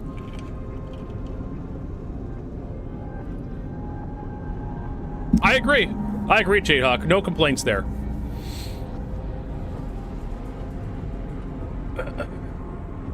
Let me look up the naval ranks here. U.S. naval ranks. So you have Lieutenant Commander, Commander, Captain, Rear Admiral, Vice Admiral. So I think Commodore isn't really used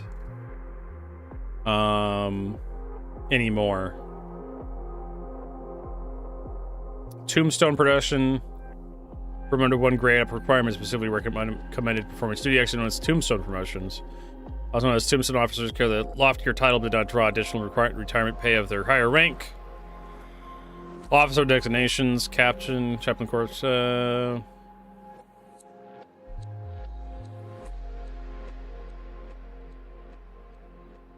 Timeline changes. Commodore, I think, was like eventually eviscerated.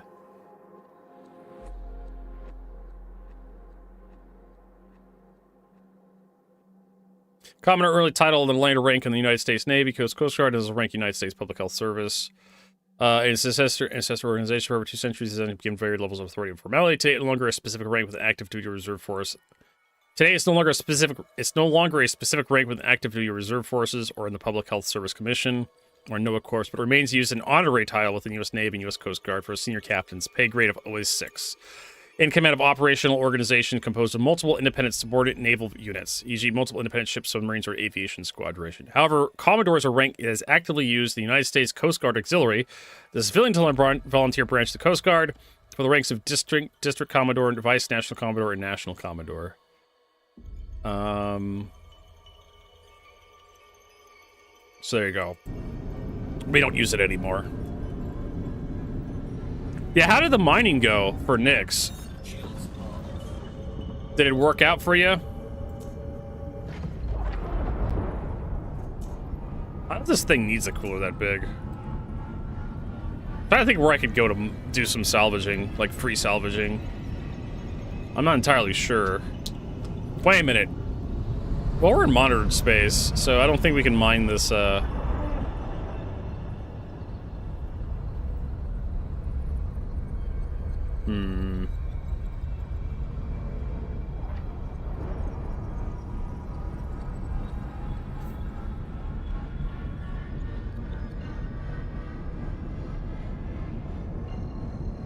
So Commodore is no longer used, but I think it was like for like fixed installations.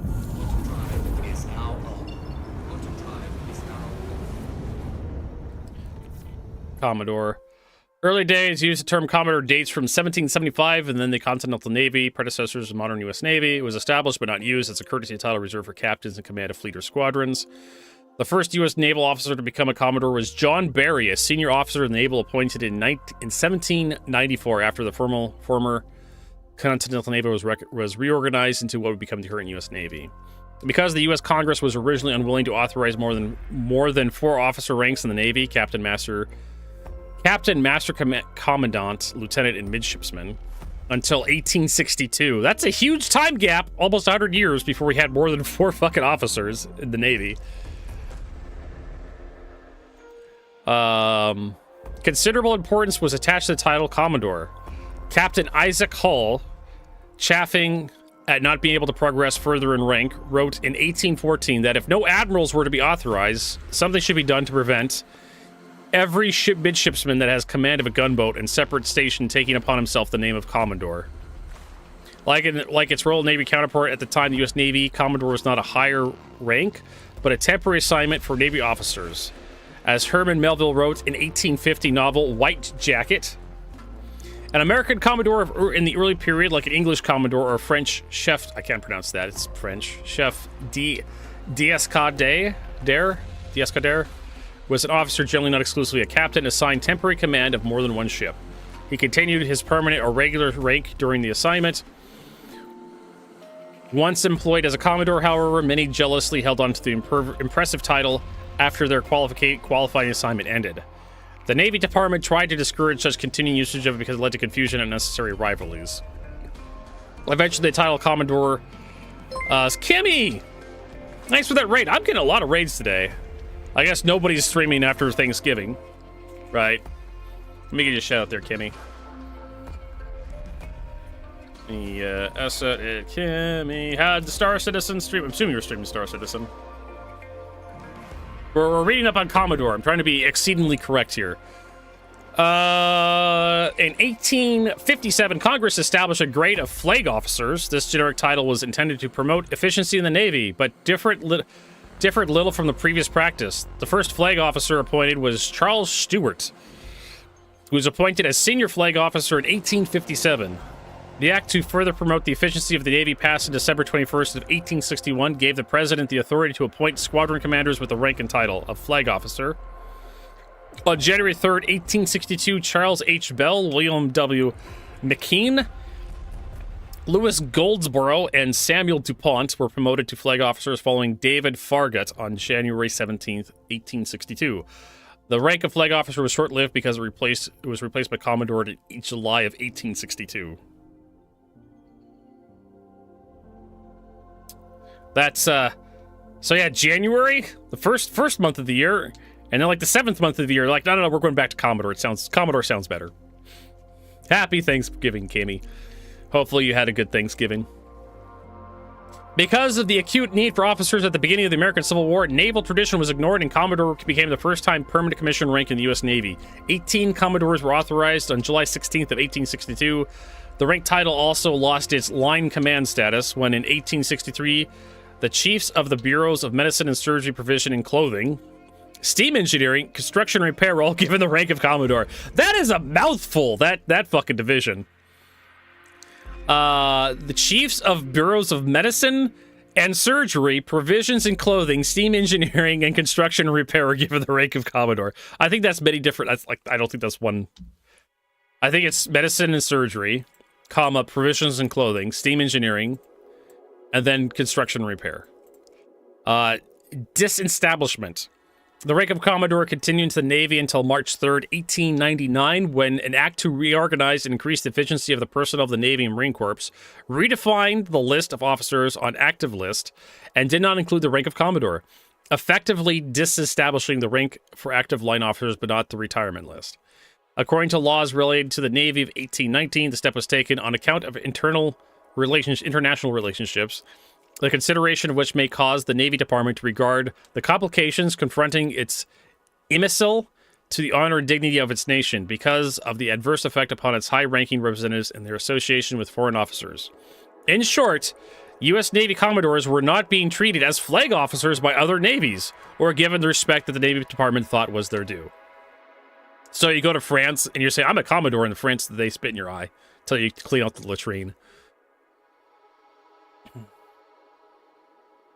As it would have been expensive to increase the pay of all former Commodores to level Rear Admiral, the U.S. Congress at the time specified that the junior Rear Admirals, with referred to as Rear Admirals as lower half of seniority, which would have pay equal to Brigadier General in the U.S. Army.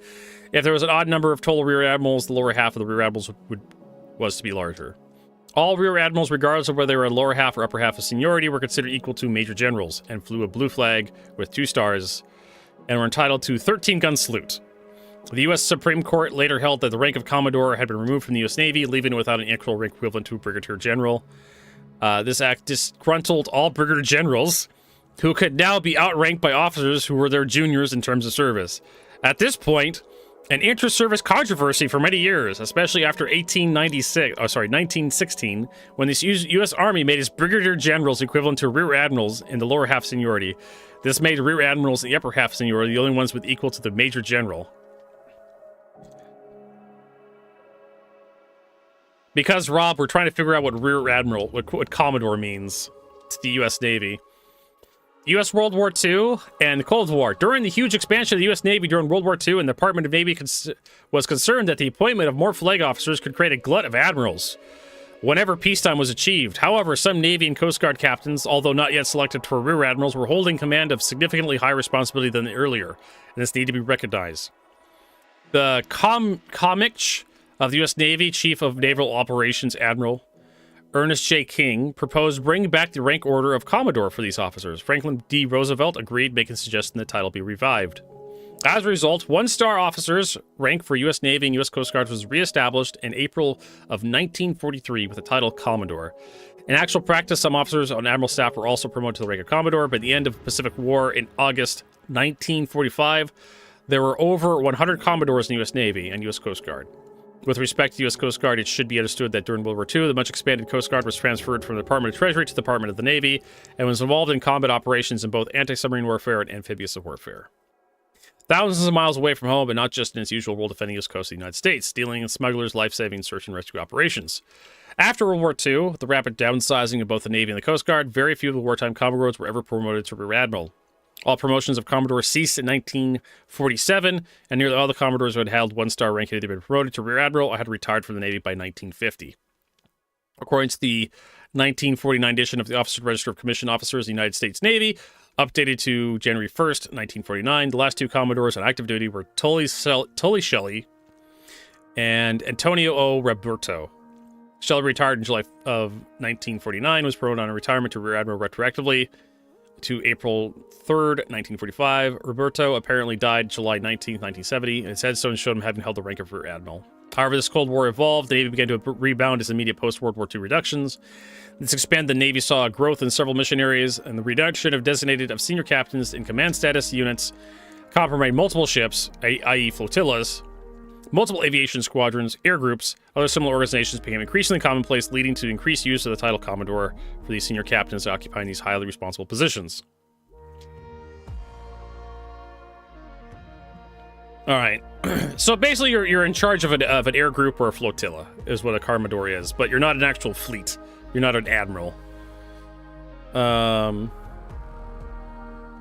the late 1982 Commodore Admiral, 1983 Rear Admiral, lower half.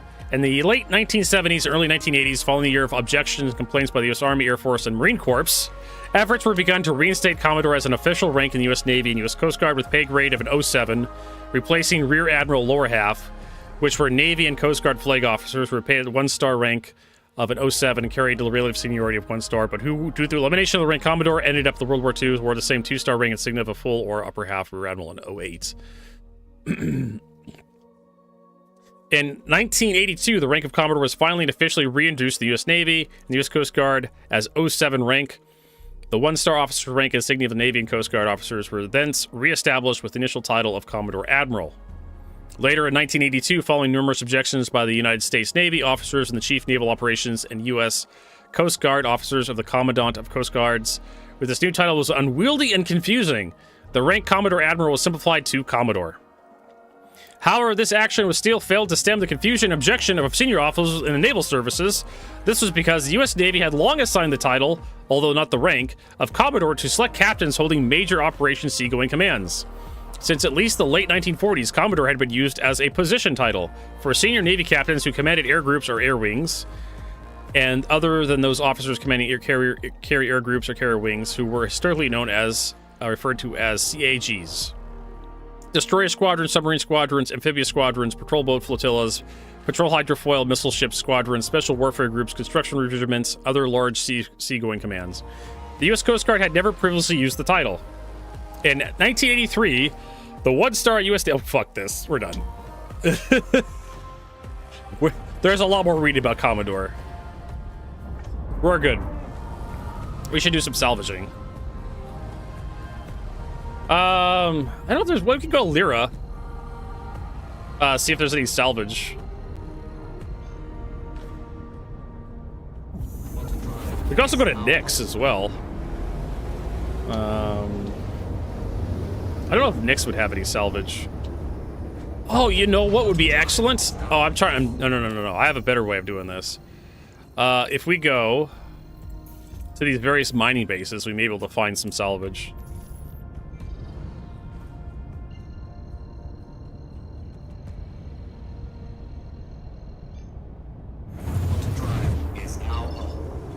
I mean, Nyx only has like three waypoints you can go to without a mission. And this thing's not really a combat viable ship. It has guns on it, but I wouldn't trust them to save my life. But we may be able to find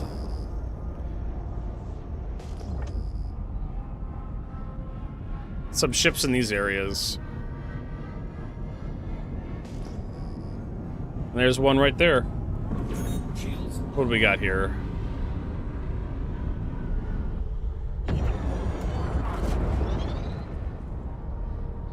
And there's Jake Hiroshi. Hey! I haven't seen Jake Hiroshi in a while. There's a,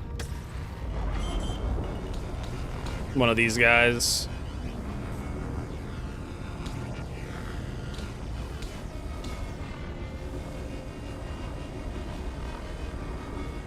Yeah, the asteroid belt Grimhex. You'll almost always see, like, people abandoning ships here.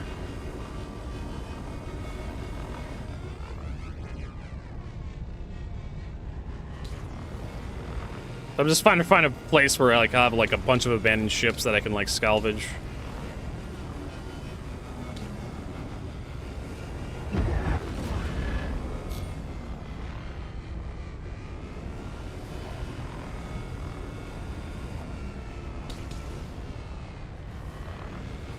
I don't even think I have like a single box yet. Where is the filler station? Oh, the depot. I'm at 0.3 out of 6.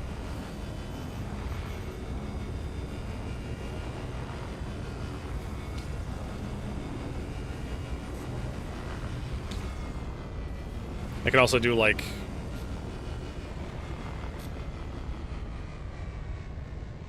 There we go. I'll have to use the joystick.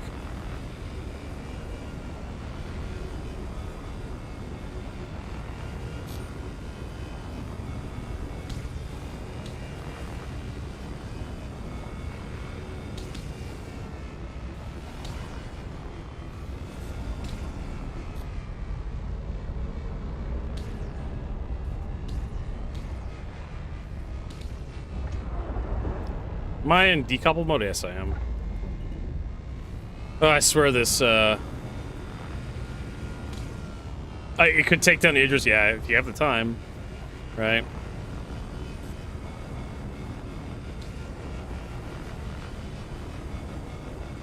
Get the lovely, like, watching paint dry gameplay loop here.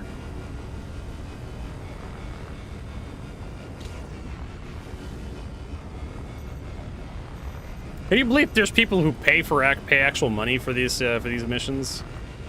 You can just go to like one of the combat areas.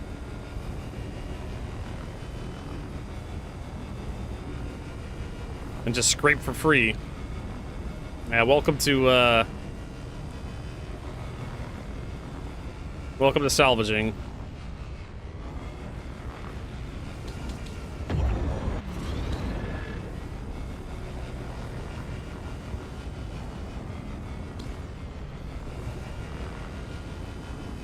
Is that a dead body right there? That can't be. That's too small.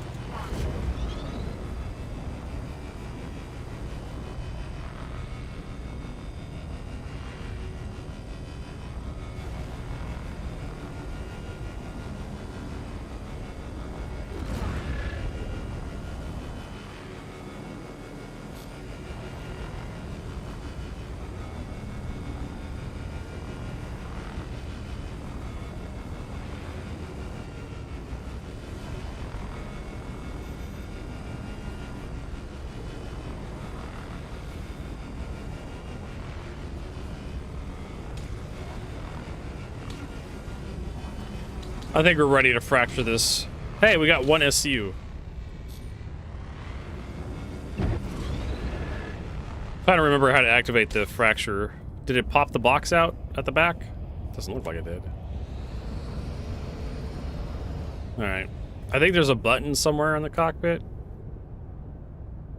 Alright, how do we do self-destruct? That's not the button. That is not the button.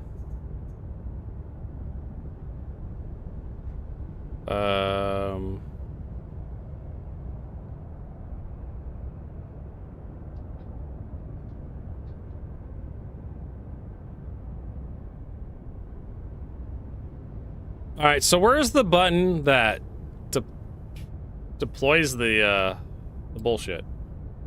To my right? I'm looking at it. It's self-dest- Oh! There's lights off. There's more buttons. It's blocked by my shoulder. There's lights off. Okay, cool. I can, like, supply myself in the dark. Salvaging after dark. So I can turn the lights on. Oh! Oh, it's a pad! I thought it was like, oh, that doesn't help. Eject. There we go. It's auto-eject, I think, is turned on. I don't even know if it's turned on or not. But there you go. And now we need to figure out how to... Arbor blocks it. Trying to think of what the... So that's...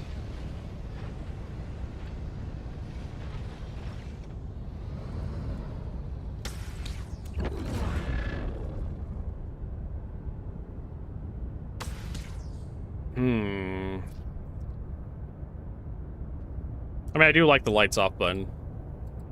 You wanna... less distraction. Why can't I use my joystick?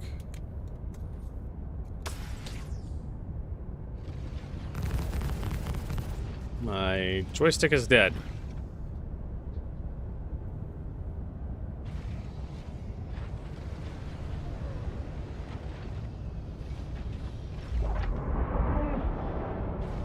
Well, if I get out of the damn ship, we'll probably, like, reintroduce my joystick.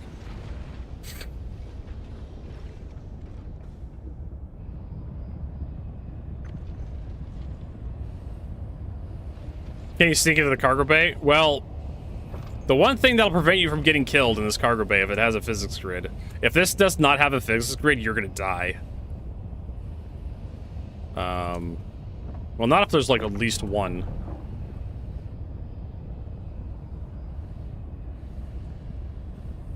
Yeah, like, the fact that there's no... No. If you somehow get in here with, like, one SU crate right here at the very end, like, you're gonna die as soon as the ship moves. That's how Star Citizen works. There we got that.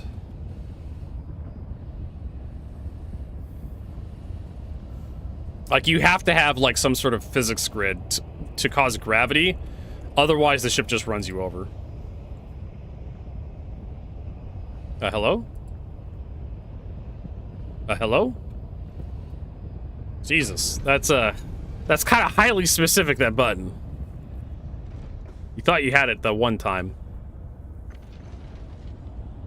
But it decided to, like, not be. Alright, now I have to remember what the hell the goddamn salvage shit is. for this thing. How do I swap modes for salvage?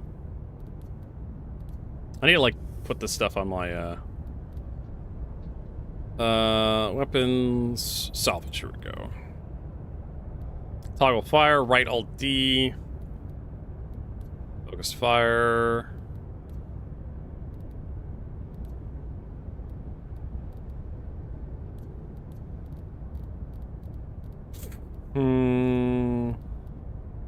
Gimbal, resets. Fire disintegrates. Fire fracture, toggle right fire, toggle left fire. So it's alt, right alt W.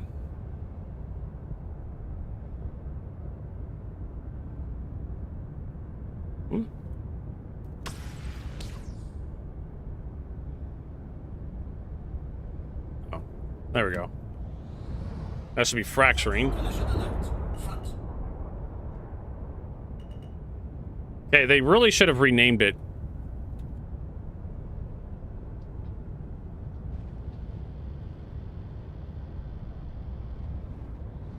This is my first time actually doing this. Oh, that's right, I have to actually, like...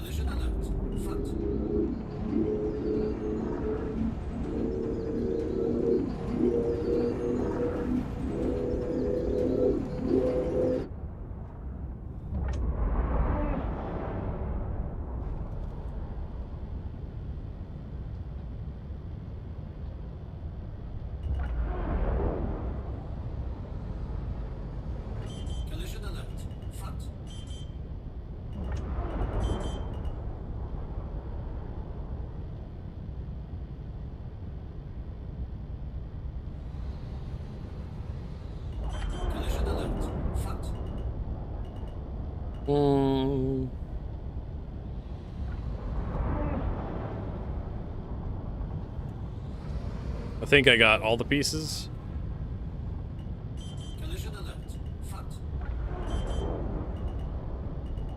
There we go.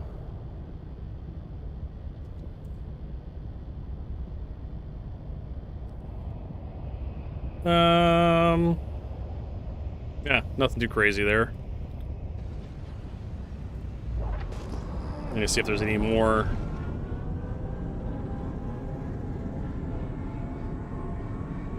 We'll have to head to, like, a refinery as well to, like, refine some of this crap.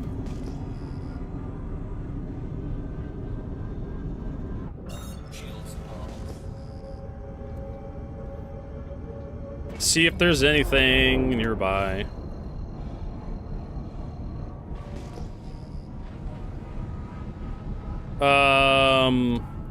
What? How the fuck did you guys pop out? Fuck off. I was with the scanning UI.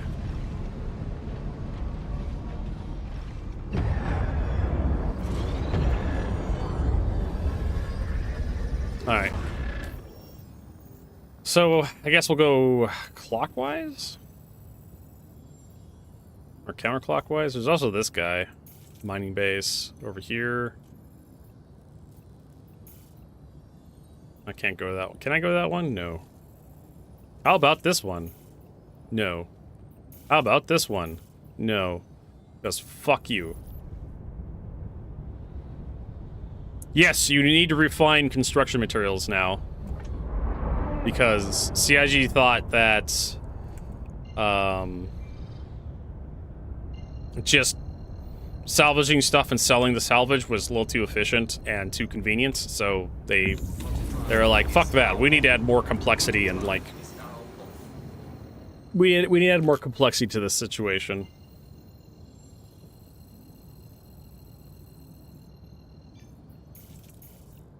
There we go, I'm gonna go to that one. So we got going on over here. I guarantee you there's probably, like, what else we got? We can also do...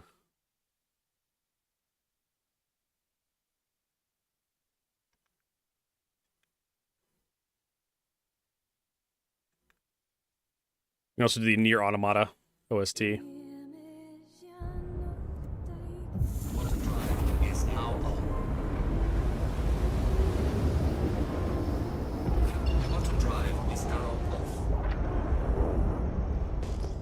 All right, let's see what we got here.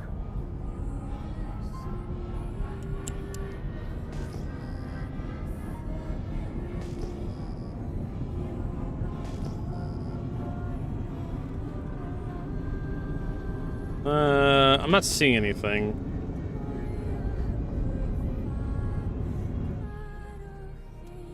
So what we need to do is head over to the next location. I always hate how my characters, like, my map's always zoomed in.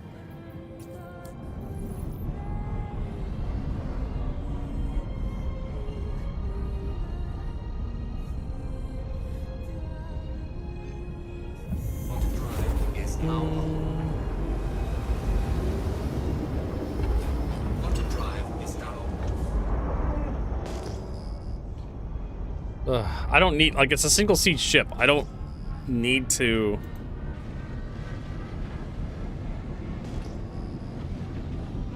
I don't need to see, like, the immediate area around the ship on my star map. Is that a ship? That's probably just asteroids. Nope, that's a ship. What kind of ship is it? Looks like an Avenger.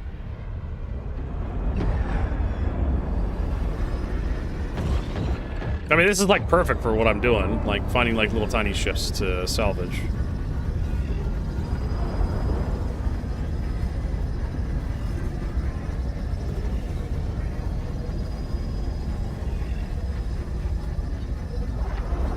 Why is my ship making this sound? Oh, that's an Avenger Renegade. Why are all the new ships' sounds all fucked up?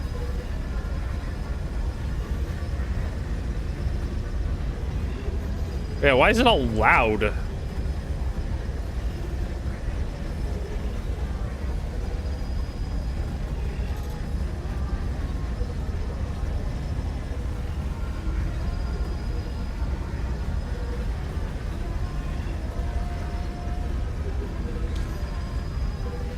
I'm trying to figure out how to get, like, the beams to, like, separate, but apparently I'm not able to.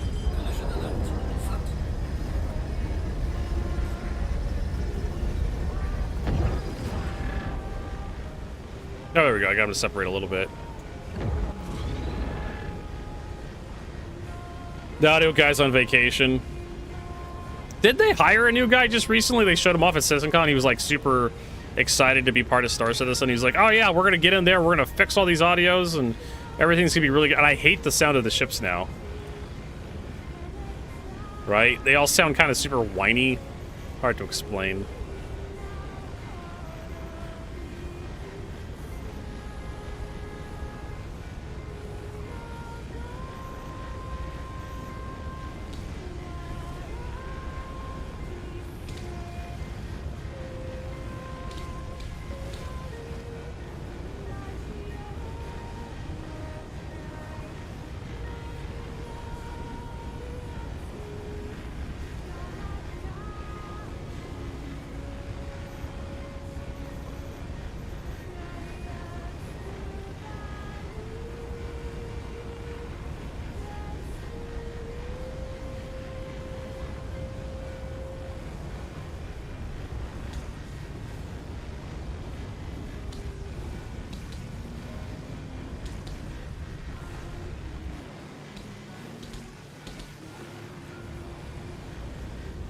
All right, there we go. They need more thump. Yeah, some of the gun sounds pretty weak too. But hey, at least we'll have a full thing here in just a little bit. Probably after this one, we'll probably have like a full load, at least in the buffer, because we got two sides to this thing. And no, this ship cannot carry any cargo, so you have to like leave behind the guns and components.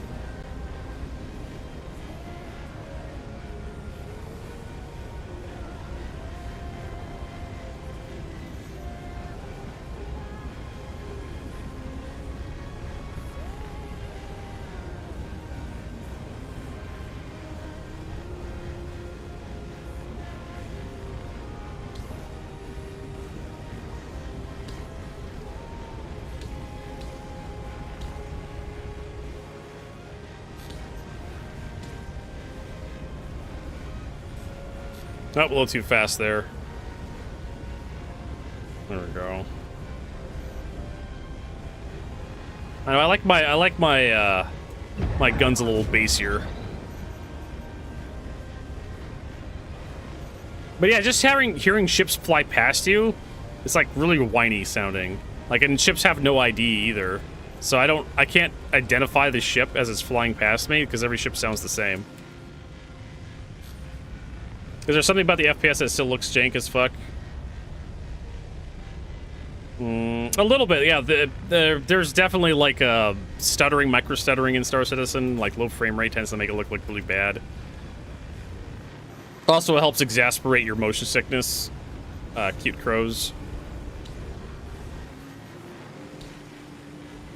If you have a motion sickness like I do, low frame rate really makes it bad.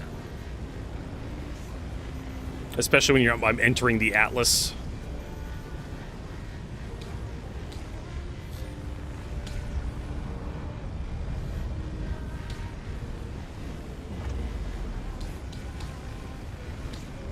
How much? We're up to 3 out of 6.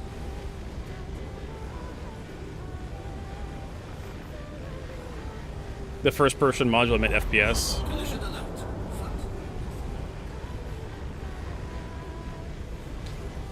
You talking about like Star Marine? But yeah, there is problems with Star Citizen's frames per second. They definitely do improve optimizations. Okay, so I don't have any convergence on this anymore. So that's kind of irritating.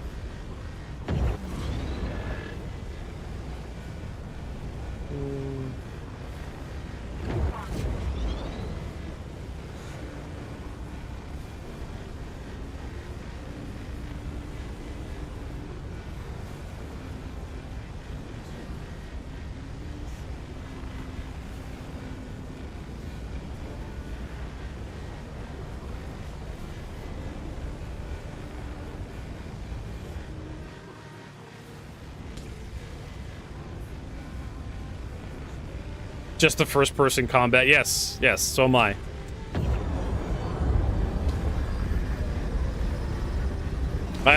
We are both talking about first-person combat in Star Citizen. And yes, Star Citizen has frame rate problems, and it affects the first-person combat. There's also... What patch was like? It was like one of the patches where they added the ASD facilities. Like, I immediately encountered another group of players, and I was like invulnerable, and the other guy was invulnerable too. So we just kind of ended up staring at each other.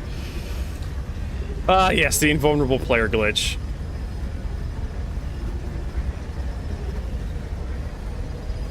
I don't know how bad it is now because I try to avoid other people. I mean, well, yeah, there's more than just frame rate problems in Star Citizen. Desync. Playing with Rob Taub in my stream chat, watching him just slide across the ground with no animations. Definitely not very immersive. Also being pushed through the walls and whatnot by your teammates. Like, you have more than 4 guys in an elevator, someone's gonna get pushed through the elevator and die. So, that's nice, right?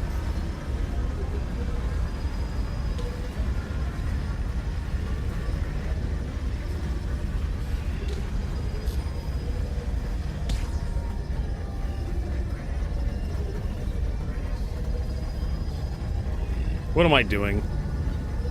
Okay, guys. I need, there we go. Fracture.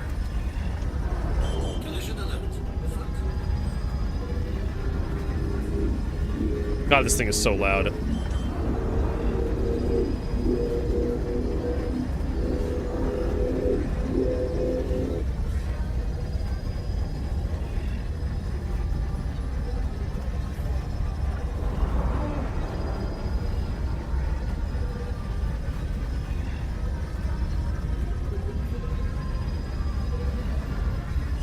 I don't know what happened to this thing to make it so goddamn loud. Yeah, I remember I was playing with Crom. Remember that? We were doing a CZ with Crom, and he just fell through the elevator. Like, he didn't get pushed out or anything. Like, he just walked out of an elevator into like Pyro's contested zone and just fell through the fucking elevator. No idea what the fuck that was all about.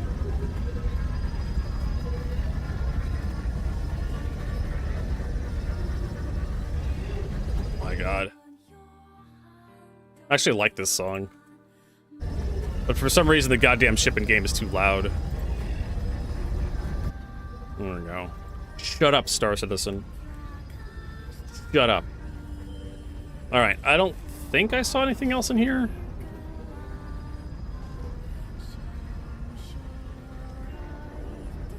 Our stairs? No, I haven't been killed by stairs in a long time. They've seemed to have gotten that figured out. Okay.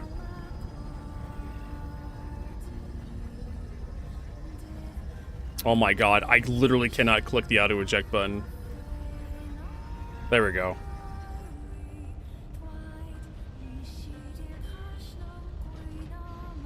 I like how it just teleports into place. I mean, you can't see nothing. There we go. Kidder89, or Kidder98 says, hello, are there any SC players here that would be willing to lend me 15k? No. Have you tried begging in game?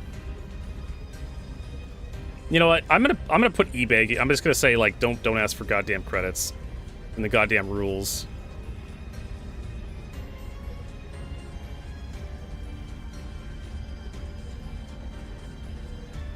This guy's had 2 messages in my stream chat.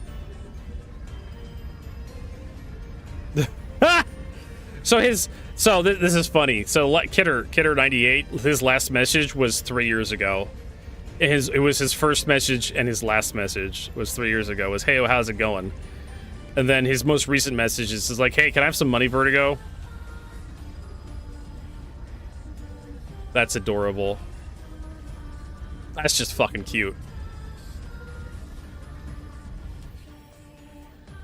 15k for fuck's sake. Just do some missions and earn that. You can do that. Like, you could just load up an Aurora and do some...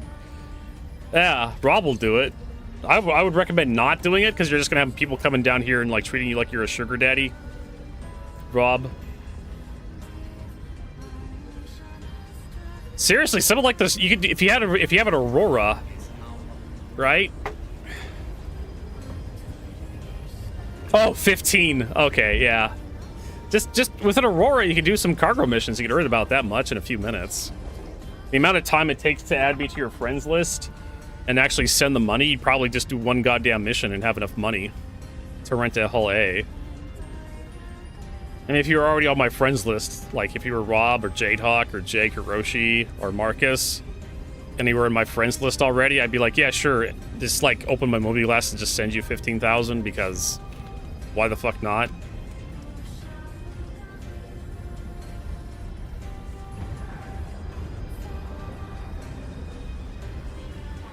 I'm gonna check out these unknown. Usually these unknowns are either asteroids or they're like small ships worth salvaging.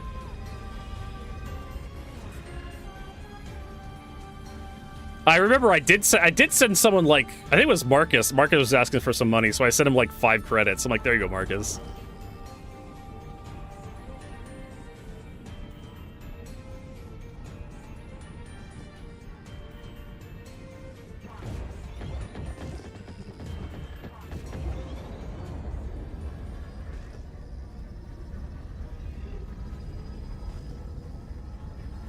Yeah, these are just asteroids for mine. I'm in the wrong ship. I know, like, it was such a small amount of money. You came in here and you were just asking for some money. I'm just like, here you go, Marcus, have some fucking cash. Sent you like 5 credits or something. As a joke.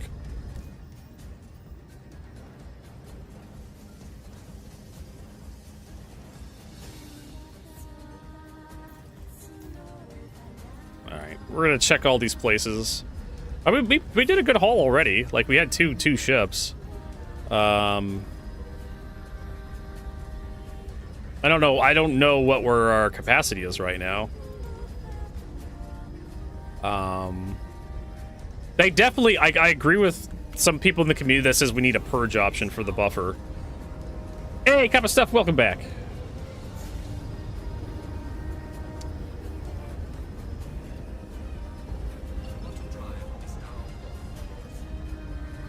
Can you still buy credits? Yes, you can. You can buy credits from the pledge store. Some people get really pissy when players are selling credits for like real money, and then I just point out, oh yeah, CIG's been doing that for years. But that's different. It's Earth credits. It's not Alpha Earth credits.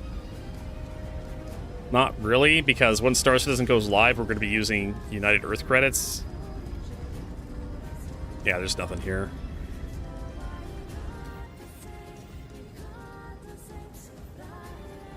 Yeah, you didn't know that? They've been selling United Earth credits on the website ever since the founding of Star Citizen. You have to click a few things in the shop. So you have to go to Pledge Store here. Scroll down. I think it's add-ons. Yeah.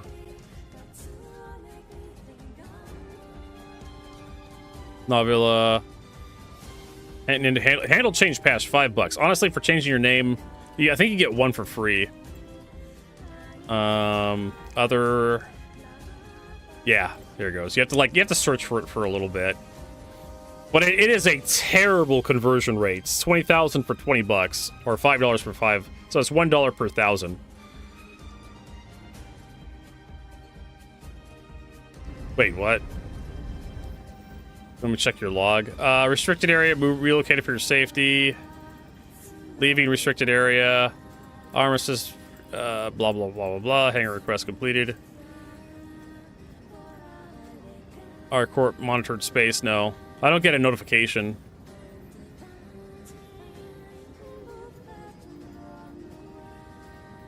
And that's one thing I wanted to have in Star Citizen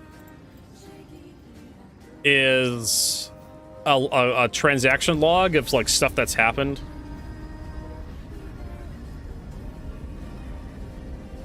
All Vanguards are super outclassed right now. Depends on what you want to do. Like, light fighters are still pretty much the meta for PvP. Vanguards are like being overshadowed by like the Stinger and like the F8C in terms of PvE content you can do.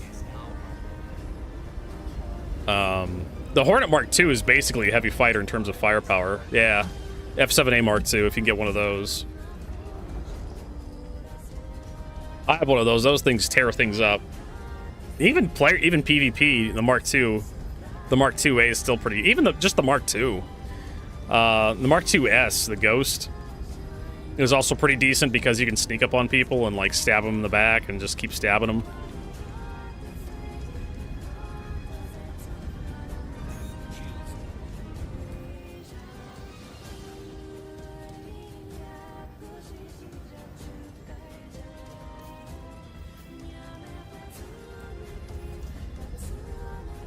Idris. You want to get Idris if you want to ram people to death. Or Polaris.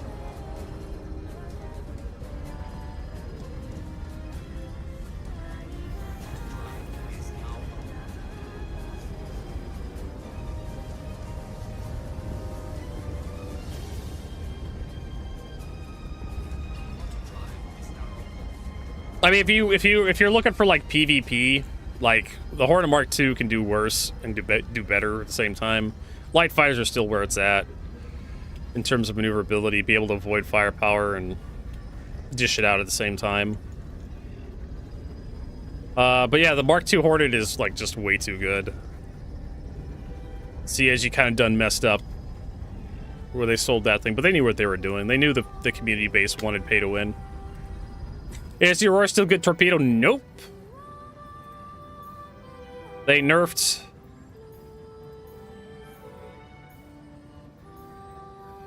CIG nerfed ramming when the Polaris was released. And thank God. You could take a Polaris out with like a Razor. Like the Razor EX. You could just... Yeah.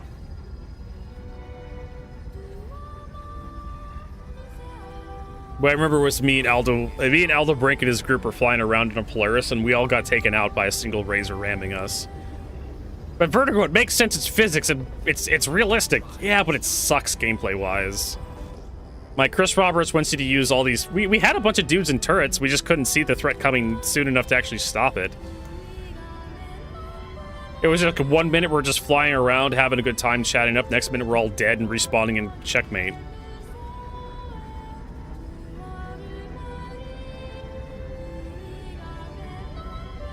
I mean, Kamikaze makes sense, right? In Star Citizen. But it's not very fun. Otherwise, why fly the big ships if you can just destroy the big ships with a really fast small ship? Especially with, like, regenerate. It would destroy the economy of war at that point, right? There was no reason to build anything bigger than, like, an Aurora. Because then you could just run an Aurora into the ground at quantum speeds. I don't know if quantum's like warp, where you're not moving through space, but you're moving through space. Kind of thing. That's how they get around relativity. I mean, at that point, just point an Aurora at the ground and go as fast as you possible, right? The Holdo maneuver. Don't get me started, Jadehawk. I don't know. Like, I'm glad CIG nerfed ramming. It was just way too easy, and it just kind of cheapens everything that is Star Citizen. Is this? I guess I have to go to like Microtech or something, or Crusader, if I want to make more money using this thing. They nerfed landing in ships. Yeah, self-destruct I don't think is as damaging to other ships anymore. I remember one time I self-destructed like an Ursa rover and I killed like a Cutlass Blue and like an Aurora or something, or a Mustang. Like 100 meters or so, 100 meter area of effect. I remember self-destructing the Merlin would kill a shit ton of stuff. Like big ships didn't matter. I think CIG had to nerf the self-destruct stuff to only destroy the ship that was self-destructing. Up, there's a ship. It's a wolf.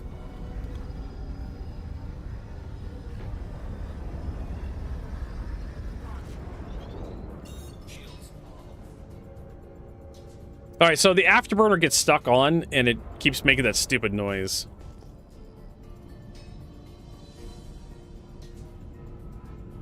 Yep, every ship can self-destruct. Anything with a power plant can self-destruct. So even the ground vehicles can self-destruct.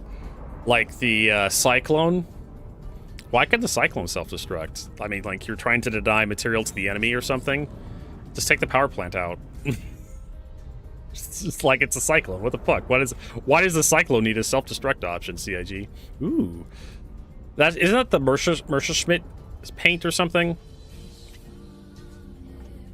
Or wait, is this a 22 or a 21? We can it's 22! I can tell by the fins in the back. And it's got like the laser cannons on it too.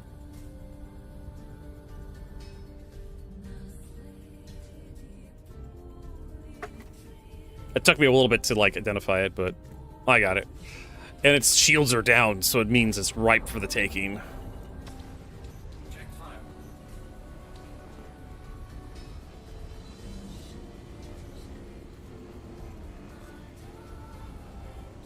Turn off the lights.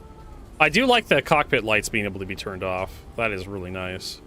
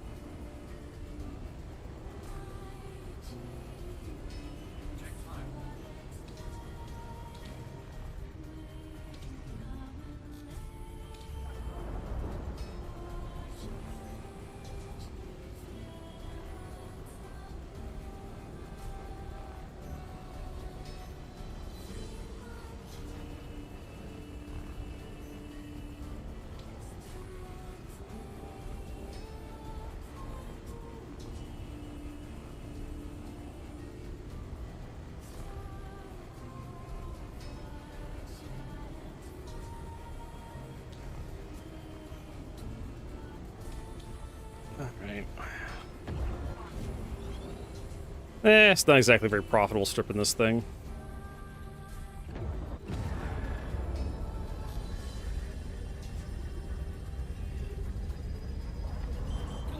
Yes, that's another reason why, yeah, backspacing, just so we can get out of the vehicle.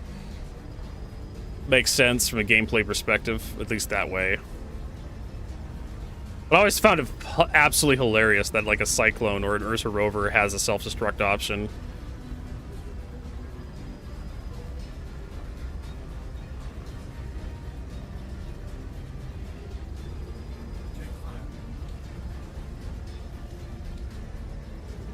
It was like having, like, I don't know, like a boat or something. Like a little sailboat with a self-destruct option. What do? You just you just drill a hole. Drill a hole in the hull and let it sink. That's the option for scuttling it. Just you pull out a shotgun and you shoot the ground. You got a little rowboat or something, like you pull out a pistol like some fucking you pull out a pistol like some fucking redneck in 1911, you just shoot the hole. There you go, that's self-destruct.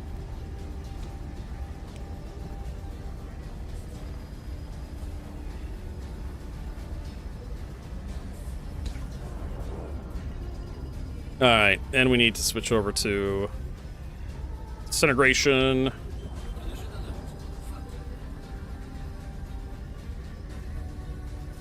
Okay, so I want you to fracture this fucking thing. Why won't it fracture? Oh, there's an actual guy here. Apparently, like, I have angered him. Who's that? That's Rob. Rob's stream sniping me. You made me nervous, Rob! I know, right? That frame, I noticed that too. Can we just, like... Okay, so what's going on here? Why can't I fracture this thing? Power. Okay, I guess I have to, like, blow it up or something. Oh my god, why is that clipping?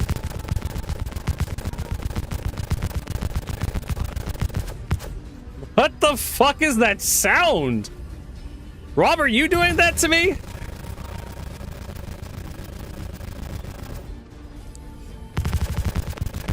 There we go. Okay. Now we should be able to disintegrate.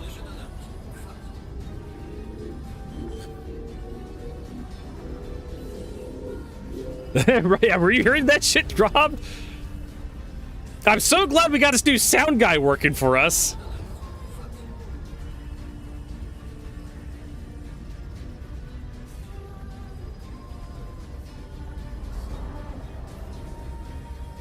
New sound team is great. Oh my lord. Bless their hearts.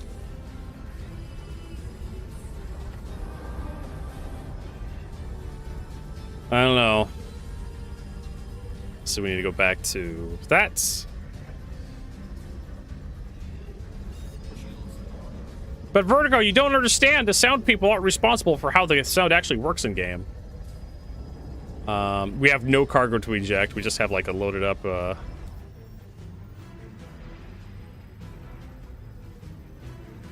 Yours was normal? Okay, so I guess it was my side. Maybe it's just the Salvation that just has this problem. Jesus Christ.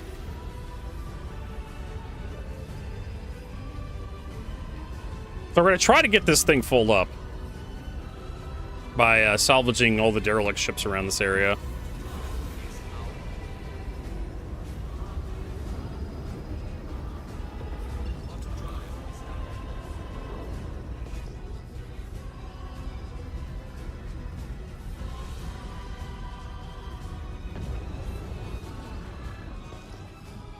Yeah, it's the afterburner that makes the sound.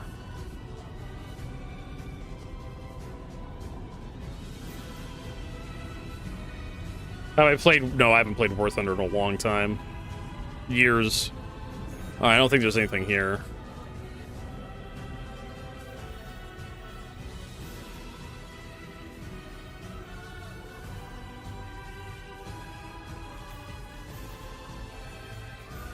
I think I need to go, if I want more salvage, or more readily available salvage, I think I have to go to Hurston.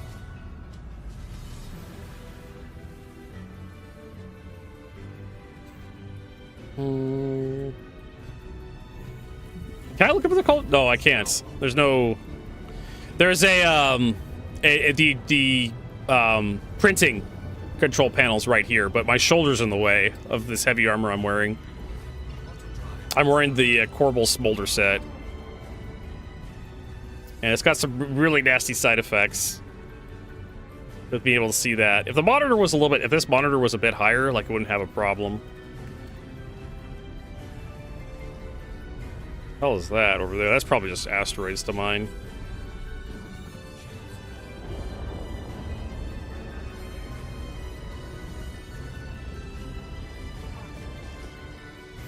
Yeah, it's just asteroids. Alright, so I don't think there's anything here. It's really annoying how I can't zoom out further. I really like the double-click, left-click, zoom in, zoom out. That came with the old star map. I miss that. I really do.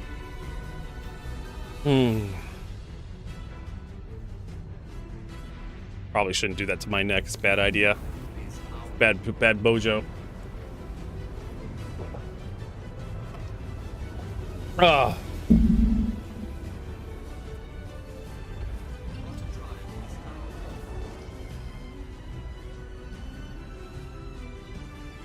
The tech just isn't there. Can't salvage Star Citizens reputation. We know what SC stands for. SC stands for salvage components and citizen and crap. No, salvage crap. That's what it stands for. Yeah, you're salvaging crap. Because of how shitty the gameplay loop it is.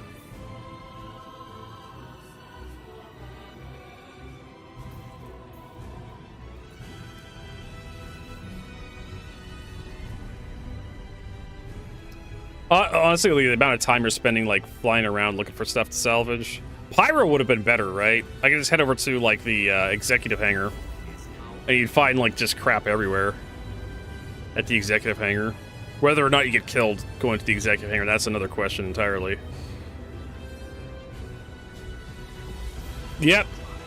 There you go. You're getting a cup of stuff. And what stuff is he a cup of, Vertigo? Crap. That's what he's a cup of. Ooh, what's this? This is a ship of something? It looks like a Pisces. No. Is that a Perseus? It's a Perseus. Derelict Perseus!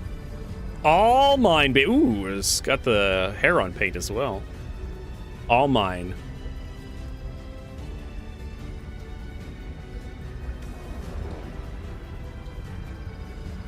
I always forget how small the Perseus is relative to, like, other capital ships.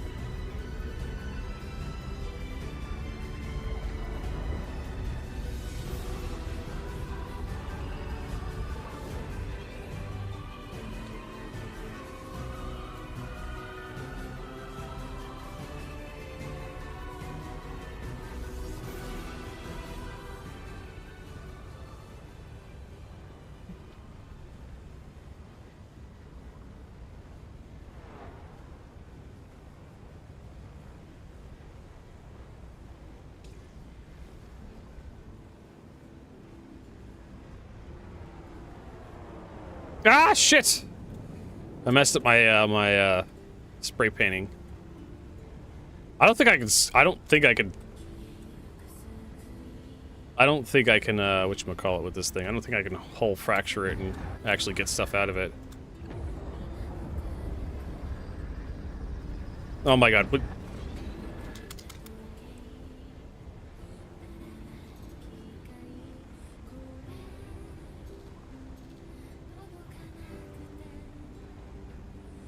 Oh my god, which?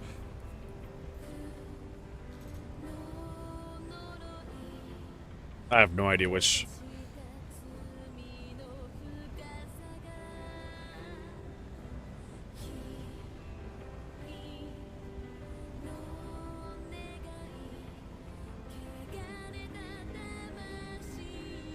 Oh my god, that frame rate drop.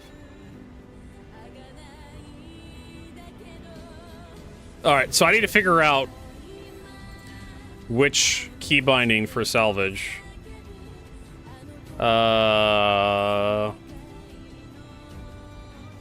Decrease. Okay. Vehicle increase distance, decrease distance. Whatever the hell that is. I want to be able to like do the in and outs. Relative beam spacing is mouse wheel. Okay.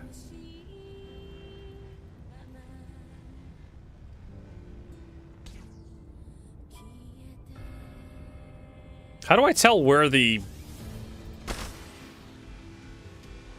Yeah, I'm using the mouse wheel, but the beams aren't moving. What the fuck?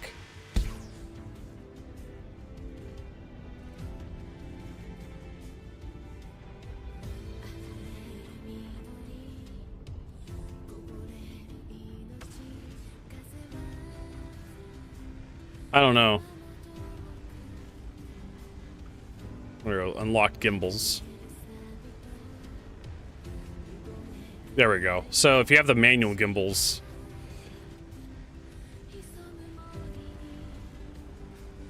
The hell? The fucking missile! He's fucking throwing...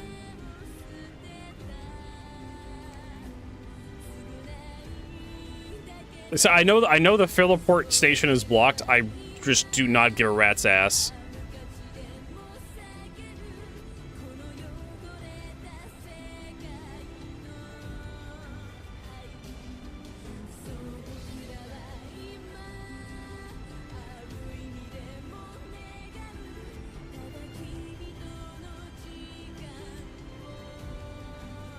Wait, what? Are we lagging out? Maybe we're dropping some frames. I don't know. Yeah, we're back. Like the lovely ISP I have, they're cheap. That's why I took them. May have to like reset my like router every day. Yeah, it looks like we're back.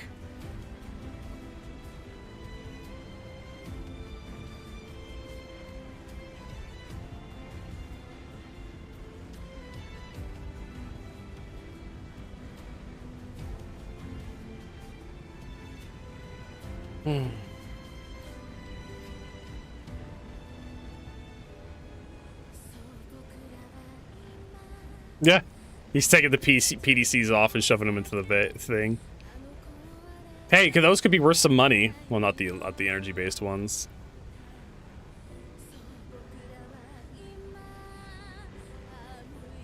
Right now, the ballistics where it's at.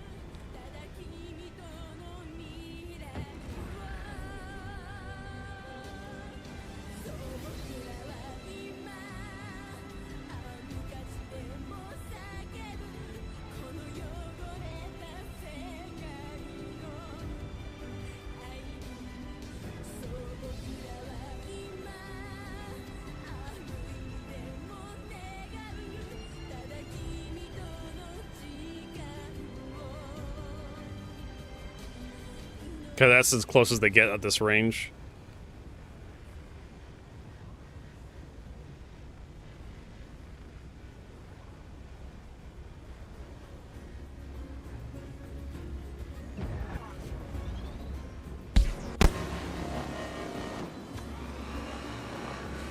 Oh, that's loud.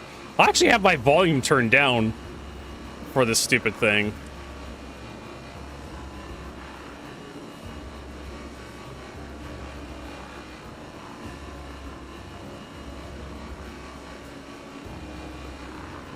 How loud is it to you?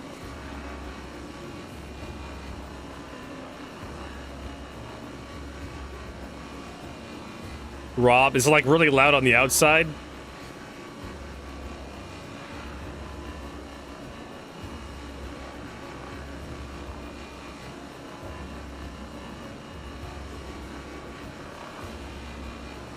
Because, like I said, this is like the audio turned down.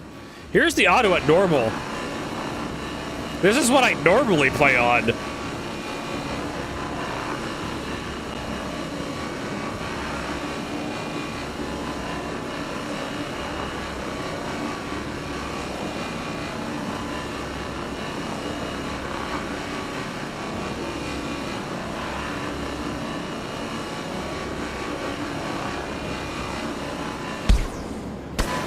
I don't...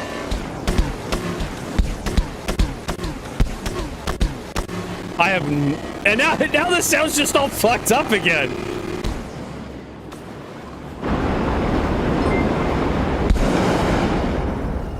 Yeah, why is the in-game sound so fucking loud? There we go. Exactly. DB Heats, thanks for that follow. I don't get it. JR is like sticking your head in a washing machine. I think it's just the Salvation just does this. Like there's some audio glitch specifically with the ship. But yeah, like toggling the afterburners too many times causes a weird rumbling sound effect. Toggling the salvaging beams too many times causes the salvaging beams to glitch out as well.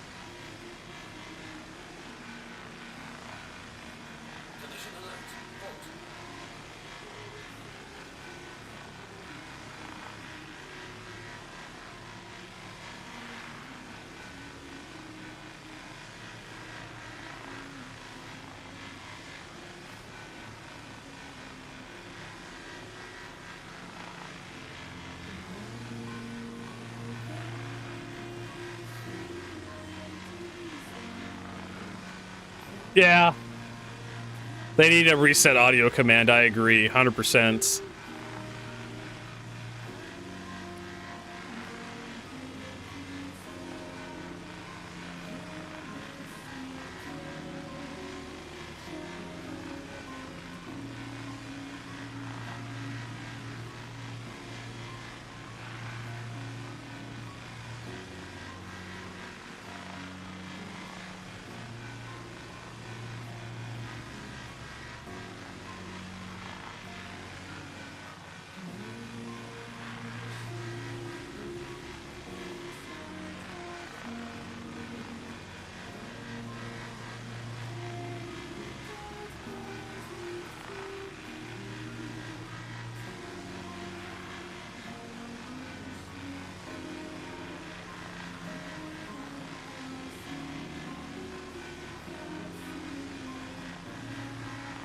So who are the red guys? Who are the white guys at ASD?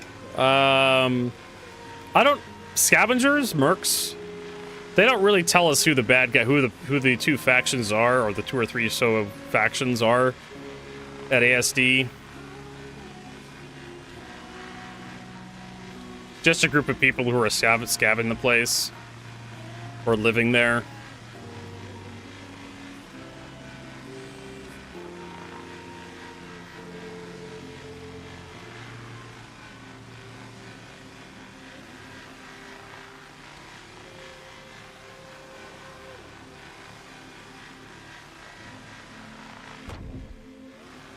Hell's that sound? He's throwing grenades.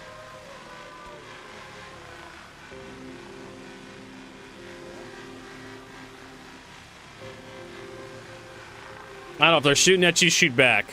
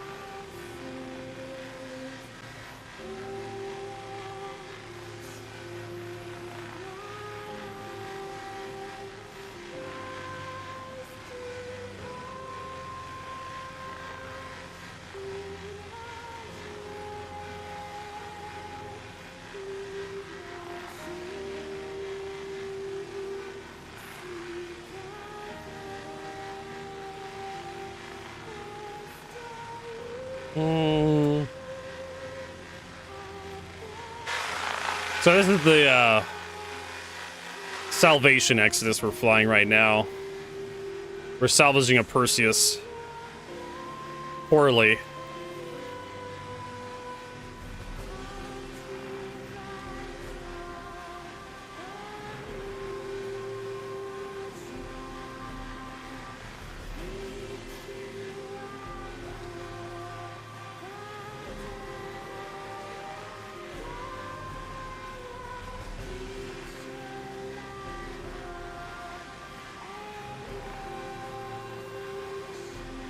There we go.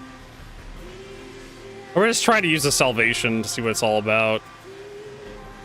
Not exactly super impressed with this ship. I mean, if you can find some, like, good ships out here for hull scraping. But hull scraping takes way too long, in my opinion. And now, like, in order to convert, like, construction materials into actual construction materials, you have to go through the refining process, which sucks.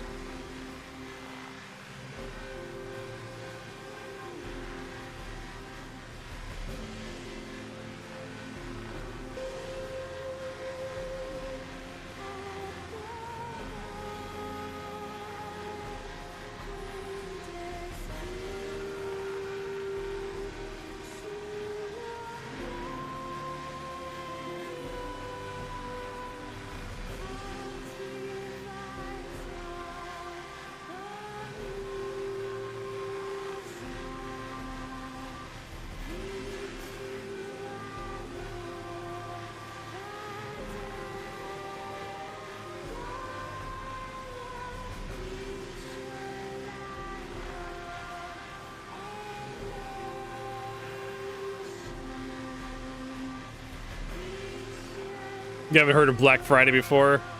It's an American thing. Where they try to convince you to go out and buy some shit.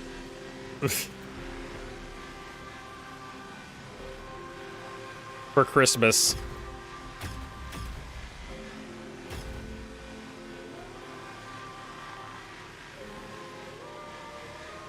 Our holidays are way too commercialized in America.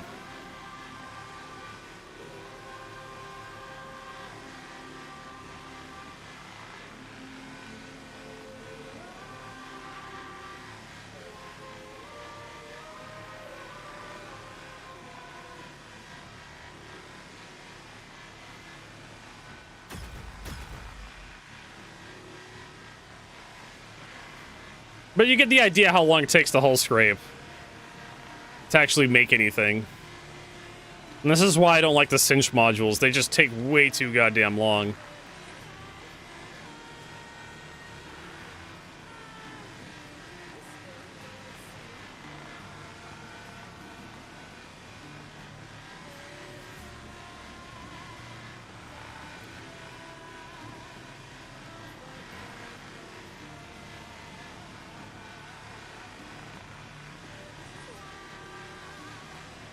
Is there a holiday that isn't overly commercialized? Veterans Day? No, Memorial Day? Actually, Memorial Day is like also like... Memorial Day is supposed to be the day where we honor like the dead. And it's like, Memorial Day weekend, sale, sale, sale, come down, buy some cars. No, we don't. That's just something Exodus made up, Rob Top. But Black Friday is a thing in America. It's just not a holiday.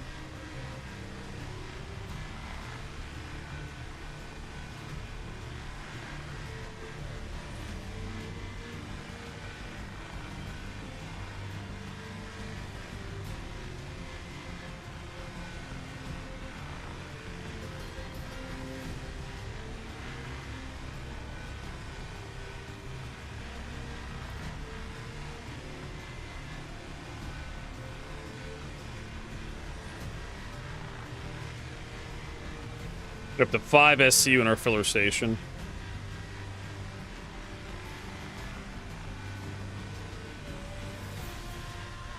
I don't know if I have enough to, like, shit out my construction materials. Or whatever the hell they call them. C-mats.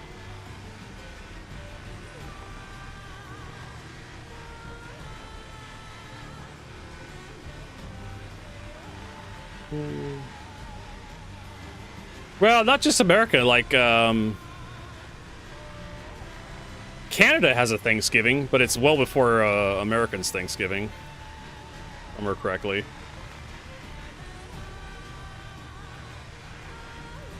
Get a spin. Let's do spinning. That's a good trick. Construction rubble, yeah.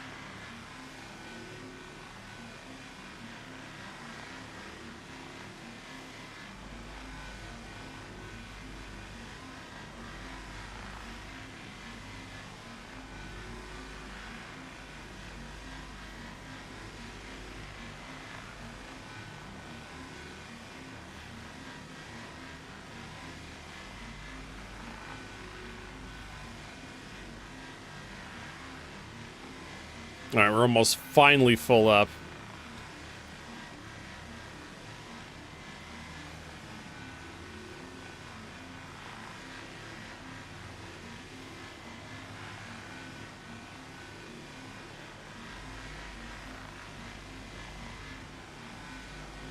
Day before Valentine's is National...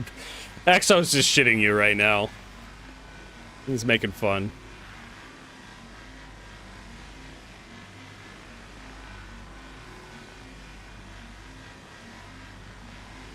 Wait, but did they change out the... Yeah, they did. They changed out the guns, didn't they? Those are deadbolts. This thing doesn't come with deadbolts by default. If I remember correctly. Like, it comes with Gatling cannons by default. The Mantis.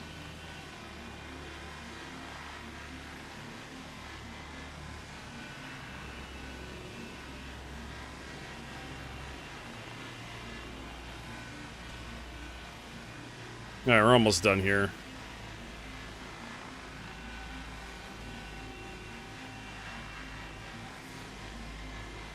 Yeah, did you get a second Idris Exodus since you have so much goddamn money?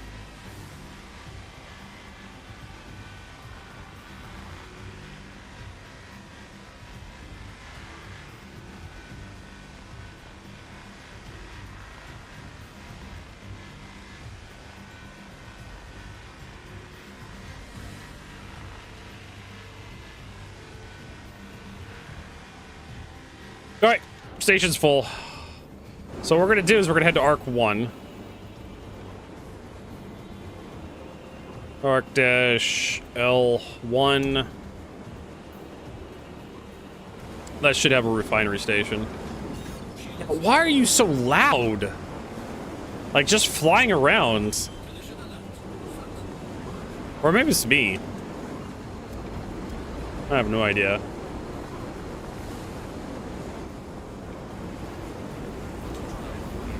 Yeah, like, okay. Let's turn up where I normally have it. What the fuck, Star Citizen?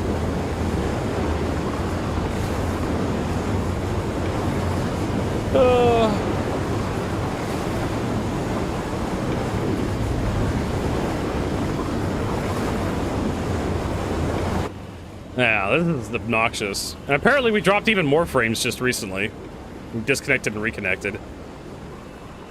Delightful.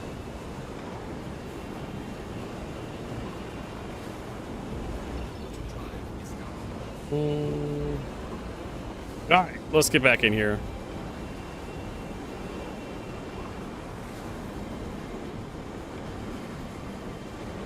Look, there's a whole sea ready to be salvaged.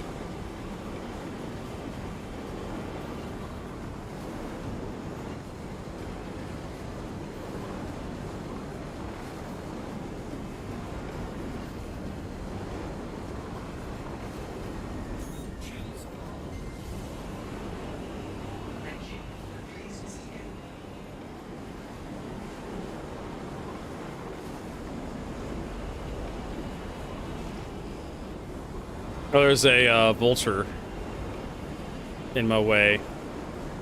All right, now we need to figure out what we're going to resalvage and resupply and... Right.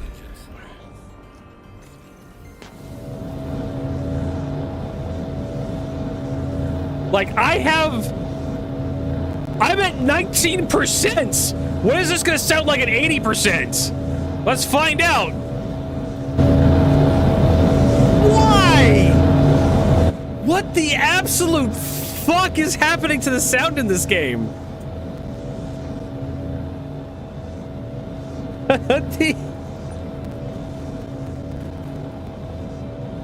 That's RCM, construction materials.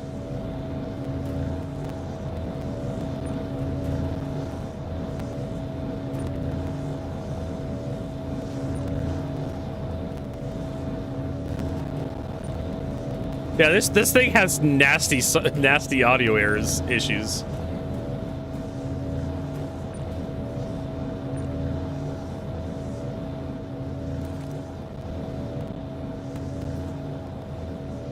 I probably need to reset my my hardware. Pasta. Oh my god, this thing is so awful.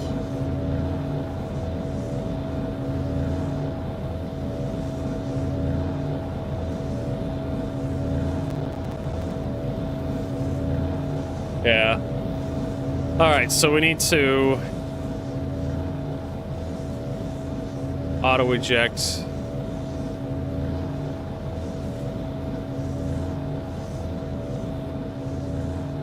Move this man!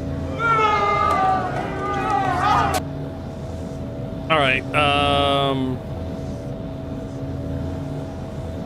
Oh my god! Like, I need to get out of this damn armor set. This is ridiculous.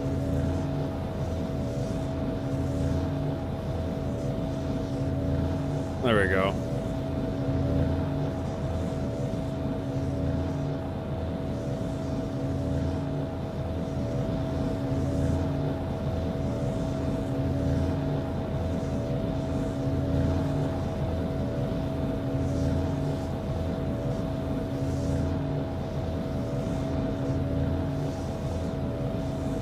So I think the auto eject feature just doesn't work while you're Ninroot, yeah. Oh, there we go. Now it's working.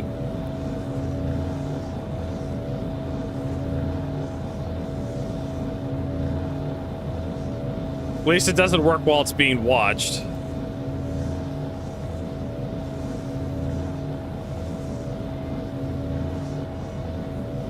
Yeah, so you have to manually eject everything.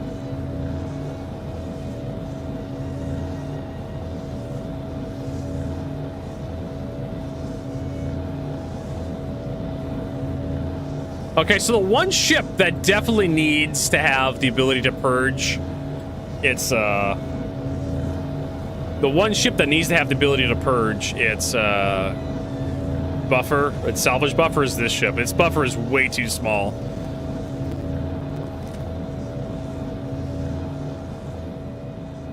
Yeah, they talked about the bug. I'm aware of it.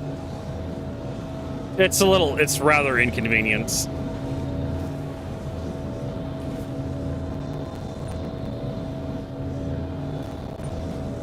So I think I just got a bunch of recycled composite material.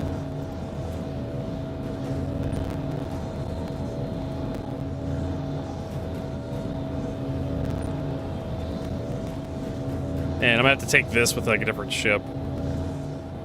I have like one thing of like one SU of like construction material. I need to store this thing because this thing is obnoxious. We'll be watching more of that show tomorrow. All right, where the hell is this cocksucker? Come here, come here. It's RSI's down by the bottom there. Store this thing.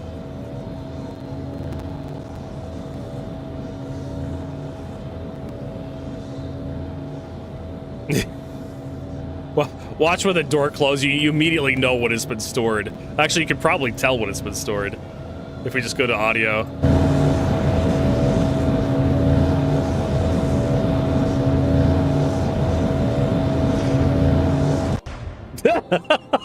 You know exactly when they despawn the ship now. At what exact points.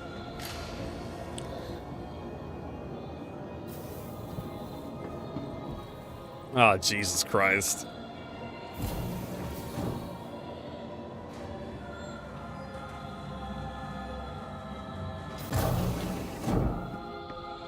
All right,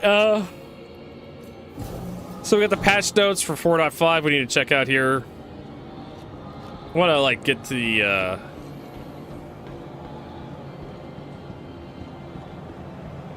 refinery deck. The 600i. Yeah, but I don't know when CIG's gonna do the rework.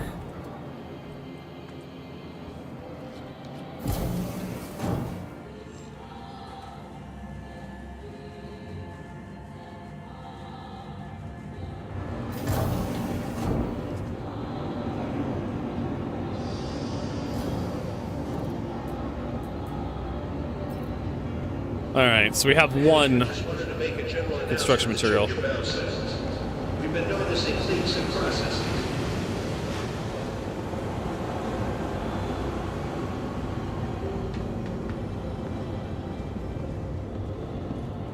No? Upstairs. You gotta run the new SM2 operation 3 times. To get to what? What the fuck are you talking about? Yeah, okay, we're ready to go. Select material location, wide forestation. Okay. Construction material. So we have Cormac method.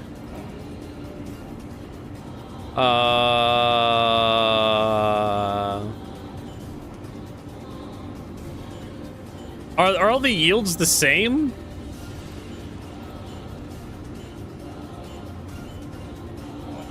They're not telling me how much.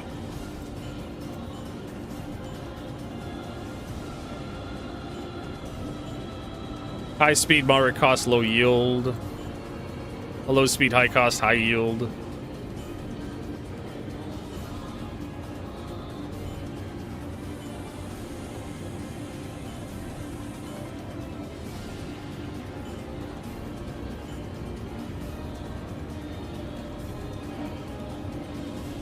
So I need total cost is 31 credits for 1 minute and 40 seconds. And it yields 51 SC. No, it's 51 centi SCU. Oh my god, you're killing me.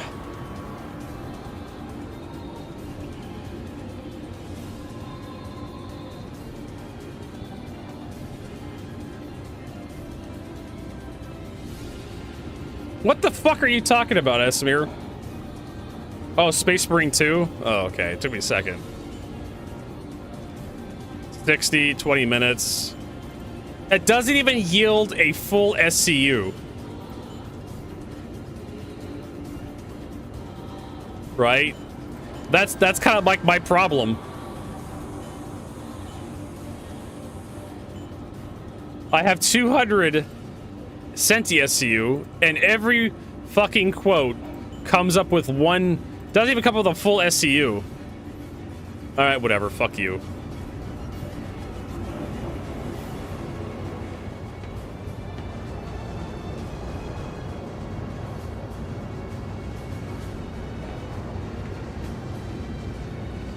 Alright, what are we doing? We're gonna go read patch notes. Alright, so... That's nice. Patch notes. Let's take a look at what we got for Evocati patch notes.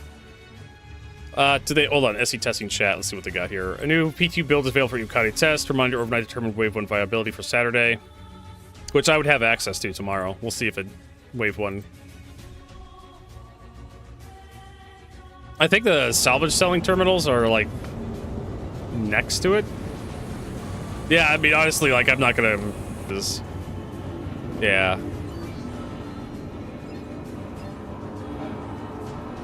Construction rubble. value? One AUC. Recycled material composite is worth 1 AUC. Fuck you.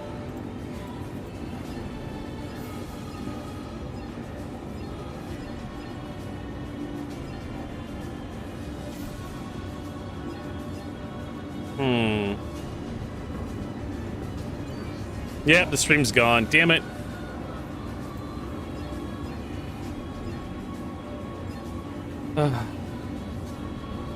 Like I said, I may need to like just every morning restart my router.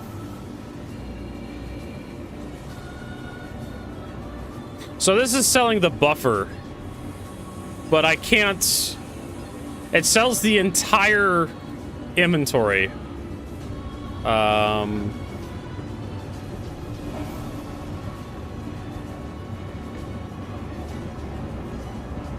It sells the entire inventory of my ship.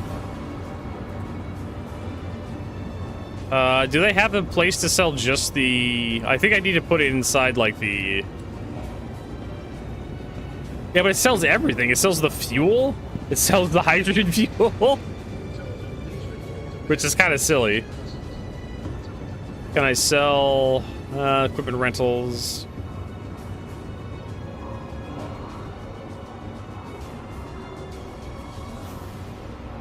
Yeah, I don't know where I sell just construction material or the rubble.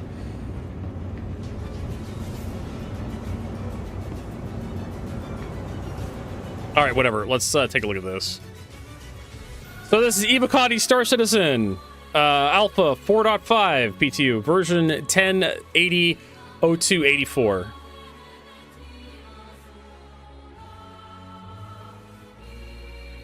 I know, Azamir. Imagine being a new player and having to deal with this crap.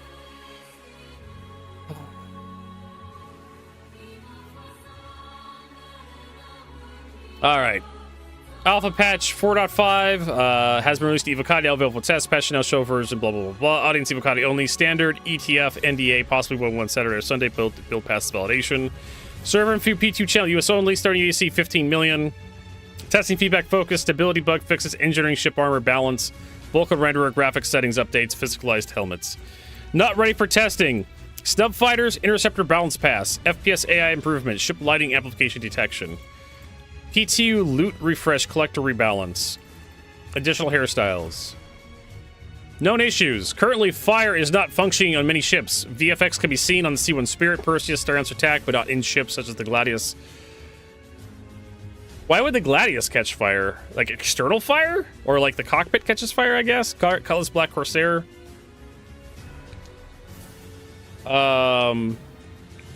Let's see, note issues. Multi-vehicle PU vehicles repair. Ships are instantly repaired to 75% with repair tool can be repaired from the inside. Multi-vehicle PU AC vehicles, engineering, fire vehicles not visible. Multi-vehicle PU vehicle VFX fire is being detected by some clients and not others. PU stand fire game code. Dynamic atmosphere fires are not extinguished in zero atmosphere. Life support components not visible on the engineering screen. A 3D view of the mobi-glass map. Engines turn off after transitioning DGS Mesh Authority. Yeah, I remember that one. That was like in the play test for engineering.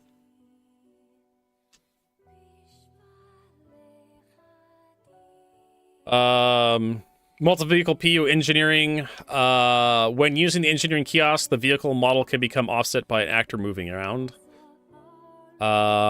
Component salvage. Unable to switch to other component modules while in salvage mode. Salvage ships are unable to detect the scraping surface and is missing the scraping laser VFX. Breach doors and ramps do not reset after the vehicle has been repaired, and the player is unable to close them. Well, I'm glad they acknowledged that after I don't know how many fucking years this problem has been a problem. Fire game code vehicles. Extinguished fires can suddenly reignite and spread randomly. Oh, good. No, I'm not crazy. Vandal Tech Smuggler is not available after getting the required reputation rank. Patrol mission progress halts after reaching location markers. Stormbreaker location. Open safe remains open after 2-hour cooldown. Open safes remain open after 2-hour cooldown. Feature gameplay. Here's what we're all here for. This is all what we... Yeah, look at that. There's some Vulcan tech in there as well. Engineering gameplay. Introducing dedicated engineering roles aboard ships, allowing players to actively manage power distribution, repairs, and system efficiency in real time. The overall goal and experience with engineering updates should see ships behaving approximately as well in 4.0 in combat and survivability, with added bonuses of engineering and multi-crew to extend this beyond the capabilities of 4.4. Beyond this, players may need to check on their ships between battles to make necessary repairs so they are fully prepared for the next encounter. This introduces numerous updates to all ships and vehicles, with the initial implementation of ship armor loads of updates. Implementation of ship armor, comma, loads of updates, comma, to heat, power, and life support. Management. This is really awkward to read. If you didn't go back to the stationary, then go to your hangar and load it into the station. I did, RFC. I did unload it into the station's inventory. But it's still not registering. There's no way to sell from the station's inventory, to my knowledge. Introducing numerous updates to all ships and vehicles, with the initial implementation of ship armor, loads of updates to heat, power, and life support management, diagnostic and engineering screens, large sweeping changes to ship component health, damage resistances, and heat generation, hull health and weapon balancing, as well as updating the repair tools needed for the job. That sentence is just a mess. Wow. Since the previous tech preview, we have made dozens of fixes as well as updates to balance and UI, further updates for more vehicles, deactivated fire for bullet hits as well as overheating for power plants, increased coolant provided by the coolers, reduced critical power plant failure points, updated armor to have health again, fixes to ballistic cooldowns, reduced radar heat, and ship health is now tied to critical health. As this new update affects every ship and vehicle in the game, many further updates and balancing will be done during the course of the P2 phases for 4.5 and beyond. Ship fire hazards. Bringing fire hazards to ship and environments along with fire extinguisher mechanics, requiring players to manage and extinguish blazes before they spread. This includes retrievable fire extinguishers aboard ships that have limited use before needing to be recharged. Weapon items. Physical helmets. Implementing physical helmets in the persistent universe. Picking up one, rotate it, inspect every detail, carry it around, attach it to your hip. Toss it across the room if you want. When you equip a helmet, you put it on and remove the same one you held in your hands, complete with fully realized interior. Vulcan render improvements and GPU settings updates. Scroll down a little bit. Increased both the stability and speed of Vulcan renderer with many crash fixes, diagnostic improvements, and multi-thread renderer renderer thrust submission, while adding support for HDR NVIDIA DLSS transform model. Also included is an overhaul to the graphics option with many new settings and VRAM bar to help players configure the graphics for their GPU. Bug fixes! Star Citizen Alpha 4.5 currently contains about 64 bug fixes for issues occurring in 4.4, 26 of which originated from the issue council. Potential fix, PU, Area 18. Adria falls apart, missing hab-level interiors. Potential fix, PU, cargo hauling. Automated cargo loading freezes after starting and does not resume. That's the whole C. Nina. There we go. Potential fix, PU stand, refinery kiosk, salvaging. Refinery kiosk fails to detect stored salvaging vehicles as a material location. Potential fix, Nix Delamar. Decline performance around Levski is a bad state with very low frame rate, below 15 FPS when traversing through Levski. Potential fix, tracking, PU, AI. AI NPC is too accurate, ignores cover. Potential fix, Anvil Lightning. F8C in vulnerable areas. Potential fix, PU, Nix, Levski. Multiple ATC voice lines all play at once when requesting takeoff. Potential fix, Anvil Carrick. Medical screens. The metal bed screen is not deployed when the player is laying down on the med bed. Well, that's kind of inconvenient if you own a Carrick. Multi-vehicle, PU. Repairing vehicles via landing services causes the ship to catch fire. That's... Man, I took... That fucking mechanic Tony is a pile of shit. I took my ship in there to get it repaired. It caught fire and burned down. Had to claim... Well, actually, no, maybe Tony isn't a piece of shit because you wanted to cash in on the insurance money. Maybe you wanted it to catch fire. That's why I haven't seen one of those since I've done that mission, since they added AAAs. Probably because they weren't fucking spawning. I would totally believe that. Potential fix, Starbreaker. Specimen cache door do not open during the egg procedure. Potential fix, eliminate all. Eliminate all missions not completing after all AA have been eliminated. That sounds like a Star Citizen bug, if you ask me. Potential fix, quantum travel, interdiction, quantum interdiction, origin remains after crash recovery, even with no mantis. Potential fix, freight elevator. The search function of the freight elevator terminal ignores localized names. Potential fix, freight elevator. Elevator fails to unstow entities while they take up space on the loading platform, causing the elevator overload error message. Hey! It only took them, I don't know how fucking long to fix this issue. Am I still dropping? Yeah, I'm still dropping frames. Shit, son. I need to, like, reboot the modem. We'll try to get through these patch notes.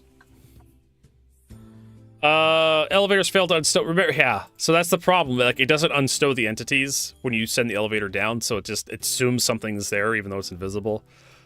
PU freight elevators. Tractor beam is unable to tether or to entities on the external freight elevator grid when actor is too far away. Hey. Potential fix, freight elevators. Location. Some stations are missing their external freight elevators. Potential fix, Nick's sworn enemy. Looting. Looting vandal corpses can be stored in personal inventory. You can just shove the entire corpse in your pocket. Potential fix, creature Yormandi, level design. The Yormandi does not spawn once the lever is pulled. Alright. Potential fix, sworn enemies, locations. Entire mission location can lack collision upon arrival. That's a big issue. Potential fix, missions, retrieval run available. Delivery of the package inside the freight elevator does not complete the mission. PO fix, law, hacking comm arrays and disabling does not get rid of non-monitored space, and all criminal activity gets crime stat. Well, I know there's a few people who are going to appreciate this bug fix. You can actually turn off the comm arrays again. Potential fix, PO Nix, jump points. After spawning at Levski, vehicles delivered at docking port are set to claim immediately when requested them from jump point stations. After spawning at Levski, vehicles delivered at docking port are set to claim immediately when requesting them from jump point stations. Okay. So if you set your spawn to Levski, and you die and respawn, and then you head over to the jump point stations, and then you claim a vehicle, you spawn a vehicle, it claims and does the countdown like it was destroyed or something. If I'm reading that correctly. Potential fix, PO Nix.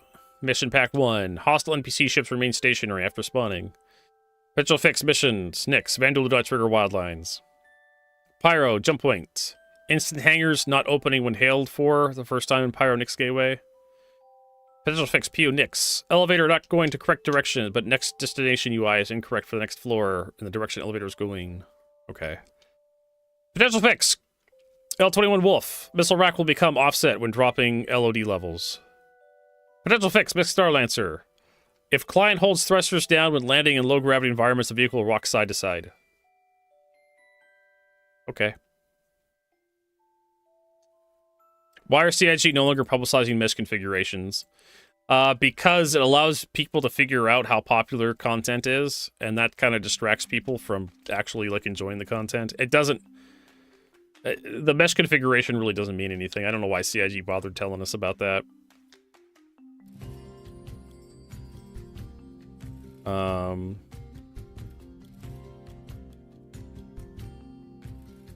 Isn't mining supposed to be the focus of 4.4 and Nix? Why is the mole being left completely neutered with a bug that means you cannot change the mining heads? Will it be fixed in this P2 life cycle?